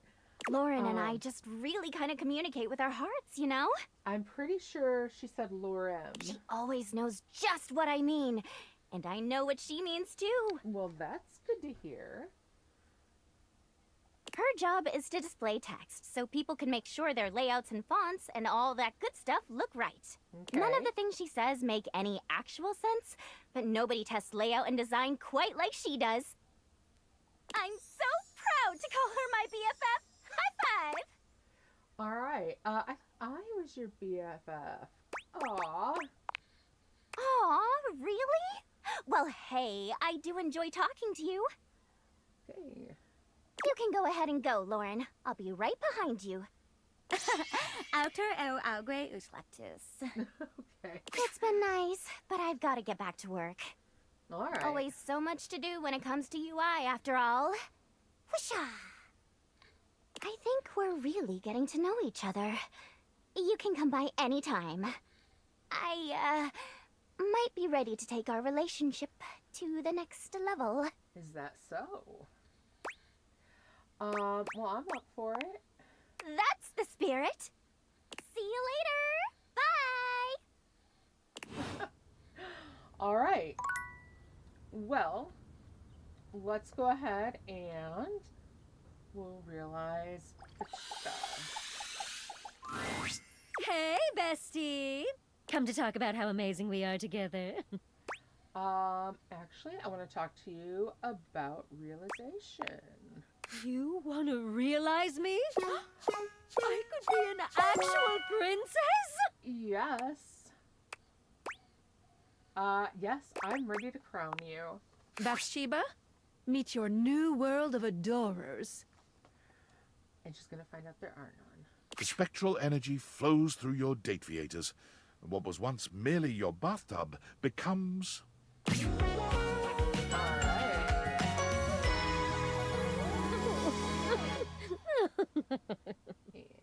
get her there. Alright. That outfit, though. Nice. Definitely looks like she's ready for beach time. Very nice. Right? A swimsuit model? I could totally see that. Bathsheba gives you a twirl, stepping back to pose with one hand on her hip. Or she's one of the main characters in some kind of soap opera. That would be her too. Look at A me! sugar baby? I could see that too. I didn't think I could be any hotter, but I'm on fire, honey! You really are in fine form. I never felt like it. But maybe now I will. Oh, thank you. Time to get out there and really find out who Bathsheba is. And what she's gonna do with her life. Bathsheba goes on a whirlwind tour of countries with monarchies upon leaving your home. It's only when she's visited her 6th country and castle that she realizes one cannot simply apply to become royalty. Ooh. Devastated by this realization, Bathsheba decides to cheer herself up with a dinner at a popular local medieval-themed restaurant, Renaissance Days. It's there, seated in the audience of the jousting show, that Bathsheba is struck with a realization. Oh my god! You can get paid to be queen! Uh-huh. Hey, lady! Don't get too comfortable with that crown! After a few weeks of pestering the restaurant for a job interview, when Bathsheba finally gets it, she nails it immediately. She entertains crowds as Queen Bathsheba 5 nights a week at Renaissance Days, savoring the cheer that goes up every time she waves at the audience. Good for Wow, her. 25 realized dateables? That's like, gotta be a record. Especially since the previous record was 0. I know, right? I'm so amazing. Alright. Well. Oh, we got a message. Tinfoil hat. I wanted to apologize for my previous outburst. At the end of the day, you were just asking questions, and my reaction was as defensive as it was inappropriate. The truth is, my relationship with David is complicated, and opening up those old wounds is difficult. Especially given what he's done to the company. Our company. Okay, I understand. Do you? Have you ever been in love? Dedicated your whole life to building something amazing with that person, only to lose them forever? For them to kick you out of the company you created and never speak to you again?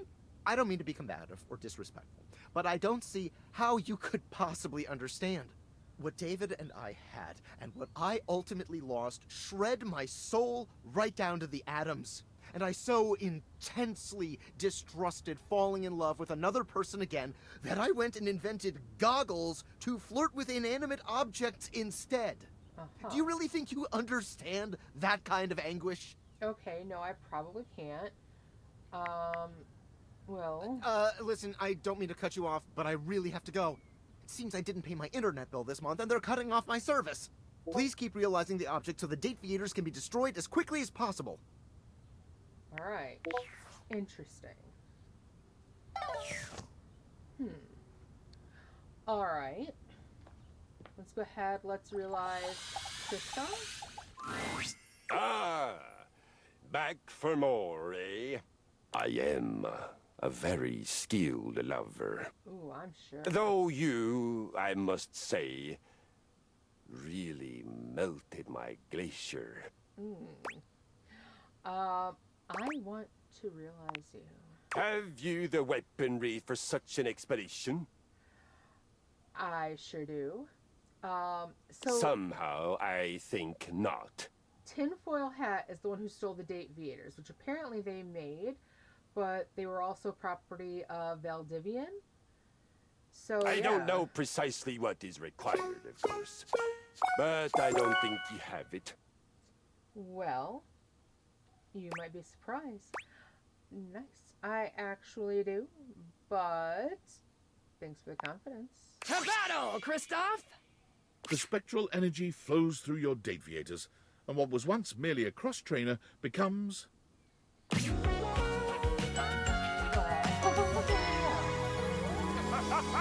Yes! All right. Dear Odin, the power that flows through me. I can just imagine the sensation of doing a workout with these. Kristoff flexes his gigantic biceps. Or these. He lovingly strokes his massive quadriceps. No, he didn't change a whole lot. Oh, sweet Valhalla, can you even imagine? His exploratory hands have discovered his own glutes, and the light in his eyes is positively predatory. I mean, I'm really glad that you get so excited about your behind. What is there for me to conquer? I can show you. What is there out there that would even pose a challenge to a machine as impregnable as this? Could have done without the headpiece. No, gotta have the headpiece. Absolutely. Let's see. Well, there's me, you saucepot. I can't think of anything half fun. Yeah, duh, me. So there is.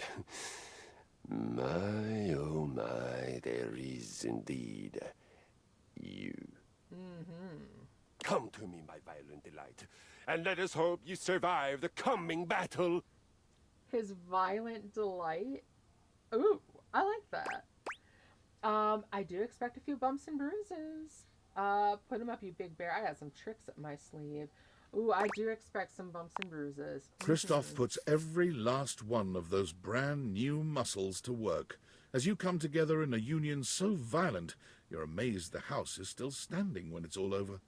But you make sure to do your part, ensuring that you're not the only one who's seeing Valhalla. Exactly. When the two of you emerge from your sexual decathlon, you are sweaty, a bit bloody, sore, and thoroughly satisfied. Ooh. Nice. Kristoff realized quite quickly that the world of mere physical contest represented an inadequate challenge for his needs. I'm guessing getting a little bitey, you know. He walked onto the local professional football team to great acclaim and retired 3 games later, breaking all team records. Not surprised. He amassed a total of 7 broken ribs, 1 dislocated shoulder, 3 spilled liters of blood, and 14 broken or fully ejected teeth. As all of these injuries were visited on other players, the league was quietly relieved to see him go. I am very sure He of decided that. to move into the business world. He became a stockbroker, working locally and internationally. Okay, I'm a little confused by that one. Let's see what they say next. Whatever you can imagine of an extreme stockbroker's lifestyle, double it, triple it, and add just a soupçon of evil. There was much conquering to be done, and Kristoff was voracious. Interesting. In spite of all this, though, he was perhaps best known for his contributions to fashion. Soon after his realization, he began to feel quite homesick for his Viking armor of leather and lamella. He contacted a local seamstress, and together they designed what would become known as the Brynja, a business suit designed to closely mimic the aesthetics and the functionality of a suit of armor. Okay, I can get on board with that. A business suit designed to look like armor? Yeah, you know what, I can get behind that. The Brynja became de rigueur, required wearing for anyone who fancied themselves a tycoon or even a teeny-coon in business. Kristoff conquered the fashion world almost by accident, while he was busy doing what he did best, conquering. I hope we get to see it, but I guess not. Still, I mean, okay, I'm impressed. Let's go ahead, we'll realize Stepford. Hey, Coach. Feel like a bit of training?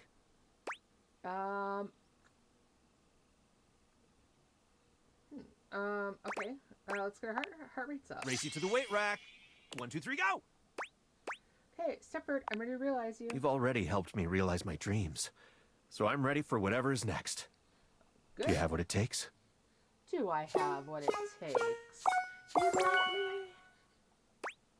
Yep, I have exactly what it takes. Let's go to the judges! The spectral energy flows through your Dateviators, and what was once merely a trophy becomes... Oh,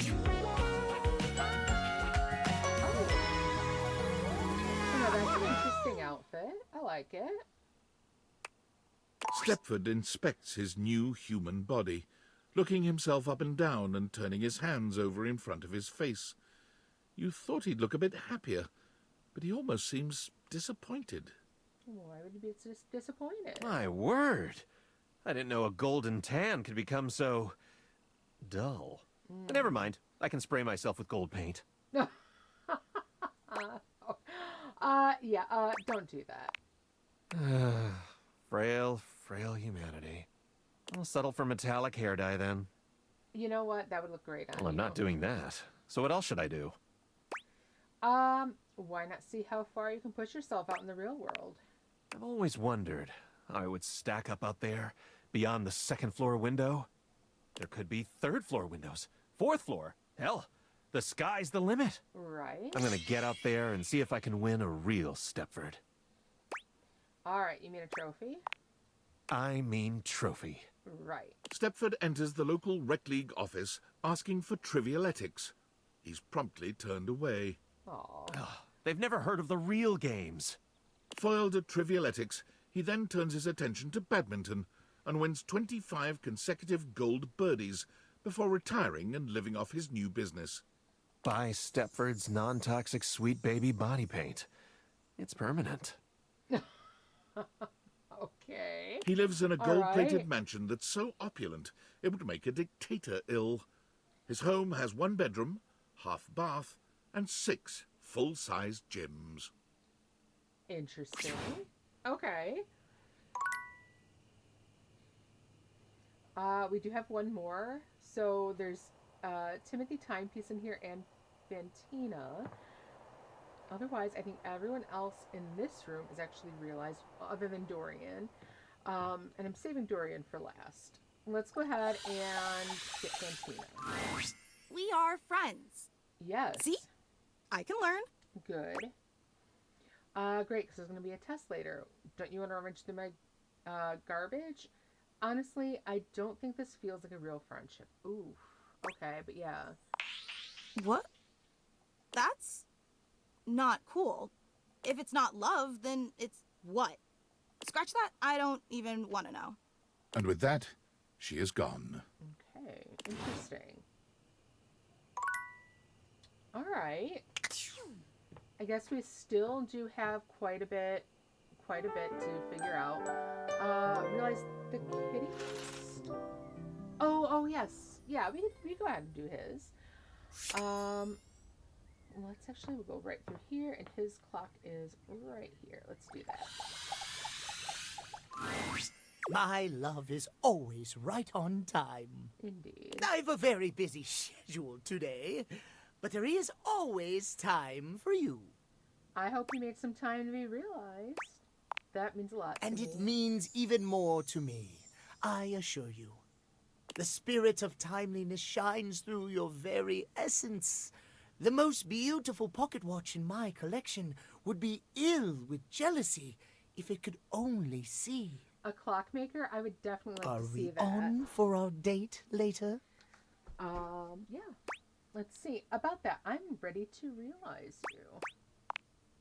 Realization? Truly? You bet. You bet. Yes, I have exactly what it takes It's and the time to do it. Let's do this, Timothy Timepiece. Yeah. The spectral energy flows through your A vintage Dateviators, pocket watch and what was dealer? once merely Okay, I a can clock see that. becomes... Oh my gosh, he's still so cute. Timothy turns around, examining his newly human body. His tail and ears are just where they were.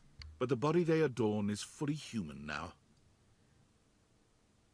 But if he has ears and a tail, are they like for real, like part of him? Or No right? Give me him now, gears. right? No internal tick-tock ticking. Only the lub-dub of a human heart. You'll have to keep time on your own now, Timothy. I want to feel your heart. Oh, I want to feel that heartbeat.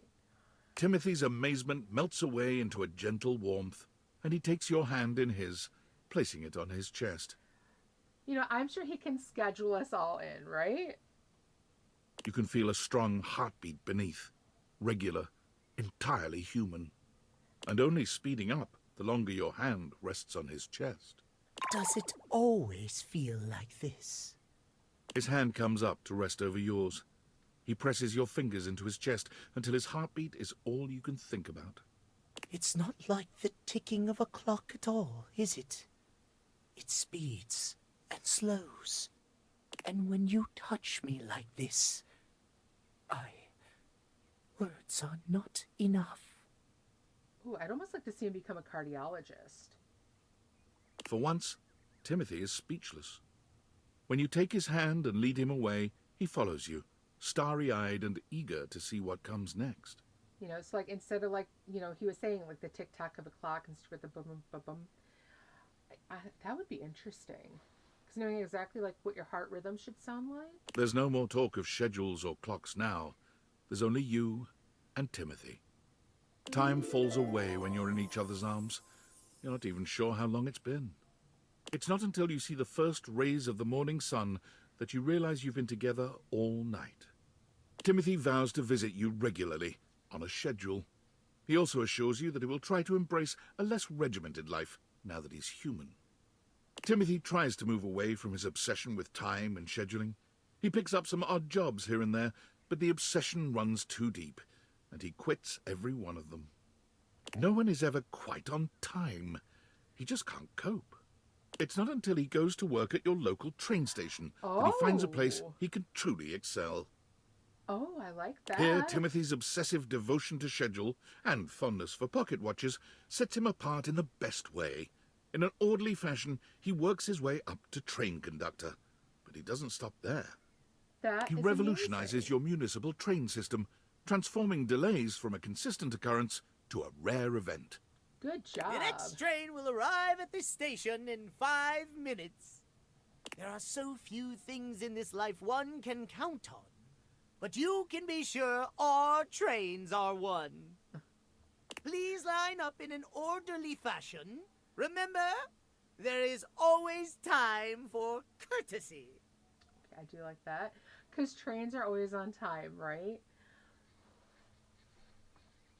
Timothy's love for timeliness has changed the game for commuters in your city. You can't help but smile when you see photos of him in his conductor's uniform. He's come so far. Excuse me. Very proud of him for that. All right. Let's try Fantina again. Oh, hey. Didn't expect to see you around here again. I mean... me either. Well, you're just in time for the official last meeting of your fan club. You're right, they could have made a cast reference. Okay. Let's see. Time zones were created primarily by railroads in the 1880s to solve scheduling chaos from thousands of different local solar times. Interesting. Interesting. Of course, you also had that as a point redeem as well. That is really interesting. It would have been confusing until we found out he worked with trains, right?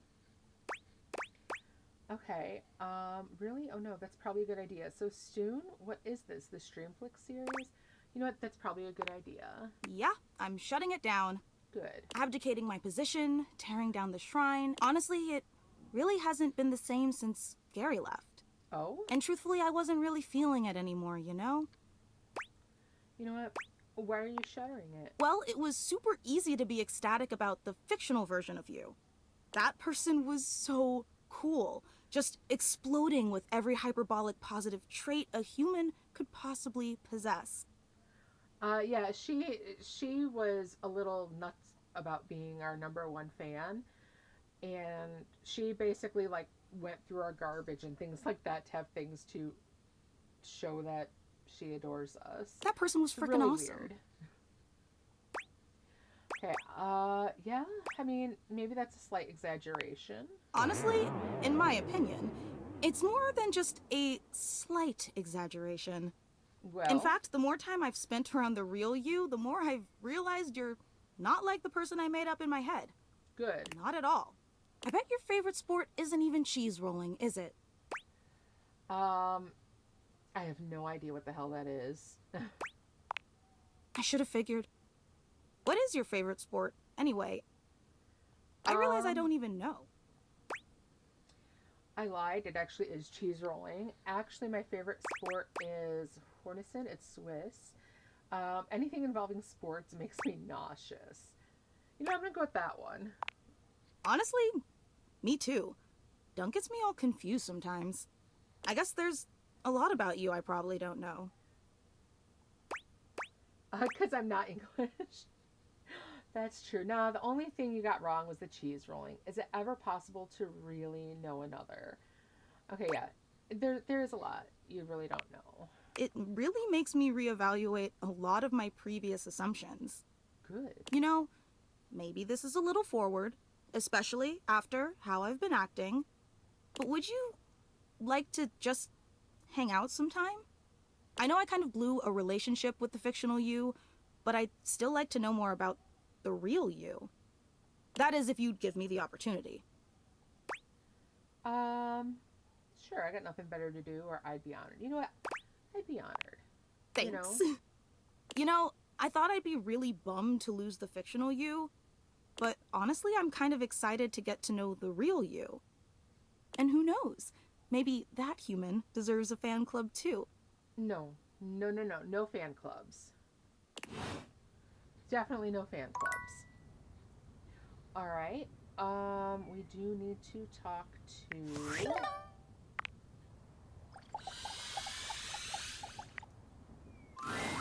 Hi! I'm so excited to see you! How excited. The famous cheese rolling event happens annually at Cooper's Hill near Gloucester, England, attracting daredevils from around the world to chase a wheel of cheese down an extremely steep slope. It's an informal tradition-steeped event known for its danger, with races typically held on the spring bank holiday in May. Interesting. All right, question time. Let's call it a performance review. Okay. Okay. Hit me. Tell me, what do you really think of me? You are so pretty, Textbox Chan. So beautiful and stylish. I had fun hanging out with you. I think you have some really great ideas, or I don't really like you. Never had. You're annoying. For us or her. Let's see. You know what? I'm gonna say I had fun hanging out. Hanging out! I like it. I bet it is. I think we can be really good friends, you and I. Okay. You and I. Aha. A you-I joke! I love it! Ooh. Right. I'm Thank you sure. for hearing I'm what sure I had to butcher say. a lot of things. We text boxes never get to speak our own mind. So you hanging with me means the absolute world. Alright, so we are friends with her now. That's good. Happy to help, friend. Yeah, I know, like, one thing I say is, like, mispronouncing things is just a service I provide. I'm good at that. I mean, I've gotten somewhat better at it through years of teaching, because sometimes you walk into a classroom and, you know, you get your roster and there's names that are really bizarrely spelled. So you definitely have to figure that one out. But yeah, I still mispronounce things all the time. Let's see. Let's go visit our safe. Take that out so I can talk to Monique first, and then Sophia. Are there any endings Hello again. left? I still need an ending with Abel and with Sassy Chap. Last day, everything. I think so. Yeah. I can't wait for our next venture. I find myself losing count from thinking about it. Monique, I'm ready to realize you. Do you really think I'm prepared for this? I think so. I trust you implicitly. If you say so, I'm ready. I'm ready. Your trust is well founded. Monique, prepare to be liquid. How's copyright work on Twitch? So far, I haven't had any issues with it. The only copyright thing I've had pop up was the I Like to Move It song when I had that, and it flagged it on YouTube. But I haven't had anything going wrong on Twitch. So that's good. All right. Oh, Monique, prepare to be liquid. The Nice. spectral energy flows through your Dateviators, and what was once merely your cash becomes...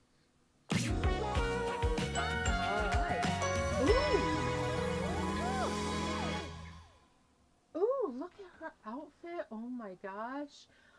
Shared a song on Discord, and I'm not sure you can play it on stream. Ooh, probably not. Oh, I love her outfit though. Oh my gosh. That is a gorgeous outfit. Right, definitely she's got to be some kind of businesswoman for sure.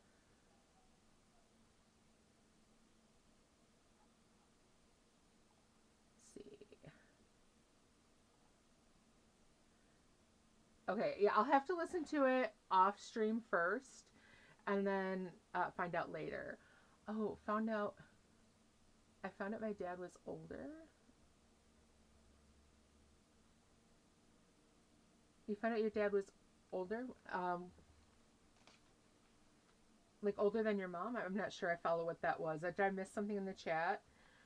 Oh, for the play. Oh, okay. Oh, but this is the older Jesus in the play. Gotcha. How was it?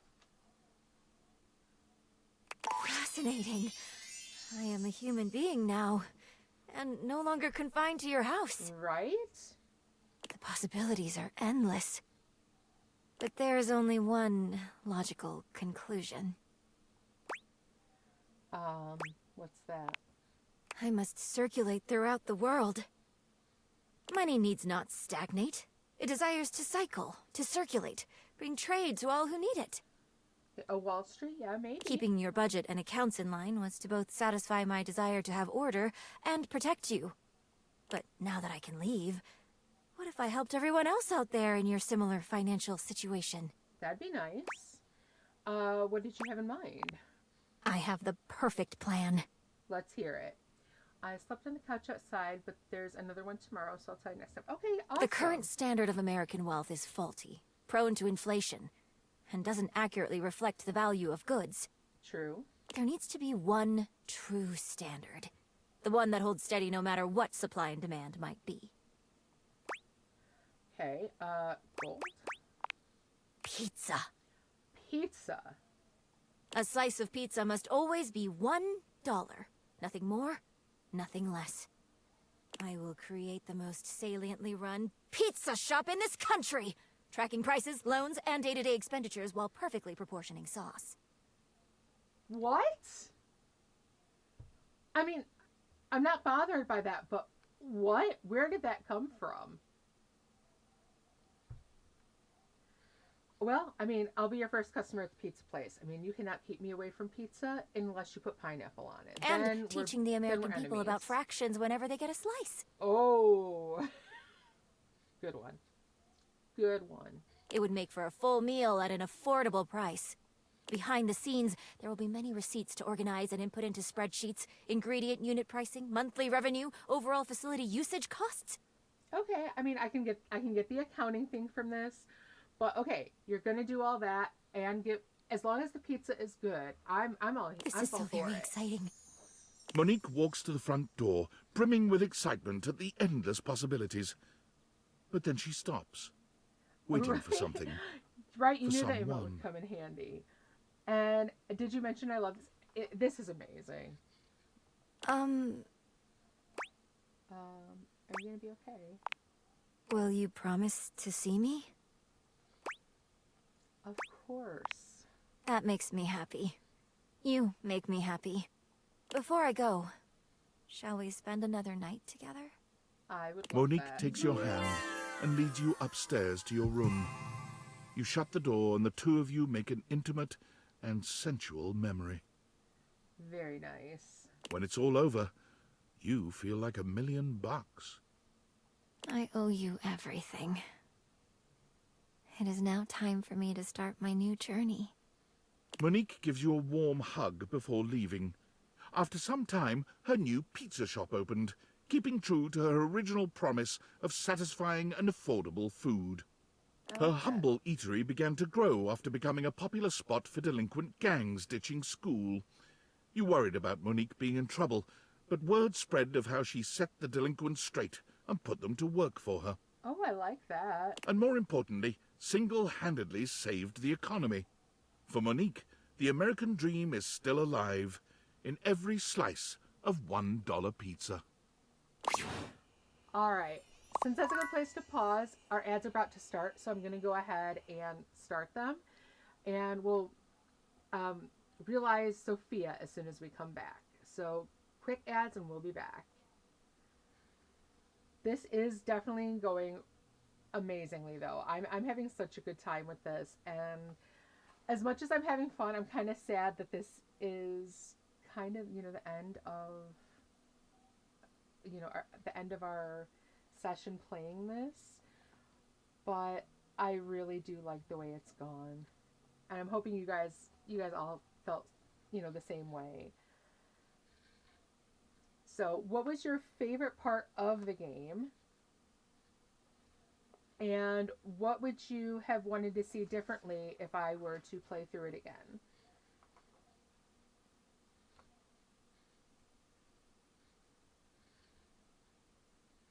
Okay. Oh, you got the phone? Okay. Ooh, we need to get Dishy. Dishy's going to be an interesting one. Dishy's definitely going to be an interesting one. So for the phone, I love the puns.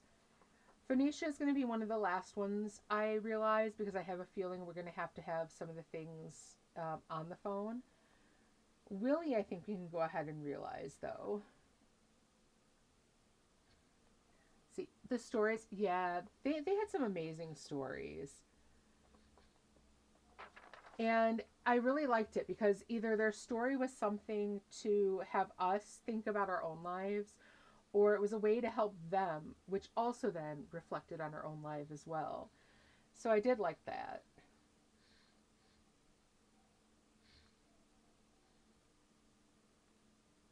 Yeah, everything was really well thought out. There was a lot of just, like really interesting backgrounds to all of them as well. Like, I can't say anyone really struck me as someone who was just kind of boring. Everyone did have a really interesting plot line, or even if you didn't like them personally, just had a really interesting development. I like, especially like Fantina's, to be honest. I like the way that she is kind of like your crazy stalker, but then in the end, you're finally able to be like, hey, you know what?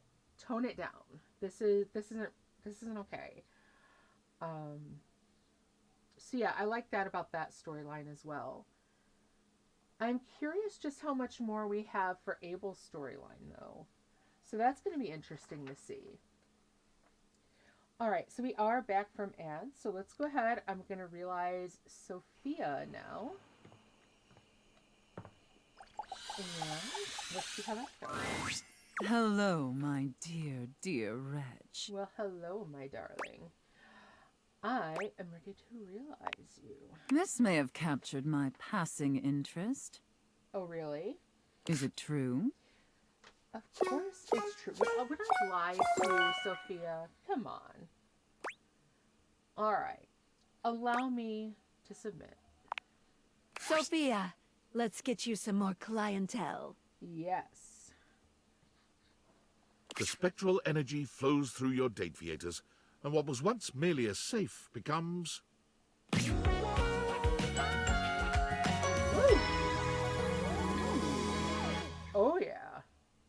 that is one hell of an outfit. Huh.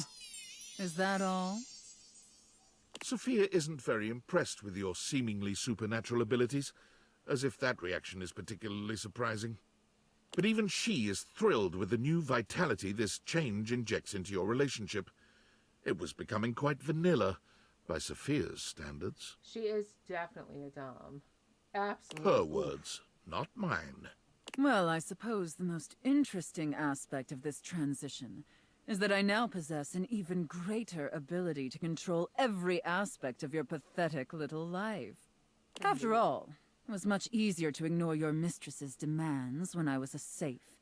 True. Being immobile and 500 pounds of steel made inflicting punishment for disobedience more cumbersome. But now I can administer consequences to my heart's desire. And I'll be frank, little wretch, that does make your mistress quite excited. I feel rather excited myself. Oof, I better watch myself then. And what if I don't obey? Ooh, let's be sassy. If I don't obey, what are you gonna do? If my little wretch dares not to obey their mistress, well, such insolence must be punished, swiftly and severely. Yes, please. Come here, and I will show you. The pain is excruciating. The pleasure, however, is also excruciating. Just how it should be. As if there is any other way. Keep the collar on until I come back. Oh. But unfortunately, kinks alone don't pay for the myriad of subscriptions modern society necessitates. Sophia found it time to procure gainful employment. Delightful news, my little wretch.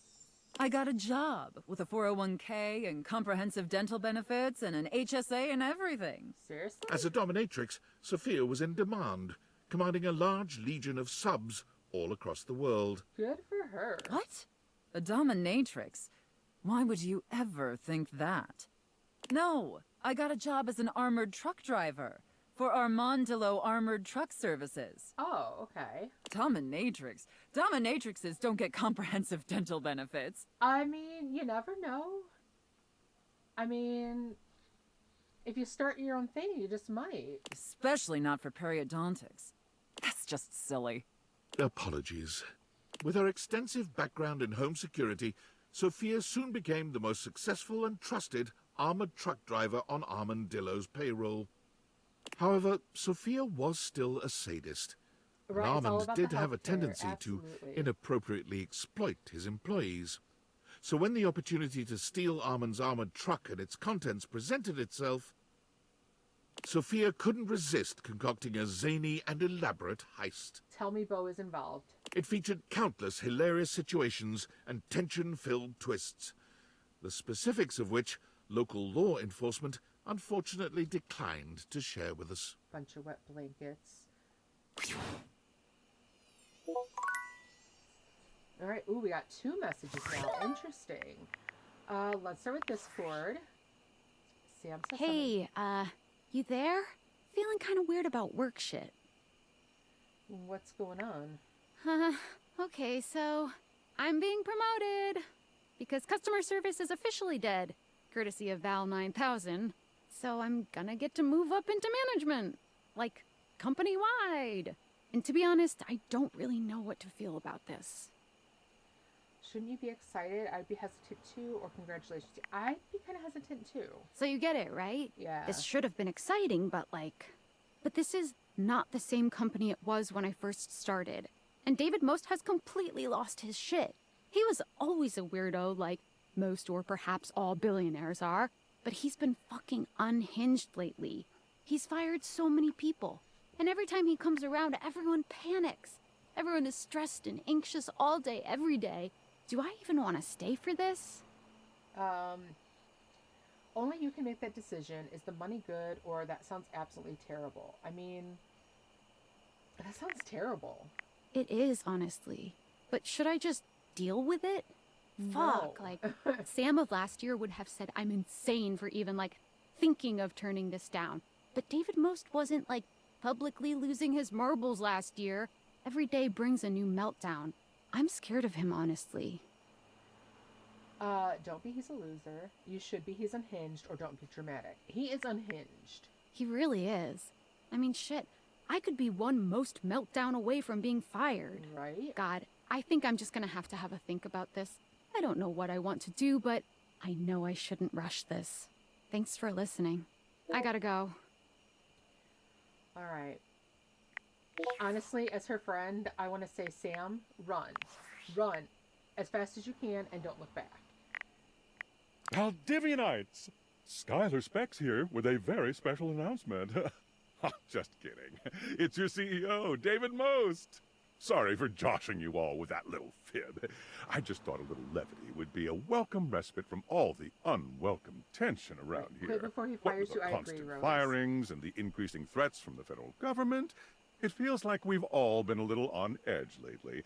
In fact, I think we could all use a much-needed break.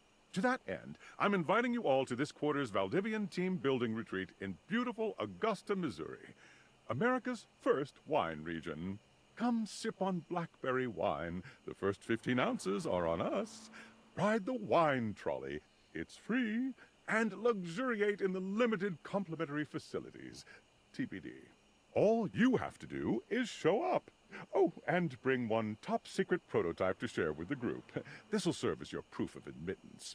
It can be something you built yourself, or something you maybe found lying around in a convention hall. It's totally up to you. I'm so excited to relax with you and see all your amazing prototypes. Right? No, I think we're good too, Rose. Definitely. I think we're more than good. I think I'm going to be like, hey, you fired me on my very first day, so, lose my number quickly and permanently. Alright, here we are on Friday. Let's see. Why don't we still need to go through Sassy Chap, but, oh, change it. I love that, the sus meter, that's so cool. Let's see if we can find Abel one more time and see if we can finish his storyline. Let's go ahead and go to the kitchen table, because I think that's one of the better spots to find him. 'Cause it's a little more homey. Oh, Abel, what's wrong? Something on your mind? Guess you could say so. It's been great hanging out with you lately, but I just can't seem to quiet the storm inside of me. If you don't mind, I'd rather talk about anything or anyone else. Alright. I don't have much to say myself, honestly. What would you rather talk about, or like what? Alright. What would you rather talk about? Maybe we can talk about some of our friends? Alright. We did finish with the dishwasher, but we do have to realize. My friends always make me happy. Alright. Okay. Maybe we should talk about Dasha. Dasha? Whoa, why? That was an interesting reaction you just had. Come on, it's obvious you like her. On second thought, maybe we shouldn't talk at all. Come on. No, it's obvious. Oh, this is all too much for me. I'm a simple table. Let me get back to work. Oh, Abel, no.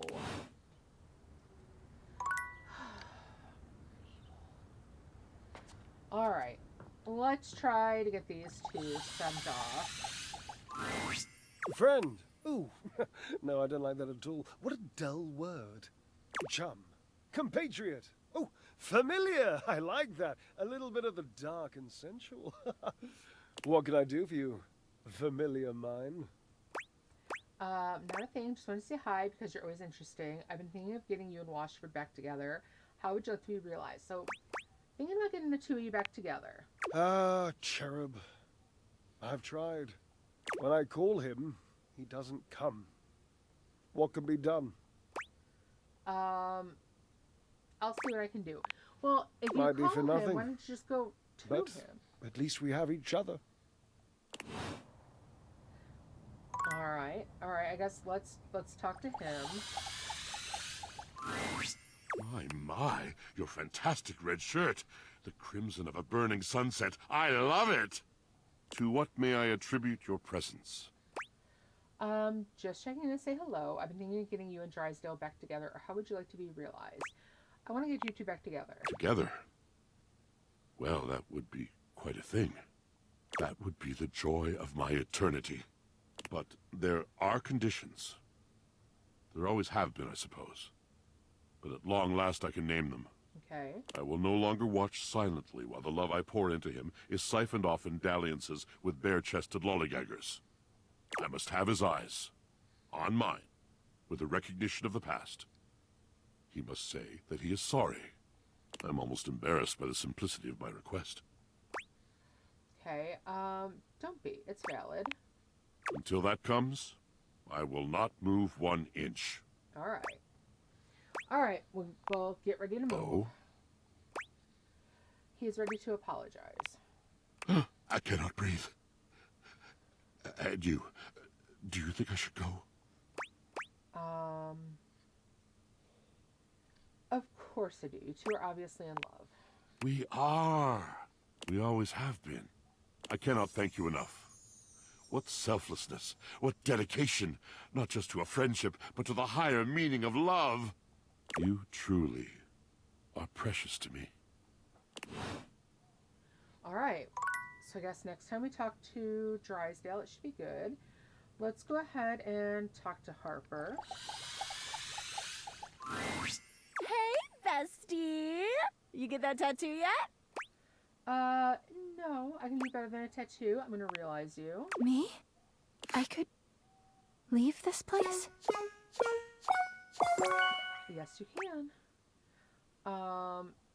Dirk won't be the only one with a new start. Don't poke me! The spectral energy flows through your Dateviators, and what was once merely a laundry hamper becomes...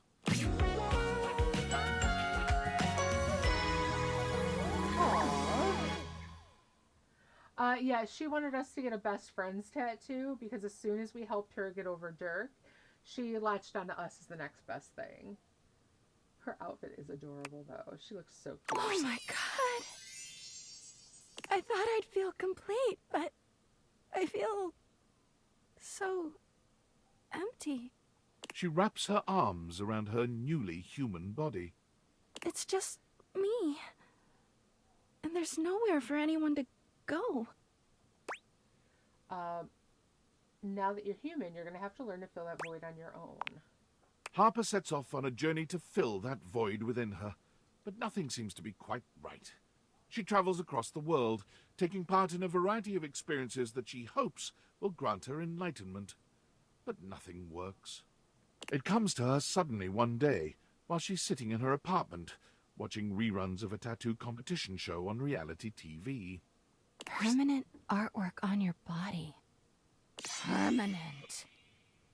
After a long and fraught period of tattoo apprenticeship, Harper opens up a tattoo shop called Commitment by Harper. Okay. All right. Opinions are split as to how good her tattoos actually are, but one thing everyone can agree upon, they're certainly permanent. All right. That's an interesting ending for her then. And then we can go up here and talk to Dirk, who is now Clarence, who is, our clean clothes, and see what he's gonna do. Hey there, buddy. Got any hot goss about Harper? Forget about Harper. I'm here to realize you. Me? Really? And bats too? I don't know about bats, but the fact that you're having a love affair with a pillow, I really shouldn't say anything, because who am I to judge after dating everything in my house? But this is Dirk, who after he split from Harper became our clean clothes. So he's now Clarence. And he has a body pillow of Batman that he has been in love with. Not bats, just you. Goodbye for now, bats. I'll still sleep with you every night. When he transforms, I wonder what he'll be wearing. Right? All right, let's get this linen spinning. Time to whip up a real live human person. Let's The spectral energy flows through your Dateviators, and what was once merely clothes becomes...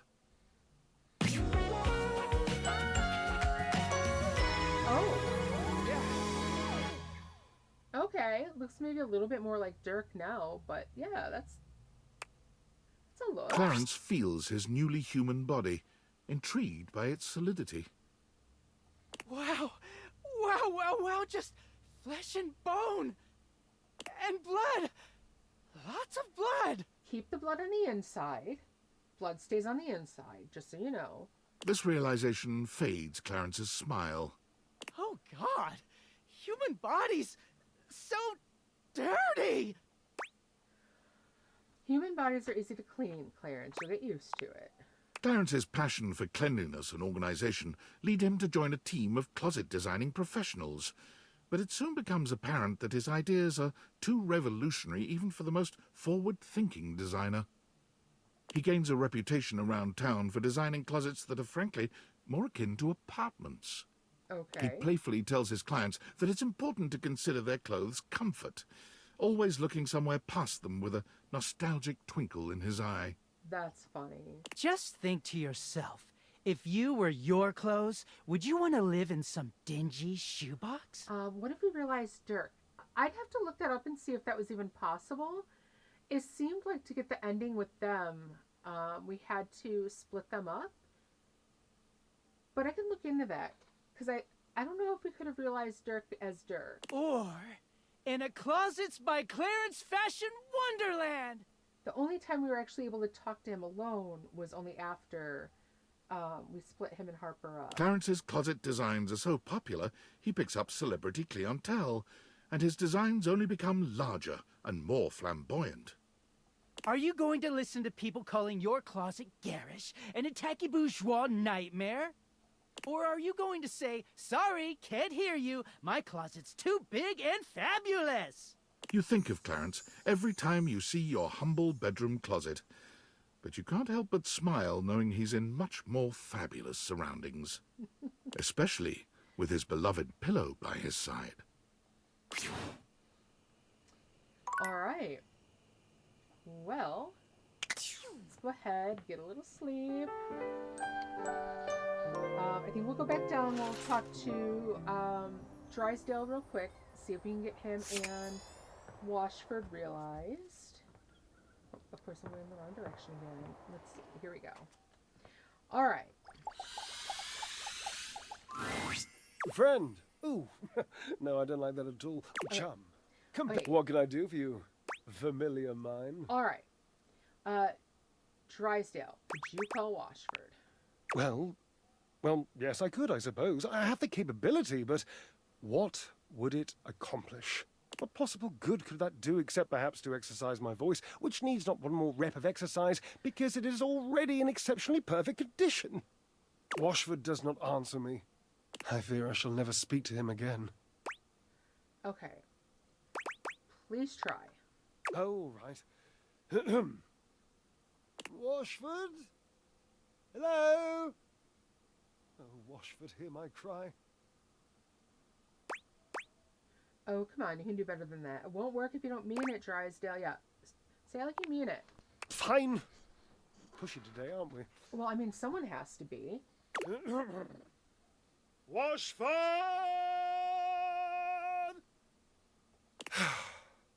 He scoffs, hurt evident in his eyes. See? Nothing. Nothing at... Hello, Drysdale. Well, about time. You've never seen Drysdale so lost for words. He looks positively taken aback.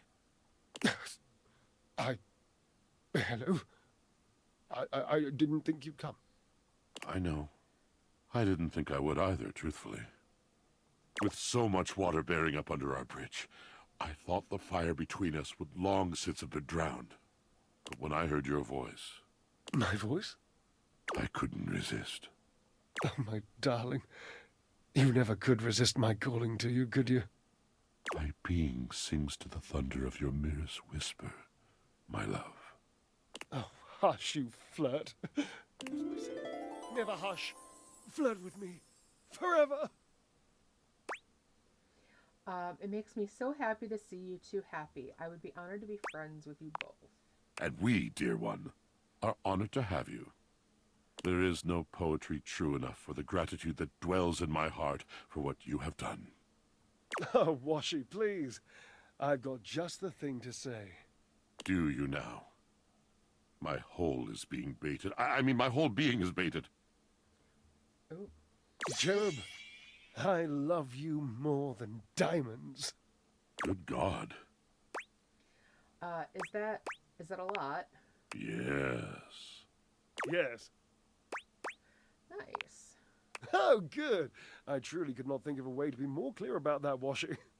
Neither could I, my love. Very well done. Dear friend, I hate to say it, but we're going to go. Just for a bit. We have quite a lot to catch up on, and, well... It's private. Thanks be to all that is holy. We have privacy to seek. Absolutely. Have fun. Have fun, you two. Alright. Now I'm guessing we can realize them after this. Let's see. Alright. Let's go ahead and... I guess let's hit Fabrizio. Amore mio, light of my life, it is wonderful to see you again. Is there anything I can do for you?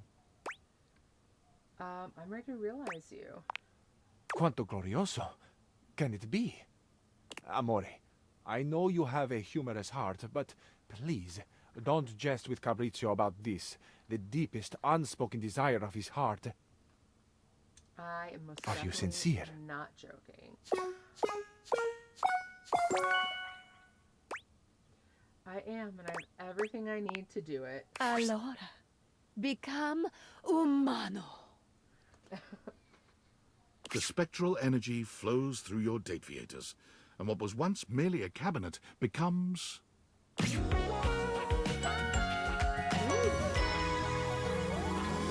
a nice outfit. The most stunning man alive, the beating heart of Italia. Fabrizio, in the flesh, for once and for all time. Sono vivo! Fabrizio tells no lies.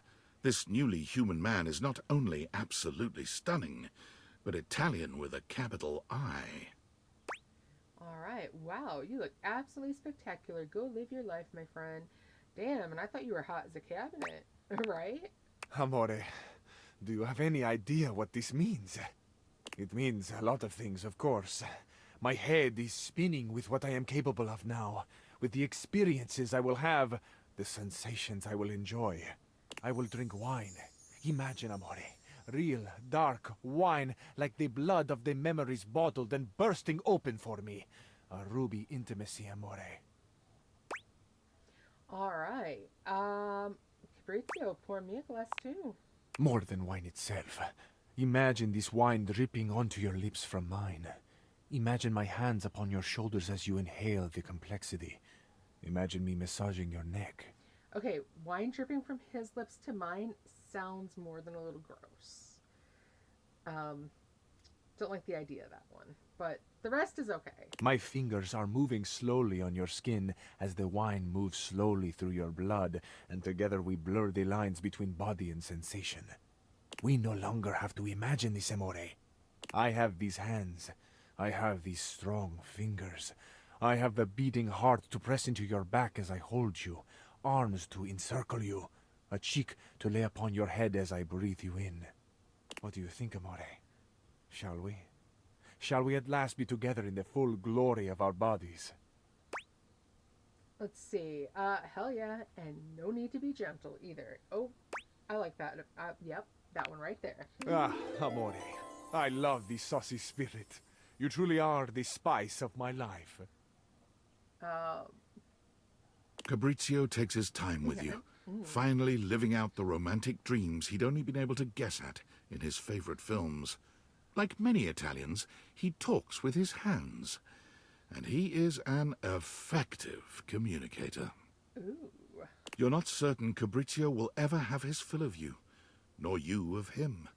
But sunrise comes, one way or another, and Fabrizio assures you between tearful kisses he'll return to you again some day. Amore. Fabrizio took his massive shoulders and his chiseled jawline directly to the airport and boarded the first flight for La Bella Italia. He flew standby and ended up with a middle seat between a very grumpy middle manager and a slightly crotchety, mostly sleepy Canadian. By the time they landed in Rome, the tax adjuster was teaching the whole section a drinking song from her days working at the Renaissance Fair, while the Canadian scribbled furious notes on Fabrizio's recipe for the perfect pomodoro sauce. Okay, that sounds nice. Needless to say, Fabrizio fell in love the moment he stepped out of the airport. Everything he saw brought a tear to his eye, a song to his lips. He declared loudly and repeatedly that Roma, that Italia, was the most perfect place in all the world. He danced and swayed through the streets, and it wasn't long before he became almost as much of a tourist attraction on the streets of Rome as the streets of Rome themselves. Interesting. My joy cannot be contained. I could not restrain myself even if I tried, but I would never try. Italia deserves my joy. I deserve my joy of Italia. We are together, Italia and I. The Tour Italy Bureau took notice. When their representative could weave her way between Fabrizio's waving arms and flashing legs, she offered him a permanent position as a tour guide and representative of the best of Italian culture. Nice. Can you believe it, Amore? They want me. I want Italia, and Italia wants me right back. Could I ever be any happier than I am in this moment? I don't know. How, I ask?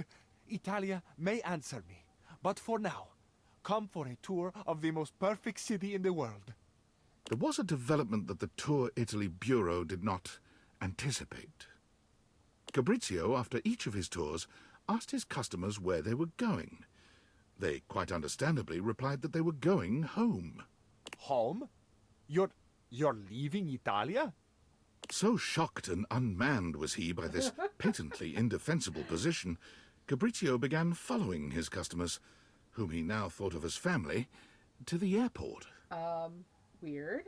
The whole ride would be spent with him trying to understand their decision, convinced that they must be crazy, had not fully taken in what he had shown them, the passion that he had tried to instill in their hearts. He followed them up to security, and with one poor couple from Thailand, he actually found his way through security and accosted them at their gate, with fresh bresaola, ricotta, and a bottle of Chianti. Okay. He now spends his days giving tours and his nights at the airport, bewailing the mistakes that all the departing passengers are making. Okay. All right, weirdo. Oh my God. All right, well, after that weird ending, I mean, how can I not realize Sinclair next? Hi there, pal. Hi, Sinclair. Nice to see you. Sinclair, I have interesting news about what these Dateviators can do. What's that? They can turn you into a human, and we can get to the bottom of your story. Is it painful? I don't think so. Darn. I'll do it anyway. Okay. Am I supposed to do something? Dance in a certain manner? How about like this? Sinclair begins dancing erratically. He literally only needed 5 points for sass, nothing and anything else. All right, keep that up. It's working. Okay, Mr. Sink. I can't wait to see what happens. All right, here we go. The spectral energy flows through your Dateviators, and what was once merely a sink becomes...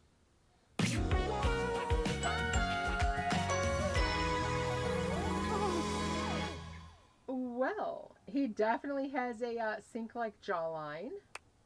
I have to say, it is astonishing how much being a human feels exactly like being a sink. Considering the toothpaste and brush in his pocket, I'm hoping he becomes a dentist. No wonder I was mistaken for so long. This, what do you call it? Adam's apple? Uh-huh, sure. It feels exactly like a strainer flange. Oh, okay.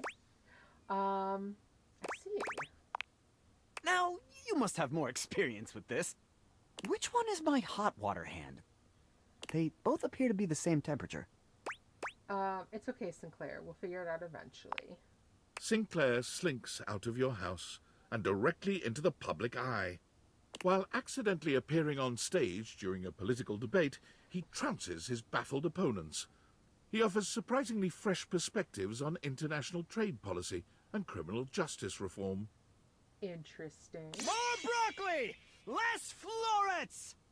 Coining the catchphrase, "Don't let it all go down the drain," he breezes through the primaries and wins the presidential election with an overwhelming 80% of the popular vote.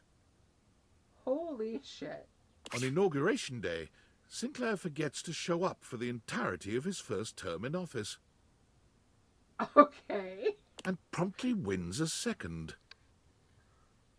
Oh my god. Oh my god. Alright. Let's keep the weird rolling. Dishy, it is your turn. Greetings, lover. Greetings. Spin cycle or a quick wash and rinse? Ooh, I am ready to realize you, Dishy. To make me human, Yeah. I will have no more updates. But I can embark on the greatest update of all. Living! Yes. Alright, Dishy.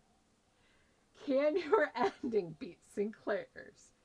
Because that is the most what the fuck kind of shit I have seen in this entire game. Okay, sure, just that. Dishy! I hope you don't end us all. The spectral energy flows through your Dateviators, and what was once merely a dishwasher becomes... Okay. Okay. Interesting. I am mortal now. Yeah, you... Oh my god, that face. That's kind of terrifying. Yeah, you are. Interesting. Hey, Nightmare. I think someone's come up who's really terrifying. Can I upgrade? Not really, no. That's too bad. So, what are you gonna do now? I am going to improve. Oh, yikes. Dishy's upgrade into becoming human gave him the ambulation that he always desired, with legs to carry him toward further knowledge and improvement. Every task he completes, he does with the utmost care, always looking for the best possible way for it to be done. Okay, Mr. It took Clean little Son, time for the right? world to notice this incredibly thoughtful and surprisingly ripped gentleman going about improving everything he saw. He found work as a productivity consultant at a large multinational corporation, where he balanced finding inefficiencies in the workplace and improving worker morale with keeping costs down and profits up. He also found time to repair damage to the environment. He never missed a workout, a friend's birthday, nor a book club reading. Wow, okay. Time for an upgrade.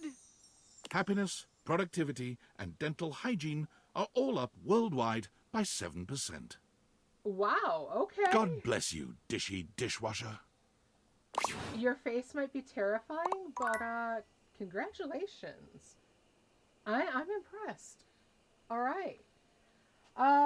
Hey, Freddy, it's your turn now. So what's going on in the kitchen? Cool kid in the house. Right? I mean, you never really leave, but... Dude, come on. You get the point. Let's chow down sometime soon. Alright. Actually, let's sit at the table and eat after you are realized. Do you mean I'm gonna be realized? Well, this is better than a food fetch 2-for-1 special. I mean, I Are tried you to ready deliver. to do it now?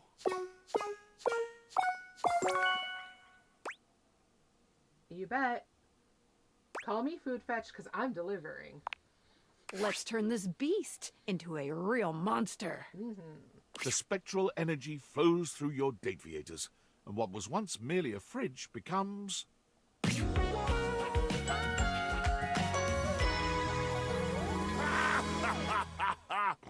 Okay, so it's Beast from the X-Men. All right. Freddy towers over you at his full height.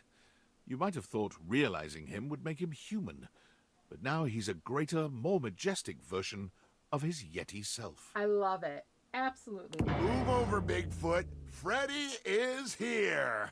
And I look pretty great, if I do say so myself. Yeah, I mean, you're looking damn good. Yeti power, give me 5. Yeti power indeed. No offense, cool kid, but you probably couldn't handle a high five from me. Yeah, probably not. But you could definitely get a big hug. I'll take that. It was somewhere between a nice fuzzy blanket and total suffocation. Huh. Yeah, it's really warm in here, isn't it? Yeah. Shortly after being realized, Freddy began to notice he was the only monster around. Hey, don't call him a monster. He's a cryptid. Armed with curiosity and a desire to find his heritage, he traveled far away in search of answers, and those like him. He ate his way across towns and cities, often in disguise. Even though he used the greatest discretion, he still saw his photo in a few tabloids. At least they can never get a clear picture of me. Right? Once he reached the Salty Mountains, he trekked for days to the summit. The snow and wind were harsh, but he found the frosty hike to be rather pleasant. He built a log cabin up there, unpermitted, though the locals knew it would be unwise to ever ask him for one. Right? Would you ask him for a permit? Though some say they have seen a food fetch delivery truck making many more trips to the Salty Mountains than normal. Well, would you look at that? Ooh, we got another message. All right. Dateviators. What's up? It's Dave. I'm here in Augusta, Missouri on the wine trolley, drinking by myself. Again. Really can't believe none of y'all showed up. Not even the people I thought liked me. Looking at you, Brad. Real lame. Thought you guys were my friends. I thought we were a family. But I guess I was wrong. First Franklin ditches me and now everyone else. And the worst part is he was right. About everything. He was right that we'd regret partnering with the feds. And he was right that I would drive the company to the dirt. He was right that I'd miss him. Oh, thinks he's so perfect. What an ass. Oh, and by the way, effective immediately, I'm canning our team development facilitator. Can't even put on a dumb corporate retreat successfully. Don't even know what his name is. Harry? Larry? Anyway, you know who you are. Pack your junk and get the hell out. Screw it. Brad, you're fired too. Most out. Okay. All right. Yeah, I kind of agree. Freddy's was a little anticlimactic. I'm hoping maybe we'll hear something else near the end, 'cause I'd like to hear what's going on with him. But that was a good one. All right. All right. Let's see. I do want to try talking to Abel again. Hopefully we can find something out for him. Oh, not shift. Do that, and then.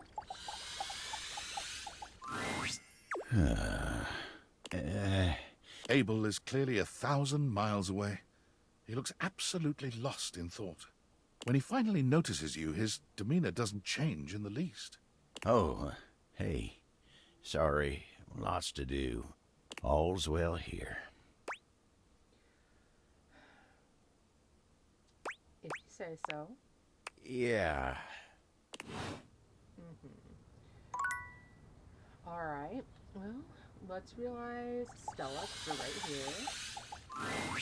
You're back. Are we ready? I am ready. Time to step up. Time to step out. Yep. Let's The go, spectral Stella. energy flows through your Dateviators, and what was once merely a set of stairs becomes...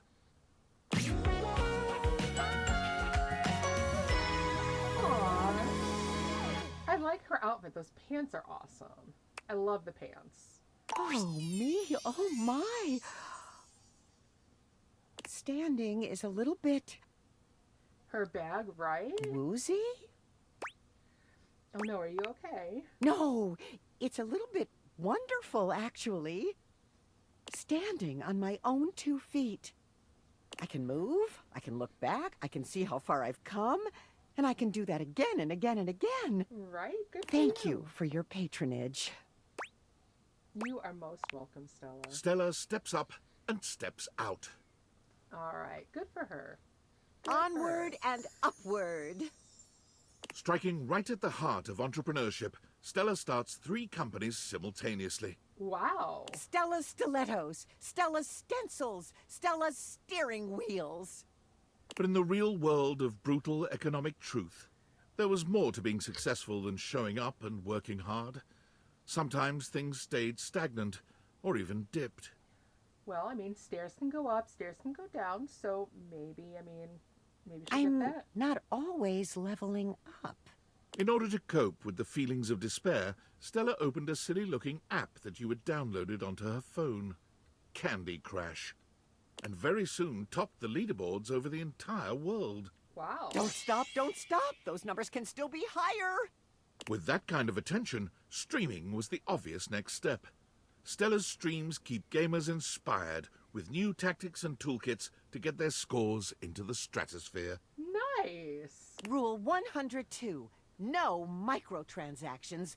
All hard work. Nice job, Stella. Hell yeah. Alright. What have we got here? Okay, tinfoil. Did you see that last email David sent? The one from Augusta, Missouri? Yeah. Did he really say Skylar Spec? Yes. He obviously has tried the Dateviators before in prototype, but I doubt his relations with Skylar got very far. Or I hope at least. Yeah, it kind of creeped me out. Indeed. But about that email. It was very peculiar. I honestly don't know what to make of it.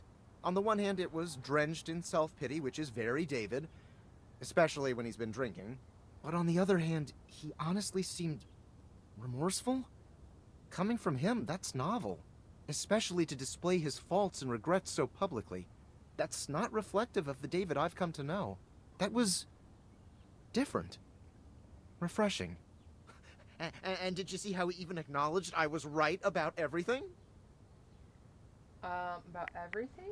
Let me have this. He even acknowledged that he missed me. Curious. You can spend years in proximity to someone, cataloging and analyzing every infinitesimal data point of their personality, and still never know them in totality. Makes you wonder if perhaps you've misjudged them. Well, at the very least, I'll need to totally reprogram the David Most AI replicant I've been tinkering with in my basement. Bantina, is this you? If I ask, I know you're just gonna say you have to go, so what's the point? The what? I'm so sorry, I really can't say anymore. I've been messaging you from under David's desk at Valdivian, and he'll be back from the bathroom at any moment. He really needs to change the locks on this place. Okay. Right. You are just as unhinged as he is. Oh my god. Alright. Let's come in here. Let's get Parker. Oh, I'm gonna be alive! Yeah, I'm you not sure scared are. at all. Both have a screw loose. Yeah, Do they I have do. to enter in a Are you secret kidding? code or something? That would be so fun! Okay. Parker, here we go. Yes, this secret code. Parker, now it's your turn. Alright, you ready? The spectral energy flows through your Dateviators, and what was once merely board games becomes... Oh, that's a cute look. That is a cute look. I like that. D&D person, yeah, we've got to get Chance as well. Parker spreads his arms wide, flexing his hands into fists, and then pinching his fingers. He seems to be miming moving board game tokens on an imaginary board. Wow! I can do anything now! Alright, well maybe not anything. You sure can, Parker. Just don't jump out of any windows anytime soon. Is that a dare? you're on! Oh dear. I'm gonna become an umpire! Bye! Okay, have fun. Parker's thirst for rules is no less powerful as a human man. He tries all manner of board games, but none of them give him the rules-enforcing high he craves. Okay. Rules. Need more rules. Weirdo. But one day, wandering past a children's baseball game at the park, he hears the call of the umpire, and everything clicks. Rules. Yes. He sees the way the children and their parents hang on the umpire's every word, devastated or overjoyed by his calls. Rules! And so Parker became an umpire, taking great delight in settling disputes and emphasizing the rules with every game.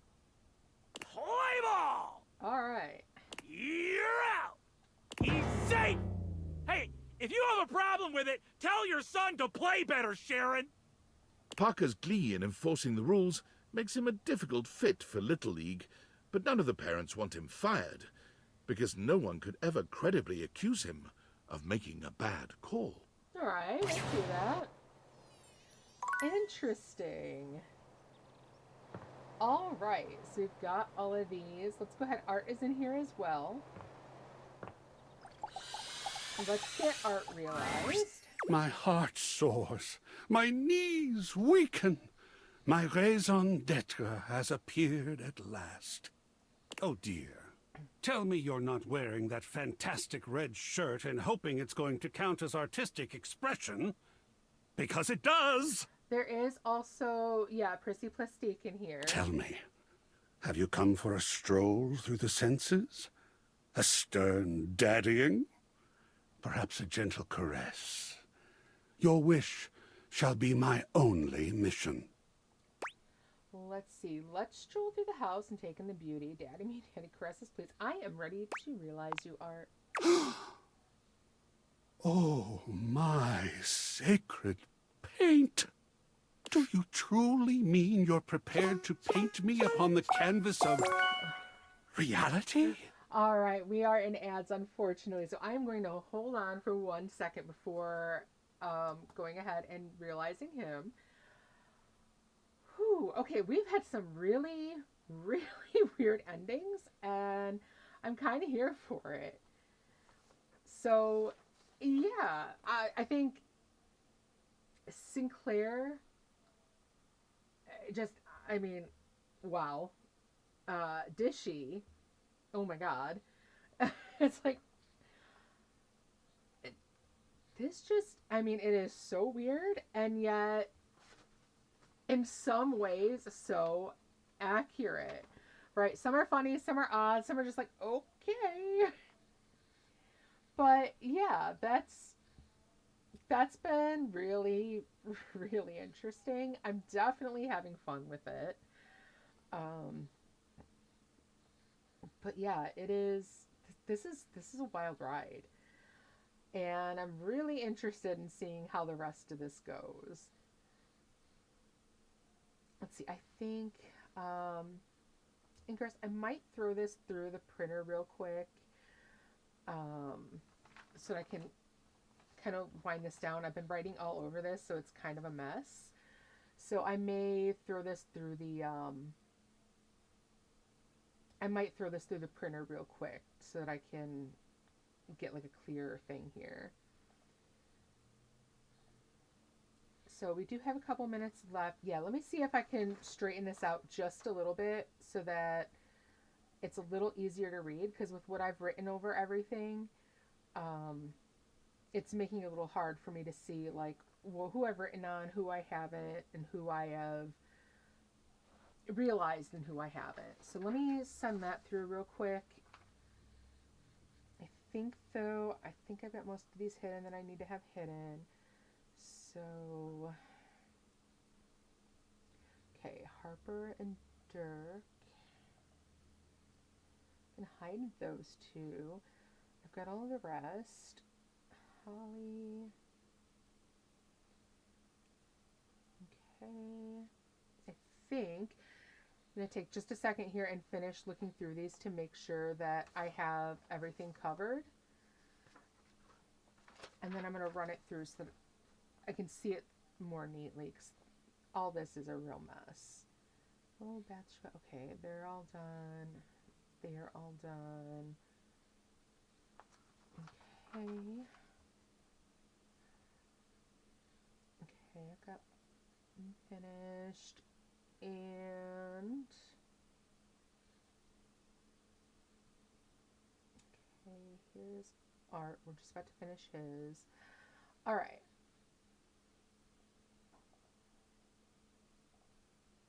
There we go. All right, so I'm gonna run this through real quick.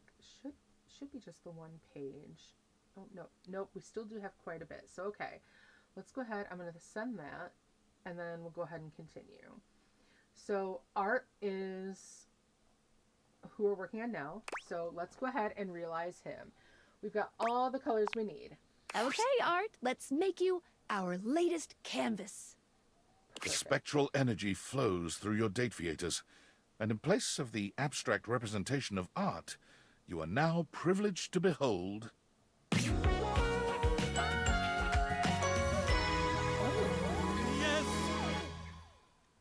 I like the pants, for sure. The different art styles along his jacket, I do like that too. Those are pretty cool. The pants, though, I really like.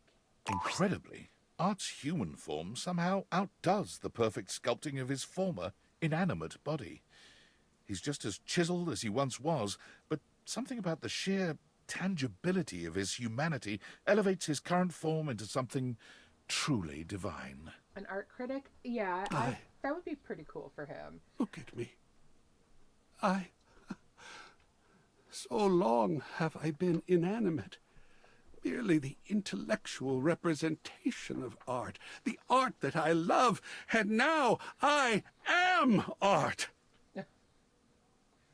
You sure are. I have eyes of real color. Skin of real texture. I can feel. And am felt. Am I Pinocchio? That my inanimate substance has become flesh? Well, indeed, and check you out. My mind is bursting with harmonies, with form, with grand composition. Oh, a gallery manager? Interesting one, Angaris, yeah? I think truly I might go batty if we don't paint something right this minute. Oh, he might even be like an art Quickly teacher. now, to the brushes! All right. Oh, crap, I don't have any. Not a worry. Then I shall get myself right off to the bristler. All right. I don't think Coolsville has Damn a it. bristler. Then to the art supply store. Right, that'll work too. All right, I will wait right here. Art's works were passionate, daring, brilliant. My soul can finally speak. Hear me, O world of fecund radiance. And entirely unmarketable. Wait, what? After spending 2 years creating works of staggering genius and refusing to cave in to the pressures of the vox populi and the art-collecting market, Art was destitute. Oh, starving Well, artist. That sucks. I did not think that if I became flesh, I'd be subject to the same woes that other flesh is heir to. Well, I mean, duh. I mean, better believe it. Well, suppose I'd better go find some gainful employment then. Forced to take on a side hustle, Art quickly found work as a museum curator. Oh, see, now that works for However, him. refusing once again to cave into the demands of the museum's biggest donors, he was promptly fired. Art, come on. Blind fools! Why would they launch another giant balloon animal? However, unwilling to part completely with a storehouse of genius as marvelous as the museum, Art agreed to remain on staff as a security guard. Oh, A position which suited his temperament rather well. You mean I just get to stand in the presence of beauty all day? Right? I mean, And hey. protect it from unwelcome interlopers? And talk to people all day about the beauty? Sign me up! Hey, there you go. Very nice. Very nice. All right, one more. I don't see Lady Memoria at all in here, so I'm thinking I have to go through one of the things that I had. But let's go ahead and talk to Chrissy. Hey, you didn't think I'd leave the attic for good, did you? I've got some fond memories of this place. It is just so gosh darn wonderful that you're back. I'm happy to see you. Don't know if I've been clear about that or not. I've got it, and I am ready to realize you. You silly cricket. You already did. Look how real I am. Oh, wait. Oh, good soil. You mean real? As in human? Uh-huh. As in human. I don't know what to say except... Yes! Yay. Good, good, good, good. Now? Are we going right now? Yes. I'm going to say she's either going to be into like landscaping and like designing for that, or she's going to have a nursery. Right this moment. Percy, do you believe in magic? The spectral energy flows through your Dateviators, and what was once merely a houseplant becomes...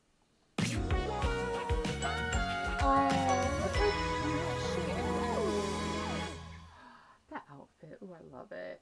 And the hair. Wow! Would you look at that? I'm real! Oh my goodness! How many folks do you know who get to become real twice in their lives? I think I might cry. I'm so lucky! You deserve it. I'm so proud of you. And again, I love you. I love you too! You knew I was real the whole time, didn't you? I sure did. Of course I did. Never had a doubt. Even when I had doubts, you believed. I can't even count the value of someone like that. You are truly beautiful. May I... Would you mind... Can I kiss you? I thought you'd never ask. Well, let's not waste another moment then. Prissy, as long as you have known her, has been inquisitive, accepting, and joyous. She is all these things and more now, as she takes you in her arms. She is fascinated as you tell her about the other objects you have met, their personalities and their quirks. She strokes your hands and your hair as you talk to her. She smiles, she laughs, she cries when she's sad. Aww. Her face is like glass, a clear window to her heart. You find that it is a joy uncountable just to share your life with her, to share life with her. After hours of stories and gentle caresses, she finally falls asleep. She's had a big day after all, and it will not be her last. Awesome. Prissy took her time leaving the house the next morning. She found she had a strong desire to say goodbye to the objects around her, and most especially to the plants she once embodied. She was almost reluctant to leave all the life that she discovered here, until you reminded her of all the great life she was about to discover out there. Prissy tried several office jobs, working off your example, but she became deeply unenthused about each of them after only a few days. She realized that given her fascination with life, her deep connection to growing things, the happiest space for her would be outside, among it all. She got a job with the great nation's park service as a guide. She learned to give tours and answer questions. She learned about different shrubs, rivers, and mountain ranges. Good for her. I like this for her. She loved her job so much that she worked weeks at a time outside, even through the winter months, checking on the trees as they awaited spring. Aww. I love that for her. All right. So... Yep, everything here so far good. I just have to get Wendolyn. Let's go ahead. Oh, I have a message. Uh-oh, okay. Oh, Tom. Hey, right. champ. Got a secret mission for you. Do you like secret missions? Like cool spy stuff? Yeah, sure, I love it. Me too. I feel like a covert operative. Anyway, Valdivian higher-ups are looking for a certain missing piece of property. Uh-huh. Says here that they are magical spectacles that reach into the consciousness of objects using thing theory. You know anything about that? Tom is someone who I worked with in the day that I was there, who's my manager. Yeah, so he's kind of kept in point. I'm sorry, kept in contact with us. Point now, I do in fact have been using them for a while. I'm not telling him that. Although I'm almost wondering if he and tinfoil aren't the same person. But I'm just going to say, no, I have no idea. Whew! Really hoping you wouldn't. Otherwise, I'd have to bring you higher up the chain, and those guys are scary. Keep up the good covert ops, champ. Okay. Interesting. Interesting. I wonder so much he knows. We'll have to find out. Alright, let's go ahead, put these on. I need to find Aaron somewhere around here as well. So let's go ahead though, let's talk to Hirohime. And we can realize her. Hey, let's jump right into a game. My serve. Score. Love all. Get it? Alright. Hey Hero, I'm ready to realize you. Are you serious?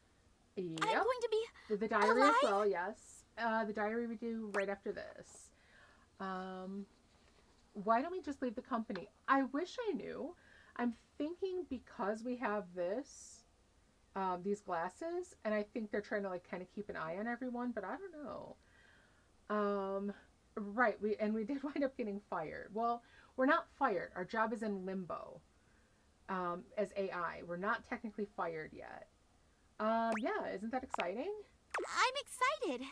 But do you have what we need to turn me from 1/8 scale all the way to 1? I do. Ganbatte! Alright.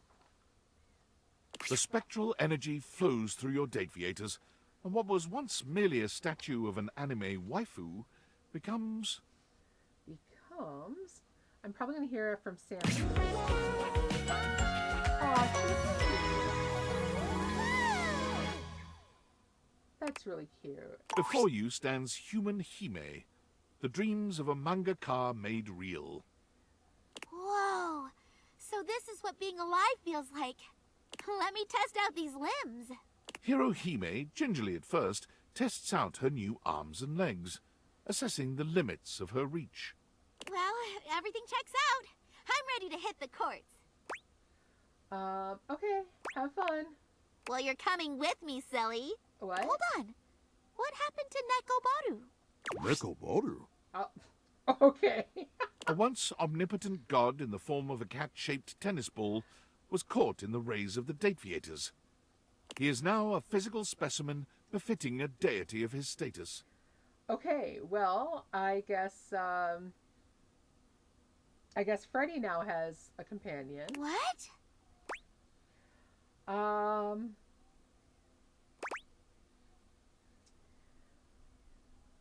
Kanbate is roughly let's do it or go for it. Okay, cool. Thanks for that one. I figured it was, but thanks for confirming. Okay, let's say Nekobaru. Wait, you still only say Nekobaru?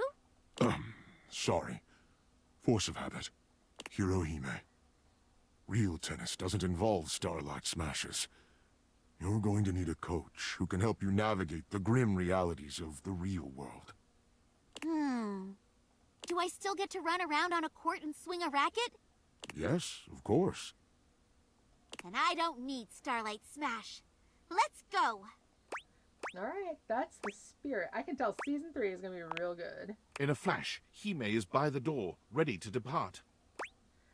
Alright, have fun. Can't wait to see all your matches. I'll reserve you a seat in the front row. It won't be long until you receive a grand invitation to Thimbledon, the most important tournament in the world. Hime was a natural at translating her abilities to the real world, including her uncanny knack for finding the best brand deals.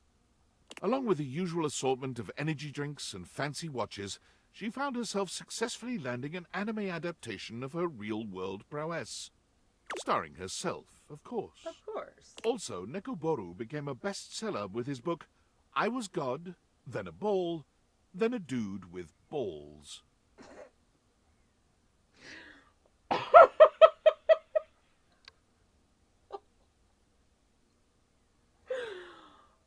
Oh my god. Okay. Okay.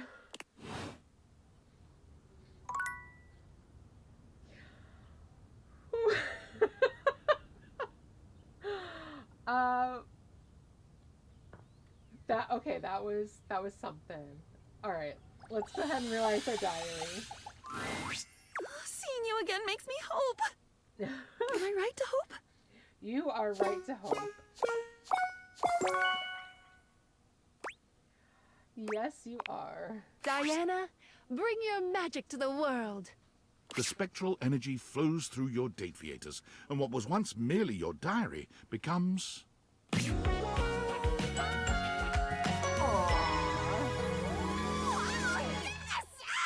Rose, I hope so. A therapist would be perfect for her.